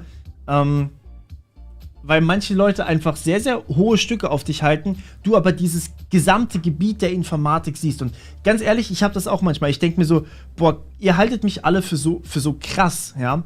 Ihr haltet mich für so einen krassen Informatiker, aber es gibt da draußen noch so viel, was ich nicht gesehen habe, was ich noch nicht mal von gehört habe, weil einfach Informatik so unglaublich heftig ist. Und ja, das muss man immer im Kopf behalten. Jedem geht das so, weil Informatik einfach gigantisch groß ist. Also wirklich unfassbar groß. Und das ist halt genau der Punkt. Ich glaube, das wirft einen dann auch wieder irgendwann zurück auf den Boden und man sagt so, okay, niemand kann alles wissen in der Informatik, weil es einfach viel zu viel ist. So. Reicht der Matheanteil von der FH für Data Science? Absolut, ja, ja. Da brauchst du dir keine Sorgen machen. Du kannst Data Science machen mit dem, was du in der FH lernst. Oder, also, ich meine, in der FH hast du nicht wenig Mathe, ja. Du hast schon Mathe dort. Das reicht auf jeden Fall aus. So. Haha, was hältst du von Armin Laschet? Jetzt werden wir hier gleich wieder politisch. Das wollen wir erstmal noch nicht machen, würde ich mal sagen. Ich will hier nicht irgendwie jemanden persönlich in den Dreck ziehen, den ich nicht kenne. Ich kenne Armin Laschet nicht persönlich. Deswegen, Mr. X, vielen lieben Dank auch für deine Spende. Und für den süßen Smiley. Ist der cool. Können wir den da einfach mitschicken? Der ist cool. Haben Sie denn wie gesagt, Nido, du darfst mich immer noch sehr, sehr gerne duzen. Also ich habe ein Abitur gemacht, kein Fachabitur. Aber man könnte auch mit einem Fachabitur an einer Fachhochschule studieren. Das geht auf jeden Fall. Mit einem Abitur kann man halt auch an der Universität studieren. Man kann sich dann quasi aussuchen. Mit einem Fachabi kannst du halt, oder eigentlich mit einem Fachabi müsstest du auch an einer Uni studieren können. Mit einer Fachhochschulreife kannst du nur an einer Fachhochschule studieren. Aber mit einem Fachabi müsstest du eigentlich auch an der Uni studieren können.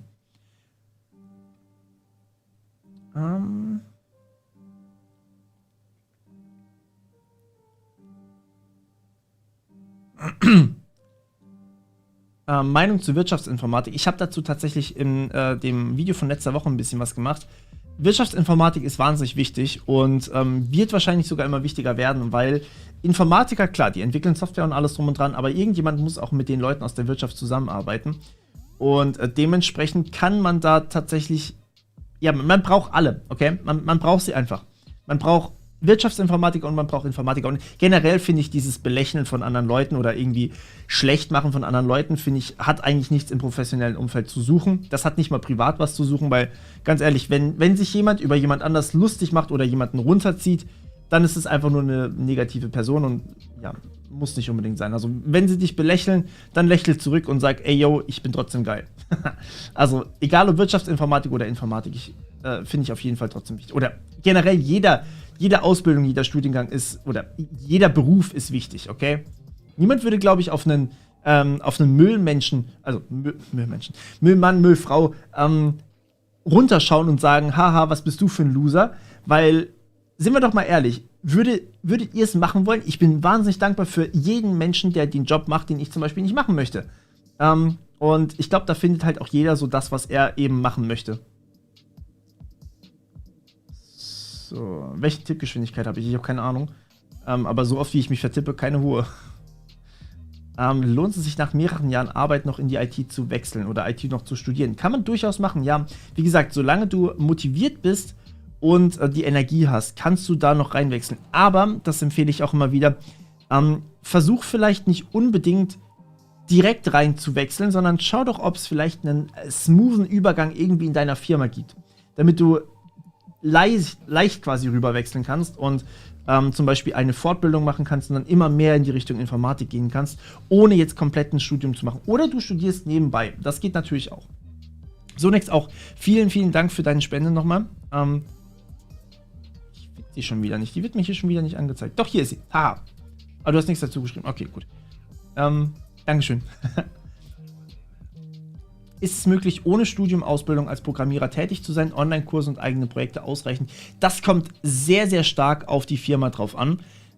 Manche Firmen, also gerade in Amerika ist es so, manche Firmen legen viel mehr Wert darauf, wenn du denen dein CV vorlegst, also quasi, was du alles schon gemacht hast, zum Beispiel dein GitHub, ja, wenn du quasi dein GitHub einfach zeigst und sagst, hey, schau mal hier, ich habe bei dem Open-Source-Projekt mitgearbeitet, ich habe das gemacht und ich hoste selbst noch diese Webseite hier und ich habe zum Beispiel diese Erfahrungen im Unternehmen gesammelt, dann ist das für die meisten eigentlich ausreichend. In Deutschland ist es noch nicht so ganz angekommen, leider. Da ist es immer noch so, da kommt es auf den Abschluss drauf an. Wir sind da ein bisschen altbacken. Ja. Es ist halt leider, ist halt so. So, dann fragt jemand, iPad oder Laptop für das Informatikstudium? Ich würde dir kein iPad empfehlen, weil ich persönlich an einem iPad nicht so gut programmieren kann und weil du auch manche Sachen an einem iPad nicht machen kannst. Ich kenne mich jetzt nicht komplett aus, aber ich würde mal behaupten, man kann da keine virtuellen Maschinen draufpacken. Man kann vermutlich auch nicht so viele Sachen frei installieren. Und ich weiß nicht, wie gut man an einem iPad coden kann. Wahrscheinlich kannst du eine Tastatur anschließen, dann geht das schon. Aber ich persönlich würde eher zum Laptop raten. Aber ja. So, die Frage verstehe ich nicht ganz. Hast du Empfehlungen zu den Informatikstudenten? Das musst du, glaube ich, nochmal anders formulieren.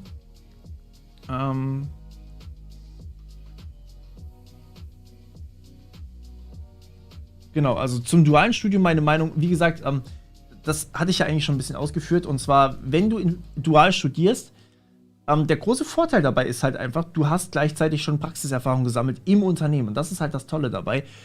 Und du hast studiert, also du hast quasi die Vorteile aus beiden Welten. Das ist echt eine super Sache. Und du verdienst gleichzeitig noch nebenbei Geld. Der Punkt ist halt, ein duales Studium ist halt echt anstrengend, weil du Prüfungen schreiben musst. Und während die anderen dann frei haben und lernen können zum Beispiel, dann musst du halt arbeiten, ganz normal an einem Unternehmen. Und das ist halt, es ist nicht ohne, also es ist zeitlich nicht ohne, aber man kann es durchaus schaffen. Und wenn man es durchzieht, dann ist es echt sehr, sehr wertvoll.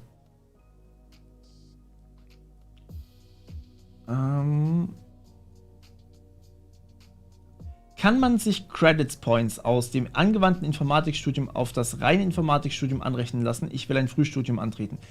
Das sollte in den allermeisten Fällen gehen, ja.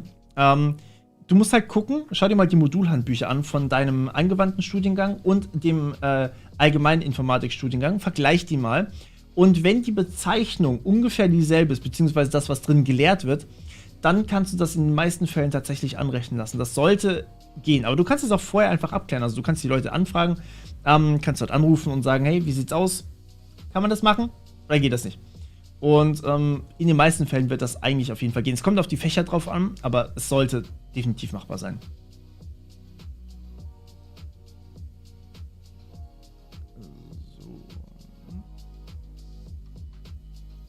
So. Okay, das sind wieder mal sehr, sehr interessante Fragen dabei. Wie viel Erfahrung oder Ahnung habe ich eigentlich in der technischen Informatik? Das ist tatsächlich ein Bereich, den ich noch nicht so vertieft habe. Ich bin eher so der Software-Mensch tatsächlich. Deswegen nicht so viel, aber ich versuche mich immer mal wieder ein bisschen einzuarbeiten und vielleicht dann euch auch ein bisschen mehr da zu bieten. Wirtschaftsinformatik, größer Informatik, das würde ich auch nicht sagen. Informatik ist schon wichtig. Wirtschaftsinformatik ist halt einfach ein anderer Zweig dabei. Also ihr könnt beide Sachen definitiv brauchen und dem einen liegt halt Wirtschaft ganz gut, dem anderen liegt Informatik ganz gut und vielleicht ergänzen die sich auch dann einfach. Deswegen Wirtschaftsinformatiker, Informatiker, man braucht halt einfach beides.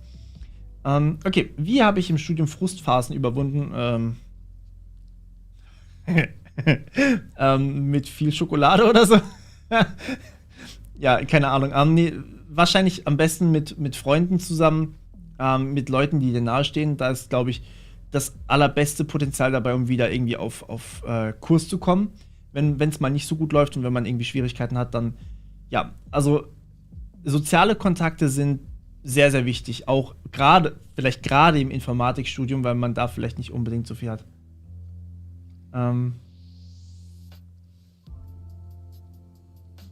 Hast du überwiegend aus Büchern gelernt oder wie hast du das gemacht? Also ich habe tatsächlich aus Vorlesungsfolien gelernt im Studium. Ich habe aus dem Skript jeweils gelernt. Ich habe aber auch viel im Internet recherchiert, also quasi und dann halt auch selber implementiert. Also wenn ich jetzt zum Beispiel eine Vorlesung künstliche Intelligenz habe. Ihr seht teilweise die Artefakte auch bei mir auf dem Kanal. Ich habe in Java damals viel zu Java-Algorithmen gemacht, also irgendwelche Bäume oder sowas mal in Java selber implementiert und das dann auf YouTube gestellt. Es ist zwar schon eine halbe Ewigkeit her, damals war mein Mikro noch nicht so geil wie dieses Mikro hier, aber ja, es funktioniert, also es hat auf jeden Fall ganz gut funktioniert und es ist auf jeden Fall, also man sollte eine Kombination fahren, denke ich mal. Man kann sich von anderen Leuten das Wissen holen. Man kann sich von Professoren natürlich das Wissen holen und man kann sich sogar noch selber ein bisschen Wissen dazu holen. Wenn man das dann alles kombiniert und selber mal anwendet, dann ist es halt wahnsinnig gut. Also, dann würde ich sagen, hat man es auch verstanden. So, wie habe ich meine Uni gewählt? Ich hatte das große Glück, dass ich quasi aus der Nähe von Karlsruhe gekommen bin und Karlsruhe gleichzeitig eine Exzellenzuniversität war, deswegen war die Wahl für mich relativ schnell safe. Und ein Freund von mir hat damals auch sich dafür entschieden, am KIT zu studieren, deswegen war es dann halt relativ einfach. Also wenn man halt die 3 Faktoren irgendwie zusammen hat, dann ja.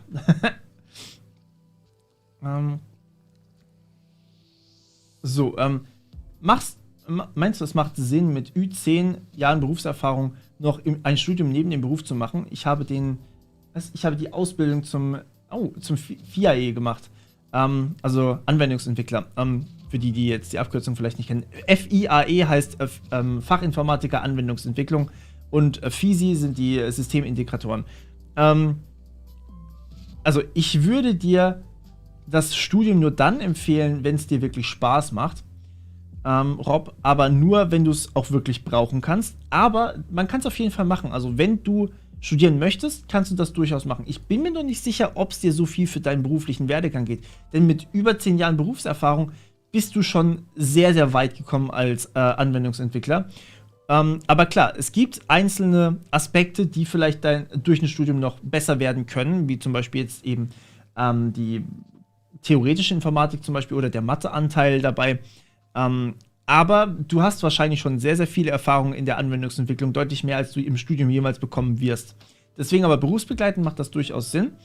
Was du auch machen kannst, wäre dann eventuell die einzelnen Zertifikate nachholen, also quasi die einzelnen, ja sozusagen Prüfungen nachholen, wobei das halt am Ende teurer wird, wahrscheinlich, also deutlich teurer wird, weil solche Zertifikate einfach viel zu viel kosten, als wenn du das als Studium machst. Deswegen, ja, Studium macht durchaus Sinn, denke ich mal. Und dann kommen wir gleich mal zu Teil 2. Die Studienabgänger, meist FH bei uns, sind meist irgendwie schlechter, als ich erwarte, haben aber einen Bachelor, Master, bin unschlüssig. Ja, das liegt einfach daran, dass Universitäten oder Fachhochschulen nicht unbedingt immer in die Richtung von den Unternehmen ausbilden, sondern teilweise ein bisschen daran vorbei. Also zum Beispiel, wenn ich jetzt an meine Kryptographie-Sachen denke. Ich werde in meinem Leben leider muss man sagen, nie wieder oder wahrscheinlich nicht mehr wissen müssen, wie ein Beweis für die Sicherheit von RSA oder sowas gilt oder geht. Und trotzdem ist es halt was einfach sehr viel Spaß macht und was dir sehr viel Hintergrundwissen beschert. Dadurch kann es sein, dass du sehr schnell neue Sachen verstehen kannst und neue Sachen sehr schnell lernen kannst, dann auch gute abstrakte Sachen auch gut lernen kannst. Aber wirklich ein Vorteil direkt, wenn du im Unternehmen anfängst, bringt dir das natürlich nicht. Du musst bedenken, als Fachinformatiker, genau, bist du ja schon im Unternehmen drin und weißt, wie die Prozesse dort sind. Während wenn jemand aus der Uni oder aus der FH kommt, dann war der noch nie in einem Unternehmen drin und hat erstmal keine Ahnung davon. Deswegen ist das meistens so der Problempunkt dahinter. Aber das sollte eigentlich relativ schnell dann hoffentlich getan sein. Okay, André fragt, gibt es die Möglichkeit, im Informatikstudium Teile zu überspringen oder schneller abzuschließen, wenn man einen Teil schon drauf hat?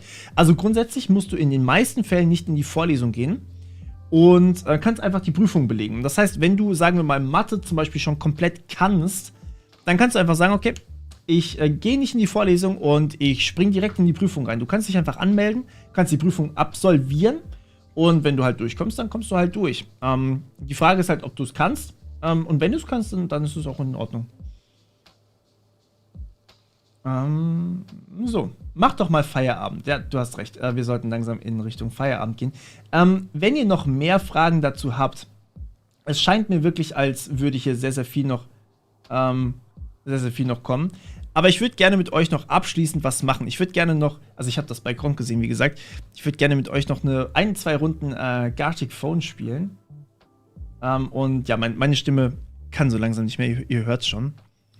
Deswegen würde ich jetzt mal ganz kurz hier euch einladen in den Room. Und die ersten 13 Leute haben die Chance, da mitzumachen. Also ja, beeilt euch. Genau, und ja, wie gesagt, ich werde jetzt in nächster Zeit hoffentlich häufiger mal also sowas machen können, wie so eben sowas wie ein kleines Armor, was wir hier gerade gemacht haben. Und hier spammt gerade jemand wirklich komplett den Chat zu. Was hältst du vom Data Analytics Certificate von Google oder IBM? Wie gesagt, wenn du Data Analysis machen möchtest, ja, ist ja gut, hör auf zu spammen. Wenn du es machen möchtest, kannst du das machen. es hat auf jeden Fall einen sehr guten Ruf. Gerade was Datenanalyse angeht, ist das was sehr, sehr Mächtiges. Aber da ist einer rausgegangen, wieder einer reingegangen. Genau. Also es ist auf jeden Fall ein gutes Zertifikat, wenn du in die Richtung gehen möchtest. Aber ich glaube, es ist nicht ganz günstig, oder? Genau. So, okay, jetzt starten wir einfach mal. Das war's heute mit dem Theorie- oder mit dem Q&A-Teil. Aber wie gesagt, wir machen mal noch weiter. Und ja, also seid nicht böse, meine Stimme kann langsam nicht mehr. So, jetzt was überlege ich mir da? Die jetzt hier mitspielen, die dürfen jetzt aber nicht mehr reingucken, ne? Was Gartic Phone ist im Endeffekt, ich muss mich jetzt gerade eine Geschichte überlegen und die wird dann von jemand anders gezeichnet. Und ich habe kein Zeichen, weil ich mache das alles mit der Maus übrigens.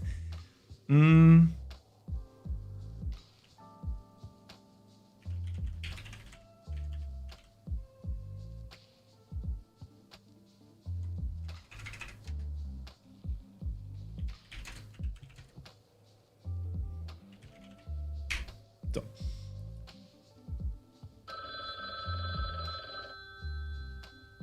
Streamtitel ändern. Ich weiß gar nicht, ob ich das kann. Kann ich das?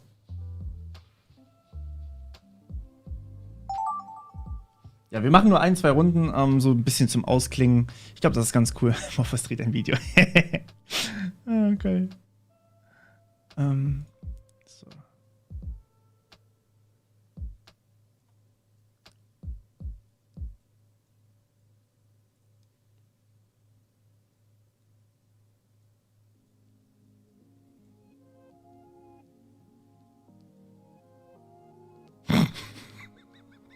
Hat jemand von euch schon mal probiert, mit einer Maus zu zeichnen? Das ist ja furchtbar. Oh mein Gott.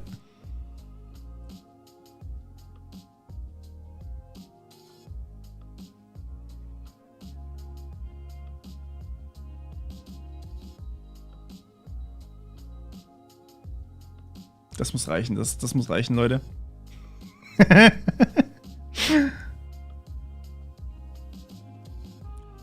Das steht. Das wird niemand erkennen.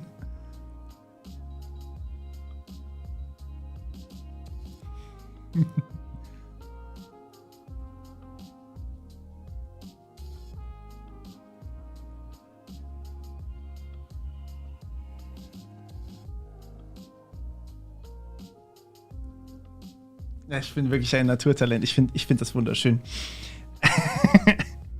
Ich glaube, ich sollte diesen Menschen hier vorne noch mal neu malen. Oder vielleicht überhaupt mal.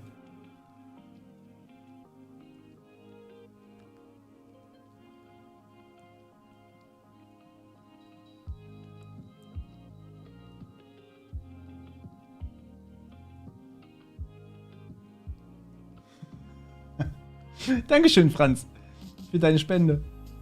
Ah.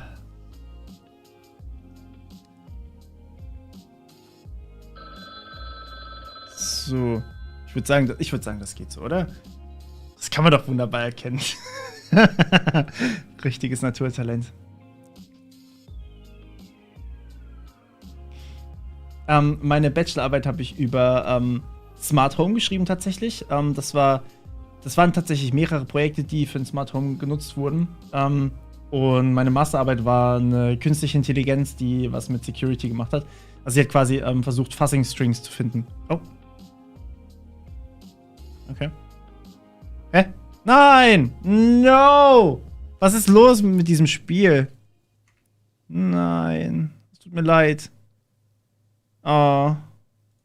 Liebe Mitmenschen, es tut mir wahnsinnig leid. Es ist leider kaputt gegangen. Ich weiß nicht wieso. Ich muss euch nochmal hier einladen. Oh, das ist schade. Okay, ich muss euch nochmal hier einladen. Es tut mir echt leid, dass das jetzt gerade nicht funktioniert hat. Ich weiß nicht, warum das jetzt nicht funktioniert hat. Aber gut. Ist einfach abgestürzt. Also bei mir hat es leider nicht weitergeleitet. Weiß nicht, ob das bei euch auch so passiert ist. Meine Masterarbeit müsste noch öffentlich sichtbar sein, ja. Das ist richtig. Okay, probieren wir das Ganze nochmal. Vielleicht wird es ja jetzt auch schöner. Ich würde gerne dasselbe nochmal machen.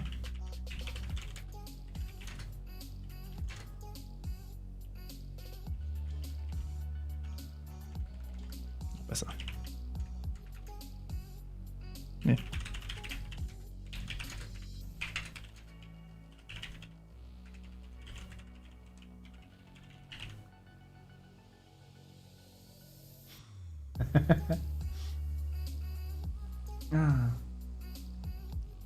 Ja, gerne.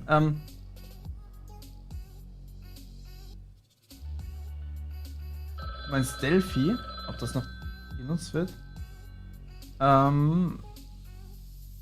Also ich habe tatsächlich noch ein Unternehmen kennengelernt, die noch Delphi benutzt haben. Oh mein Gott. Also teilweise wird es noch benutzt, ja. Oh je.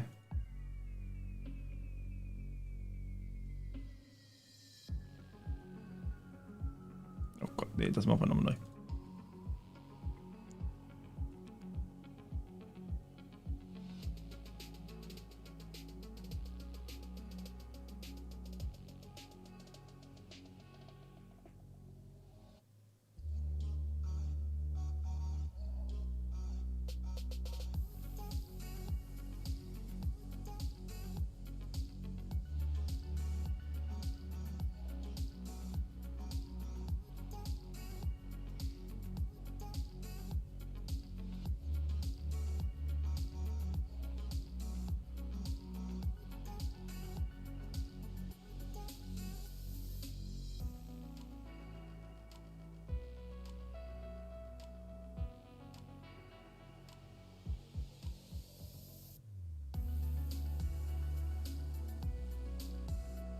So, ist das nicht schön?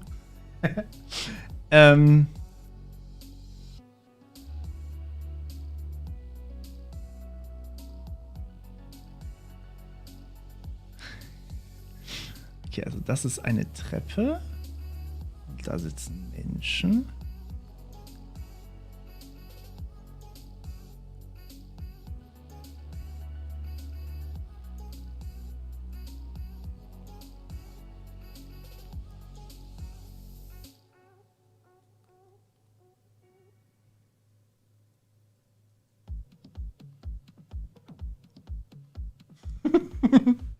Wunderschön. Ich finde das toll. Der Bart sieht falsch aus. Moment. Ein bisschen mehr hier machen. Das darf ich nicht schreiben, ne? Das darf ich nicht schreiben. Das wär voll unfair. Ich finde das gut. Ich finde das in Ordnung.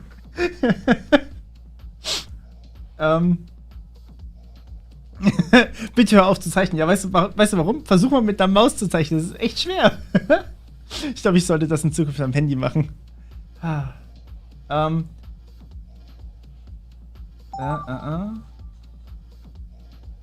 Was?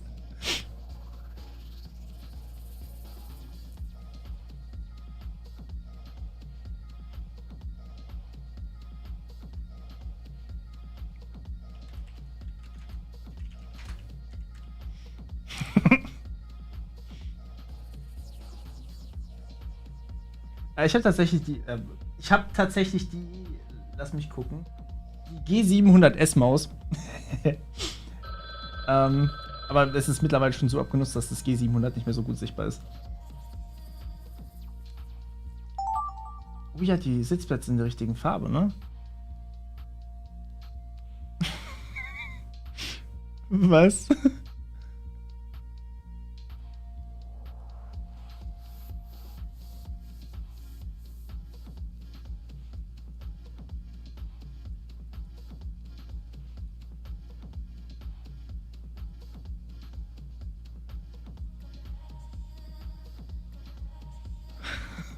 Das kann ich.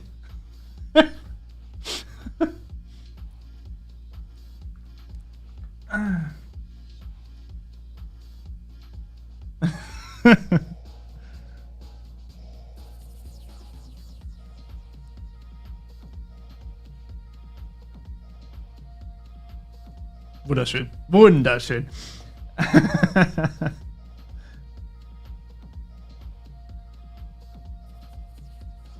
Ja, das kann wirklich sein, ne?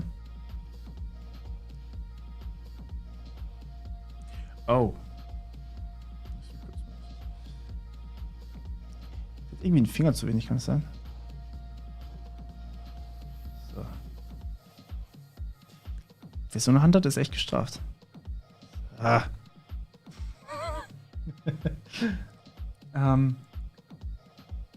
Ja, tatsächlich, wenn ich öfter streamen möchte, wird es sich wirklich anbieten, vielleicht mal mit Mods zu reden.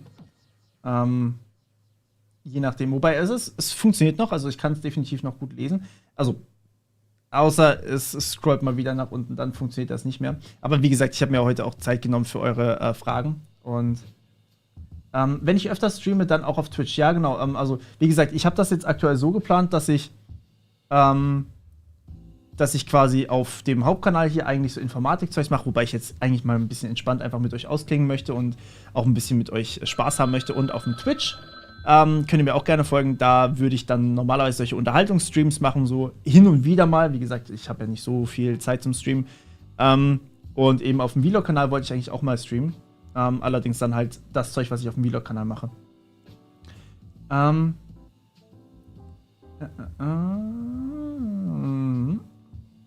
war gerade noch irgendwas. Das macht man also in einem Informatikstudium. Die geilste Anekdote, die ich für euch habe.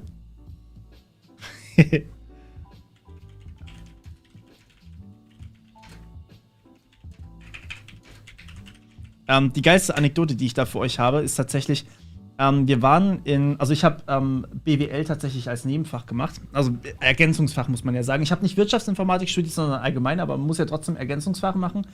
Und dort gab es tatsächlich also es gab einige Vorlesungen und die erste Vorlesung BWL, die wir hatten, die Dozenten haben halt einfach uns generell nicht unter Kontrolle gehabt. Die BWLer an sich, die Erstsemester damals, haben einfach. Was? Ja. Die Erstsemester haben einfach angefangen, irgendwelche also Papierflieger rumzuwerfen, und haben angefangen, sich überhaupt nicht mehr auf die Sache zu konzentrieren. Und wir haben dann irgendwann angefangen, tatsächlich mitten in der Vorlesung Warcraft 2 zu zocken. Im Warcraft 3 in der BWL-Vorlesung gezockt und wir haben mit den BWLern tatsächlich zusammengespielt, die wir selbst nicht kannten, was ziemlich witzig war. Aber ja, es hat funktioniert. Und das Uninetz hat es tatsächlich mitgemacht. Wir haben tatsächlich öfters mal LAN-Partys in der Uni gemacht. Das war echt geil. Das ist doch geil, oder? Das ist doch. Okay, das vielleicht. Ich würde jetzt sagen, der nächste Picasso ist geboren. Schon mal einen nachmachen hier. Die Maus und Tastatur.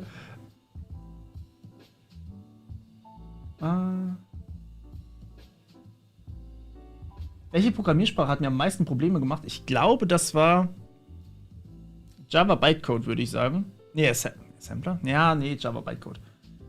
Na, wobei, nee.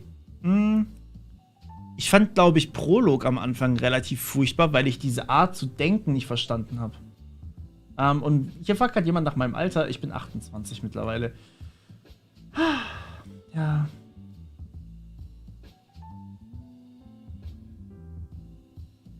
Literaturtipps kann ich mir generell mal aufschreiben. Also für Mathe und für Physik hatte ich tatsächlich keine Literatur zu dem Zeitpunkt. Ich habe einfach das Skript von der Vorlesung genommen.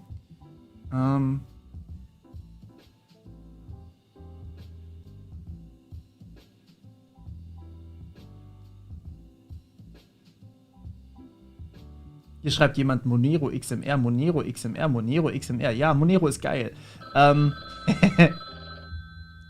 Hier schreibt, wunderschönes Thema. Bitcoin, können wir auch noch kurz drüber reden, während ich hier am Zeichnen bin oder am irgendwas anderes machen bin. Also Bitcoin ist ja gerade unter 30.000 gefallen. Ich muss ganz kurz am Anfang dazu sagen, ich will euch hier nicht irgendwie ins finanzielle Verderben reiten und ich will euch auch nicht reich machen. Das kann ich gar nicht, ja. Aber Bitcoin ist momentan sehr, sehr günstig. Und viele nutzen das. Was zur Hölle ist das?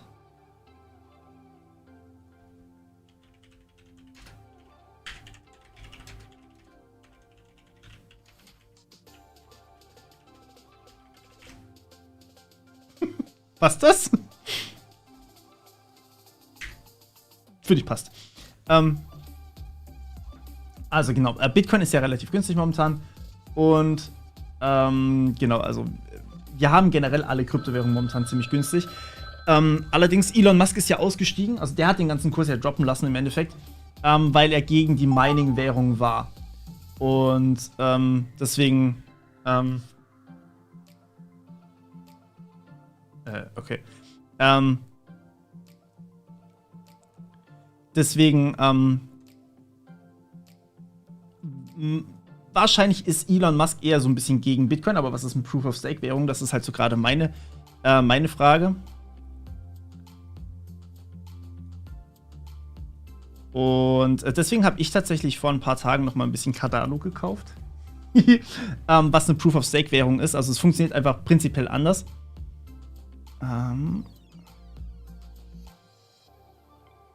So.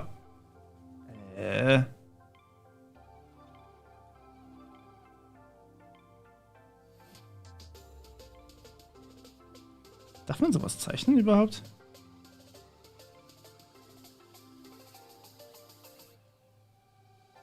Okay, das sieht einfach furchtbar hässlich aus.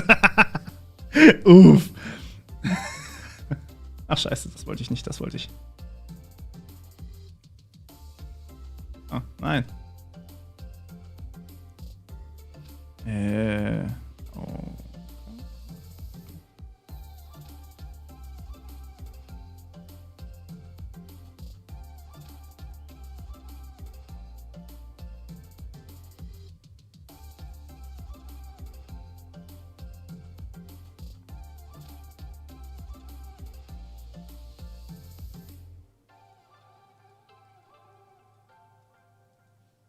Picasso, oder? Ich habe zwar keine Ahnung, was LL ist, aber Picasso. Absolut. Genau, also ich habe, wie gesagt, noch mal ein bisschen Cardano nachgekauft. Ich mag aber tatsächlich die also die Privacy-Coins wie Monero oder Zcash sehr, sehr gerne. Aber die haben halt das größte Potenzial, dass sie irgendwie verbannt werden von den Marktplätzen und dann hat man halt das Problem tatsächlich, dass die halt nur noch schwer gekauft werden können. Deswegen, ja, es ist ein zweischneidiges Schwert, was man da so hat eigentlich. Ich weiß nicht, was LL ist, sorry.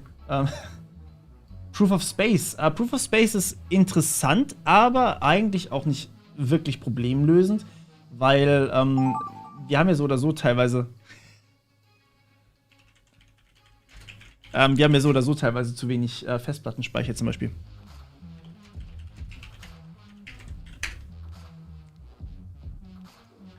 Mit was würdest du mit 14 einsteigen für ein spätes. Was würdest du mit 14 einsteigen für ein späteres Cybersecurity-Studium, Programmiersprachen CTF?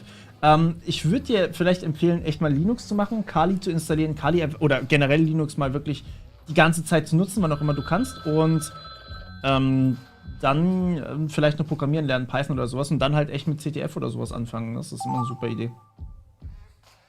Oh, ja, aufgehängt. Oh, jetzt habe ich verstanden. Oh. Das ist eine gute Idee gewesen. Scheiße.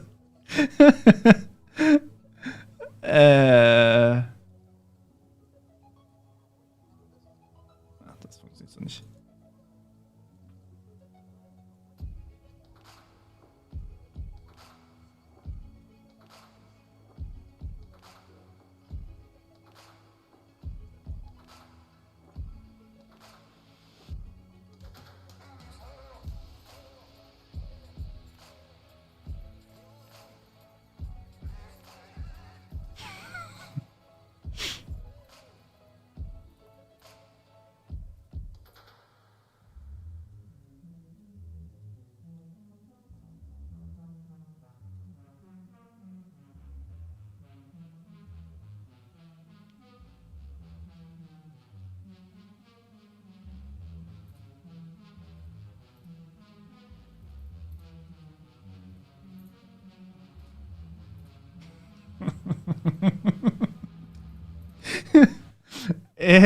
Kann man das erkennen? Dann wahrscheinlich nicht, ne?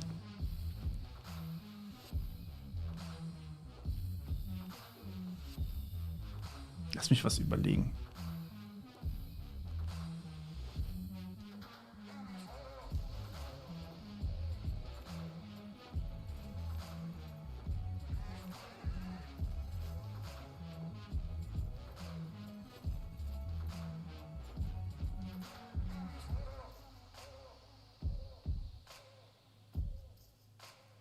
so. Versteht man das?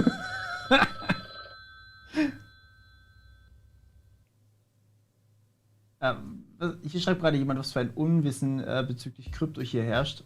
Ich habe gerade nicht mitgelesen. Was wurde denn über Krypto gerade gesagt? Krypto ist nicht fast wertlos, nein. Die Dinger sind immer noch ziemlich wertvoll. Man muss mal bedenken, ja, ich habe vor einem Monat oder sowas, Cardano war das auch, habe ich gekauft. Also ich kaufe nie große Mengen, das muss man einfach dazu sagen. Aber ich habe vor einem Monat gekauft für $1 und am Ende, also jetzt nach dem Fall waren es halt immer noch bei 1,50. Also da kann man halt einfach nicht von Verlust reden. Es?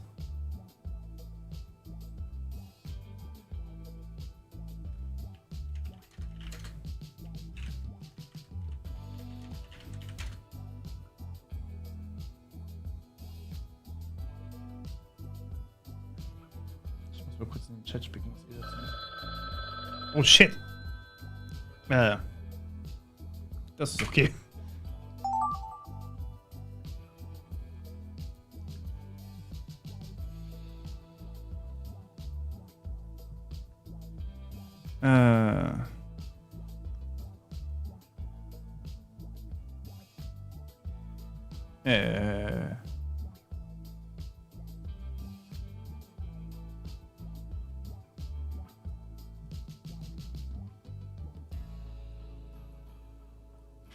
Scheiße, ich bin ausgerutscht mit der Maus.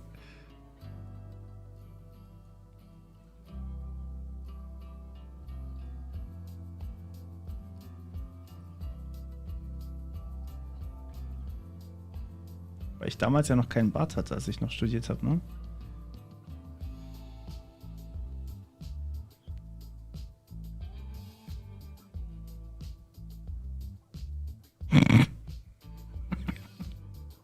Ich kann so überhaupt nicht zeichnen. Scheiße. Oh. Oh, das wäre clever gewesen, den Kopf black zu malen wie Black Cat, ne? Ja. Ah, vielleicht fehlen mir die Arme noch.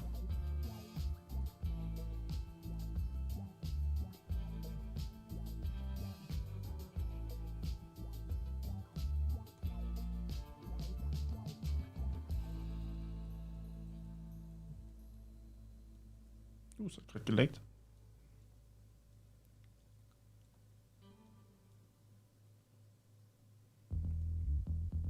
So, wunderschön.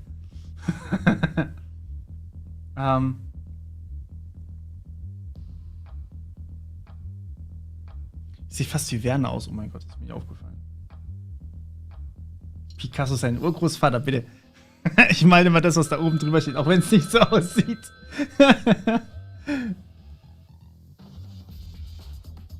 Am Ende Vorlesen anmachen. Wo kann ich das anmachen?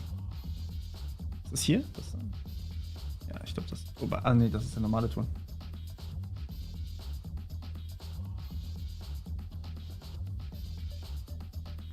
Ja, genau. Ich habe ein paar Bitcoin, also ein paar Bitcoin, nicht ganze Bitcoin. Ich habe ein bisschen was an Krypto gehabt, schon vor dem Hype.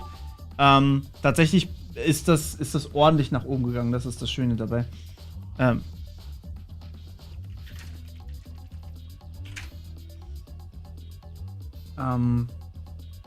Aber nein, ich habe keine NFTs oder sowas.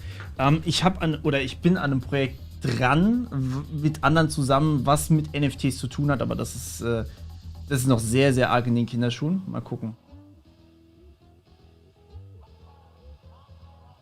Was ist das für ein Programm mit dem C in meiner Leiste? Das hier, das ist Camtasia. Mit dem nehme ich gelegentlich mal meinen Screen auf, wobei ich das nur manchmal mache damit.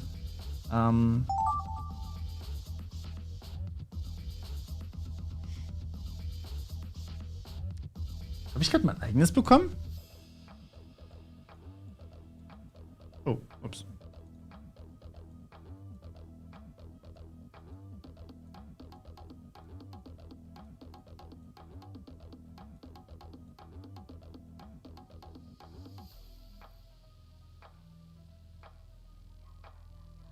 Ne, egal.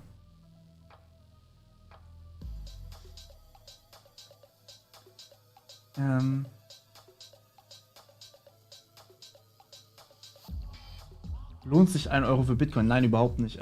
Mit 1 Euro würde ich nicht in Bitcoin einsteigen, weil eine Bitcoin-Transaktion schon alleine 10 Euro Gebühren kostet. Deswegen würde ich das auf gar keinen Fall machen. Nein, nicht runterscrollen. Ich war gerade am Antworten. Und unten links. Das da? Oder das da? Das da? Das ist das Windows-Logo. Ist ekelhaft, ich weiß. Ah, ich kann eigentlich hier fertig machen.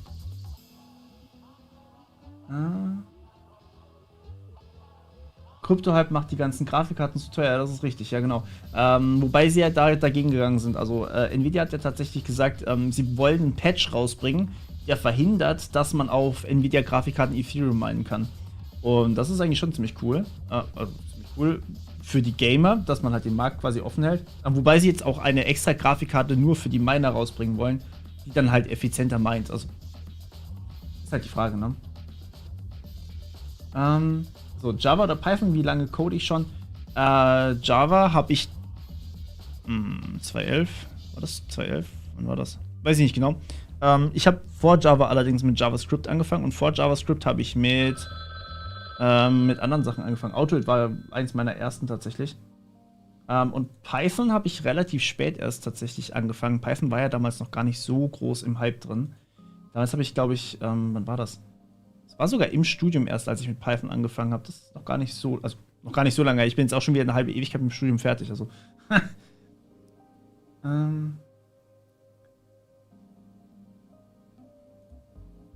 Kenne ich die Programmiersprache Brainfuck? Ah, jetzt ist es wieder nach unten gegangen.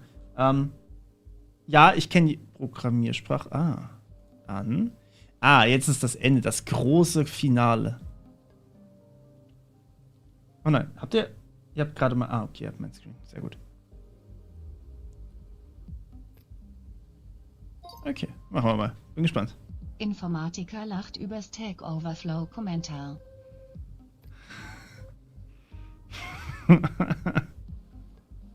FAQ-Video M.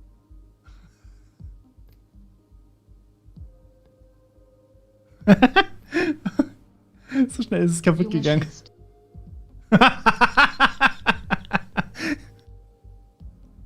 Oh Gott, ist das schnell kaputt gegangen. Mann mit Pew Pew.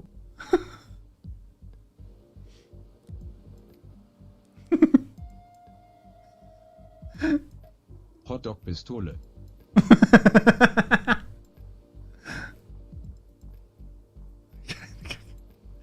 Geil. Hotdog-Kanone. Oh, wow. Cool. Oh nein, Stream weg, echt jetzt schon wieder? Burger.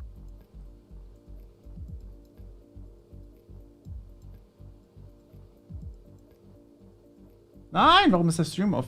Bei mir läuft's noch. Was ist los mit euch? Moment, wir machen das nochmal. Ja, ne? Krasser Cliffhanger. Also bei mir geht's doch. Warte mal eben.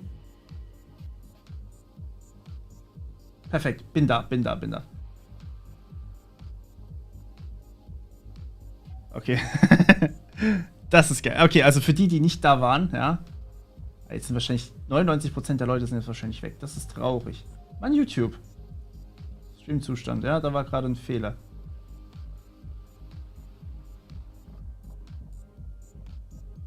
Schlecht.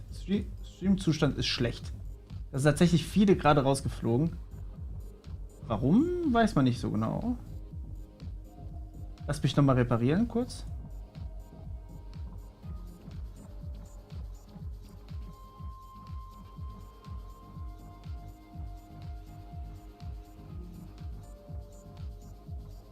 Ja, ich weiß, dass ich weiterdrücken muss. Wartet bitte ganz kurz. Ich versuche meinen Stream zu fixen, okay?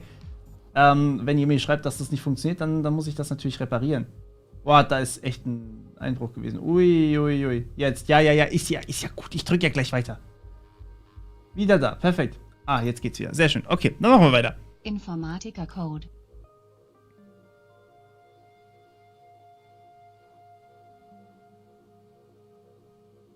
Morpheus hackt. Wow. Richtige Richtige Filme.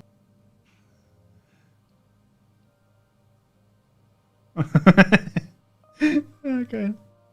Lehrer im Online-Unterricht hat sich aufgehängt und macht LL.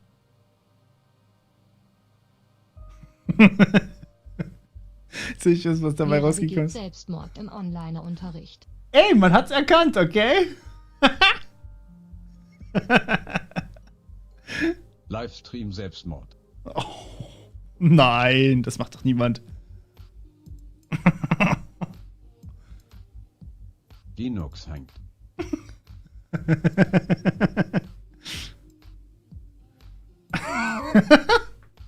Ach du Scheiße, das ist geil. Linux hängt, finde ich super. Jetzt kam hier gerade die Frage rein, kannst du IP-Tables konfigurieren? Falls ja, Video please. Ich habe tatsächlich mal ein Video zu IP-Tables gemacht. Ja. Uff. Lass mich noch mal kurz gucken. Also ihr seid doch bei mir da, ne? Ja. Linux hängt. Nee, zu IP-Tables, ich könnte mal eine ganze Reihe zu IP-Tables machen. Übrigens, ExecD, Dankeschön nochmal. Ich könnte eine ganze Reihe zu IP-Tables machen oder generell zu Firewalls möchte ich eigentlich auch schon ein bisschen mehr noch in die Tiefe gehen. Das ist ja nicht so im Detail bei mir dabei. Morpheus.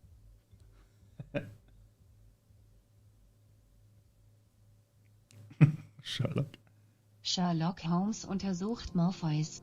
Oh, wie gut!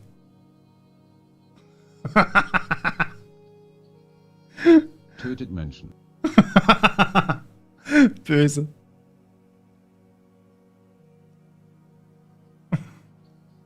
Falsche URL eingegeben und dich erschossen.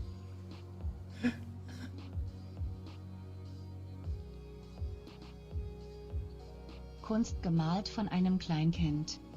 Oh ja. Ah, nein, das ist was Falsches. Das wollte ich nicht. Kind mit Zipfelmütze malt. Also, so ist doch okay. Machen wir mal kurzzeitig so, okay? Nikolaus malt Bild von Weihnachtself. Was zur Hölle ist da passiert? Okay. I guess, okay.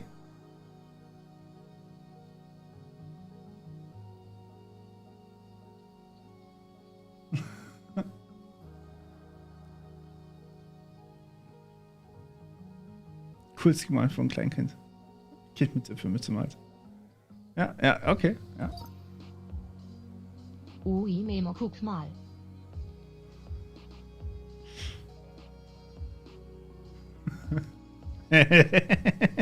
Stichmännchen bin angeschwollenem Daumen.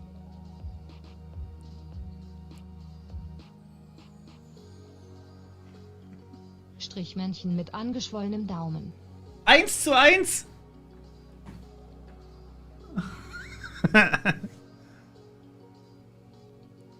Oh. Ja, das geht. Hat ein Knife Blue Gem gezogen und ist trotzdem traurig. Trotzdem. Minderjähriges Kind zockt so. Ah, da ist einer rausgegangen, okay. Ah, es sind sogar schon 2 raus, okay. Scrapkidie.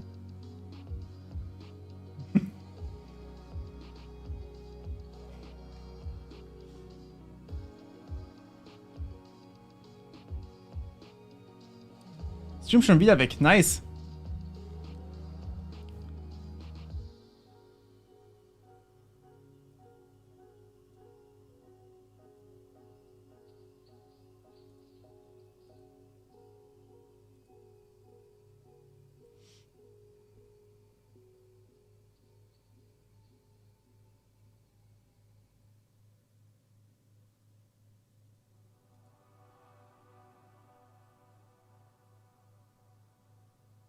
Uff, okay. Ja, ich bin da. Ich glaube, ich muss wirklich auf Twitch umsteigen. Ich würde sagen, das nächste Mal machen wir dann einfach Twitch. Wir müssen mal gucken. Ich muss mal evaluieren noch hier. Ne? Ich würde gerne das jetzt noch fertig machen, dann würde ich sowieso eigentlich für heute den Date callen, sozusagen. Aber es ist nicht geil bei YouTube, muss man schon so sagen, ne? Also wir machen jetzt hier mal weiter, ne? Minecraft-Logo. Oh. Oh. Das ist gut, das ist richtig gut. Minecraft, Spielkarte Herz. Spielkarte Herz, interessant. Okay. Ja, ne.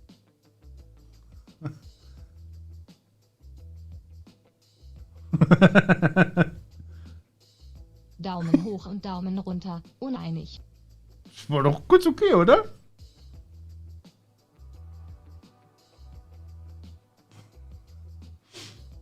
Was passiert, wenn jemand nur oder nichts antwortet, sozusagen? Ah, okay. Gut, dann kriegt er einfach dasselbe. Like oder Dislike, das ist hier die Frage. Shakespeare. Nice. Wunderschön. Kritik von Shakespeare. Shakespeare darf auch mal einen Daumen hoch oder runter geben. Pfui. Geil. Der ursprüngliche Stream müsste online sein. Also ich werde nachher nochmal checken, ob wirklich alles dabei ist, aber der sollte da sein. Ich konnte ihn leider nicht aufnehmen. Ich habe tatsächlich bei mir mega viel Festplattenspeicher voll gejammert in den ersten paar Millisekunden gefühlt. Aber der Stream müsste eigentlich vorhanden sein. Also der sollte nicht weg sein. Und ich habe einen Discord-Server, ja, der steht eigentlich bei den normalen Videos immer in der Beschreibung. Du findest ihn über the-morpheus.de/discord.html normalerweise. Und ich weiß nicht, ob du Links reinschicken kannst. Dadurch, ich habe die Sachen hier relativ streng gemacht, damit hier nicht irgendwelche komischen Sachen reinkommen. Und VPN, ja, wie gesagt, ich habe mal ein Video zu VPNs gemacht. Das ist eine schwierige Angelegenheit. Informatikunterricht in Deutschland. Ja, weiß nicht. Ich sag gleich noch ein bisschen was dazu. Lehrer zeigt IT an Tafel und Schüler kapiert nicht. Oh. Informatiklehrer unterrichtet an der Tafel. Das ist voll gut. Das ist echt durchgekommen bis dahin. Das habe ich, glaube ich, nicht verstanden. War ich das? Nee, das war ich nicht. Morpheus gewinnt in Tic-Tac-Toe.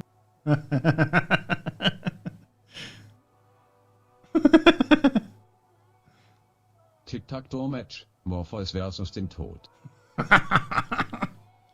Genau. Tic-Tac-Toe.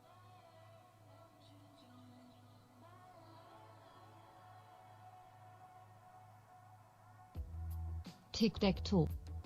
Ist durchgekommen. Ist durchgekommen. Nice. Also genau. VPN, es gibt viele Anwendungsgründe für VPNs, aber wahrscheinlich, also zur Anonymität würde ich den jetzt nicht unbedingt empfehlen. Da würde ich die anderen Sachen eher empfehlen. Und also quasi, das Problem bei VPNs ist halt, du musst dem Betreiber vertrauen, der hinter dem VPN steht. Also quasi irgendein Betreiber, der den VPN hostet, der muss halt dafür sorgen, dass du anonym bist. Und teilweise haben die halt rechtliche Vorschriften, dass sie dich nicht komplett anonym lassen dürfen. Deswegen, ja, ganz, ganz schwierig. Es gibt andere Anwendungsszenarien, wie zum Beispiel ein Arbeits-VPN oder sowas ins Firmennetzwerk. Das kann man durchaus machen.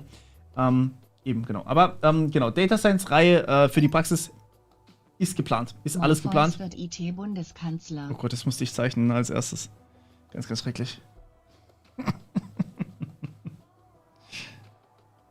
Oh.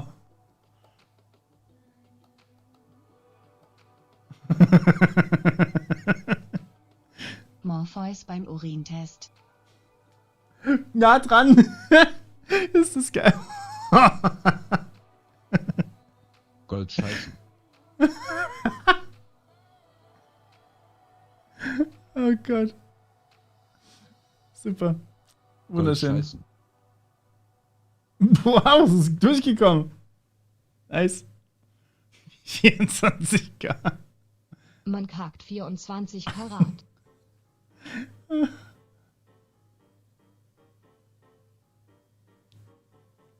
Der Boden ist Lava. Was?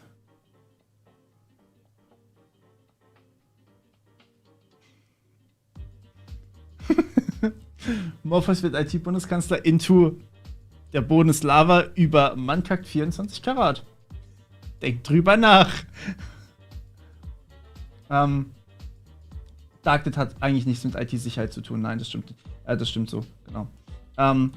also warum man ins Darknet geht, ist halt hauptsächlich entweder um was Illegales zu machen oder um tatsächlich dann halt sich über Themen zu informieren, die an sich verboten sind. Und IT-Security zählt nicht, zumindest in Deutschland zum Glück nicht zu den Themen, die verboten sind.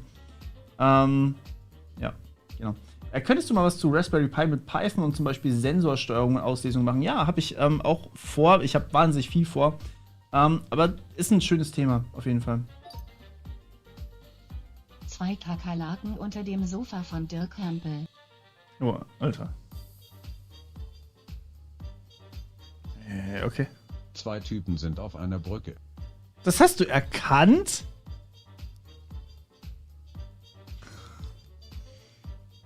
Dicke Informatiker.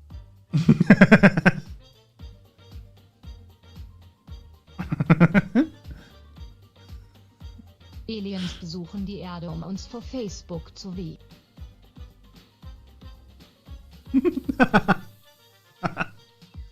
Facebook hacken.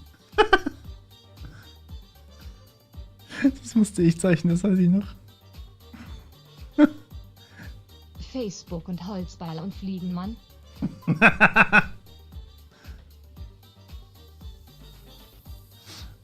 Gut. Facebook Ballmann hey. Wow, voll gut. Das ist richtig gut. Alter. Streit in einer WG.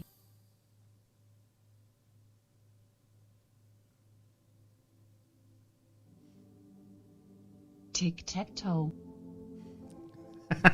Daher kam das zweite Tic-Tac-Toe. Ich dachte mir schon, was zur Hölle. Tic-Tac-Toe.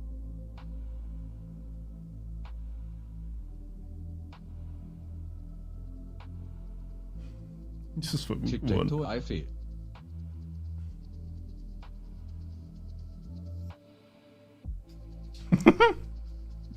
Tic-Tac-Toe.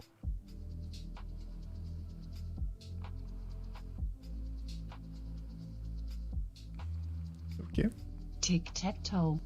Das ist ein ganz eigener Stil, einfach alles noch nebendran voll zu kritzeln. Schick.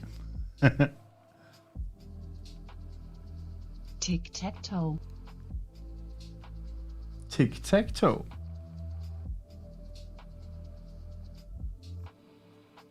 Wunderschön. haben wir denn Morpheus noch? sagt Nido, dass er ihn nicht mit sie ansprechen. Was? Oh mein Gott. Oh my. Ha!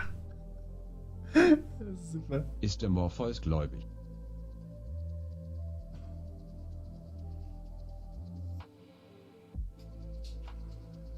Morpheus huldigt dem fliegenden Spaghetti-Monster. Vor allem in diesem Weg. Hey, das ist super geworden.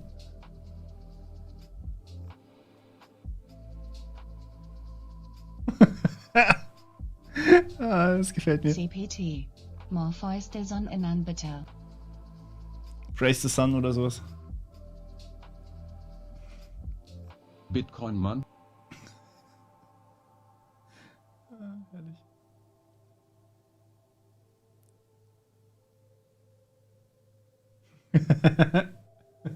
Das fliegende Spaghetti-Monster war richtig nice.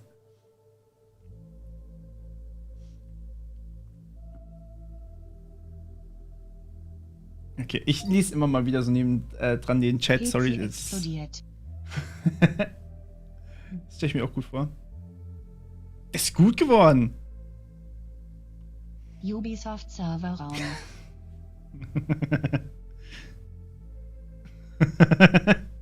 Ja, ja, doch. Deutsches Oder Internet. mein Internet. Ja, oder mein Internet. Ja, doch. Ja.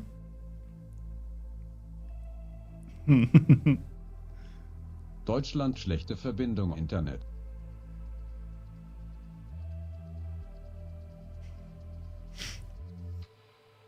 Deutsches Internet in einer Nussschale.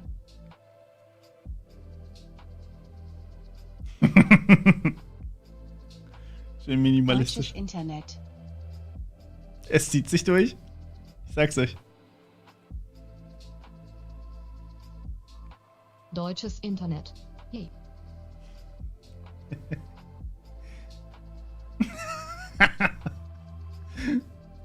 Ah, nice.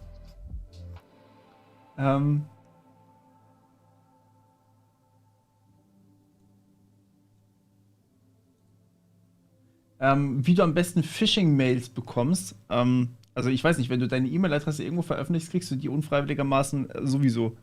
Das ist das Unschöne. Hier ist jemand rausgeflogen. Ich weiß nicht, ob du das warst. Also hier sind mittlerweile 4 Leute rausgegangen und einer von euch ist... Ah ne, hier sind tatsächlich noch alle dabei gewesen. Einer ist irgendwann mal rausgegangen. Ich weiß nicht, ob das... Du brauchst nicht Spam. Sternenstaub. Ist gut jetzt.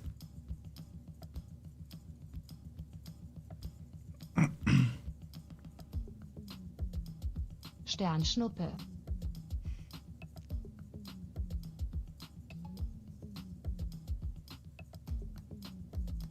Meteorit 403. Okay, was?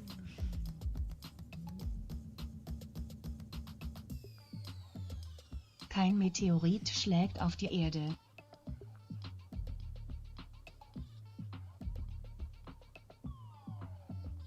Wohnt The Morpheus in Karl? Daher kommt das. Was? Morpheus studiert in Karlsruhe. Das dürfte ich zeichnen, ne? Mann mit großen Augen geht ins Kit. Morpheus vielleicht. Schick.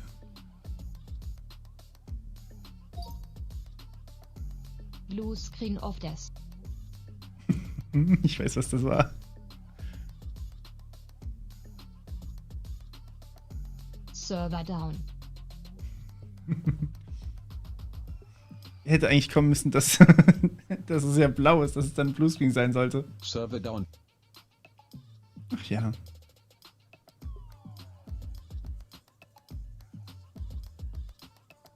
LAN Party. Ja, ich mache immer noch so halb das Q&A mit einem Auge, aber System also wir haben jetzt Netzwerk vorhin Fax. wir haben mit Gartic vorhin angefangen und ich würde gerne die Runde zumindest noch zu Ende machen. Dann mache ich noch 1, 2 Fragen und dann noch ein Feierabend für heute. Telcom?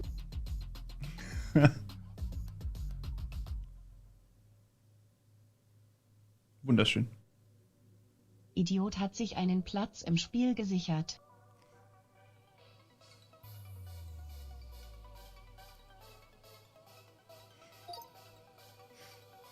Man geht ist auf dem Schulweg, doch die Schule brennt. Was? Weil die Schule brennt. Der Morpheus wohnst du noch in Karlsruhe. Was?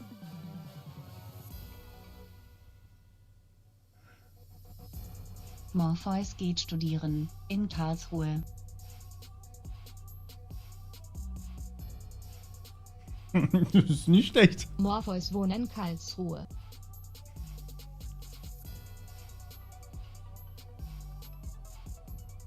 Vier 404 Fehler.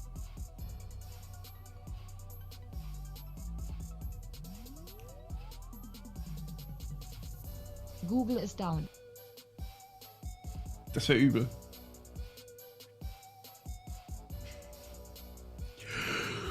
Scheiß Google. Allmählich wäre ich müde. Okay. Ich würde sagen, wir belassen es bei der Runde. Hat sehr viel Spaß gemacht. Ich gehe nochmal hier rüber. So, und mach noch ein paar Fragen. Und jetzt kommen nämlich schon echt viele wieder rein.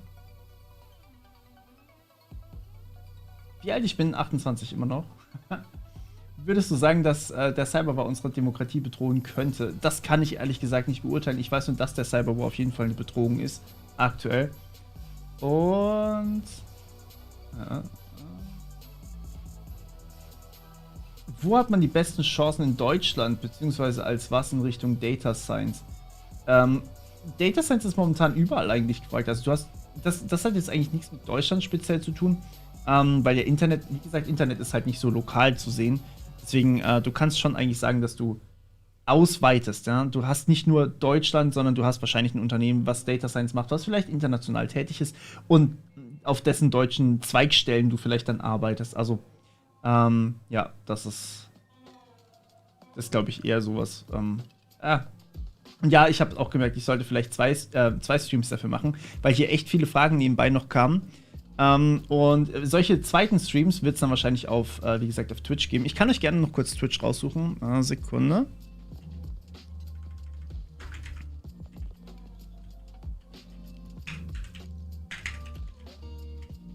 Wahrscheinlich ist jemand von euch schneller. So. Das wäre Twitch.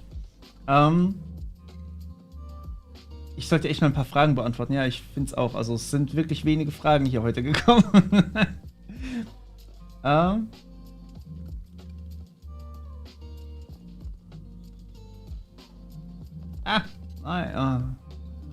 Stream müsste da sein, ja doch. Also der wird automatisch von YouTube zur Verfügung gestellt.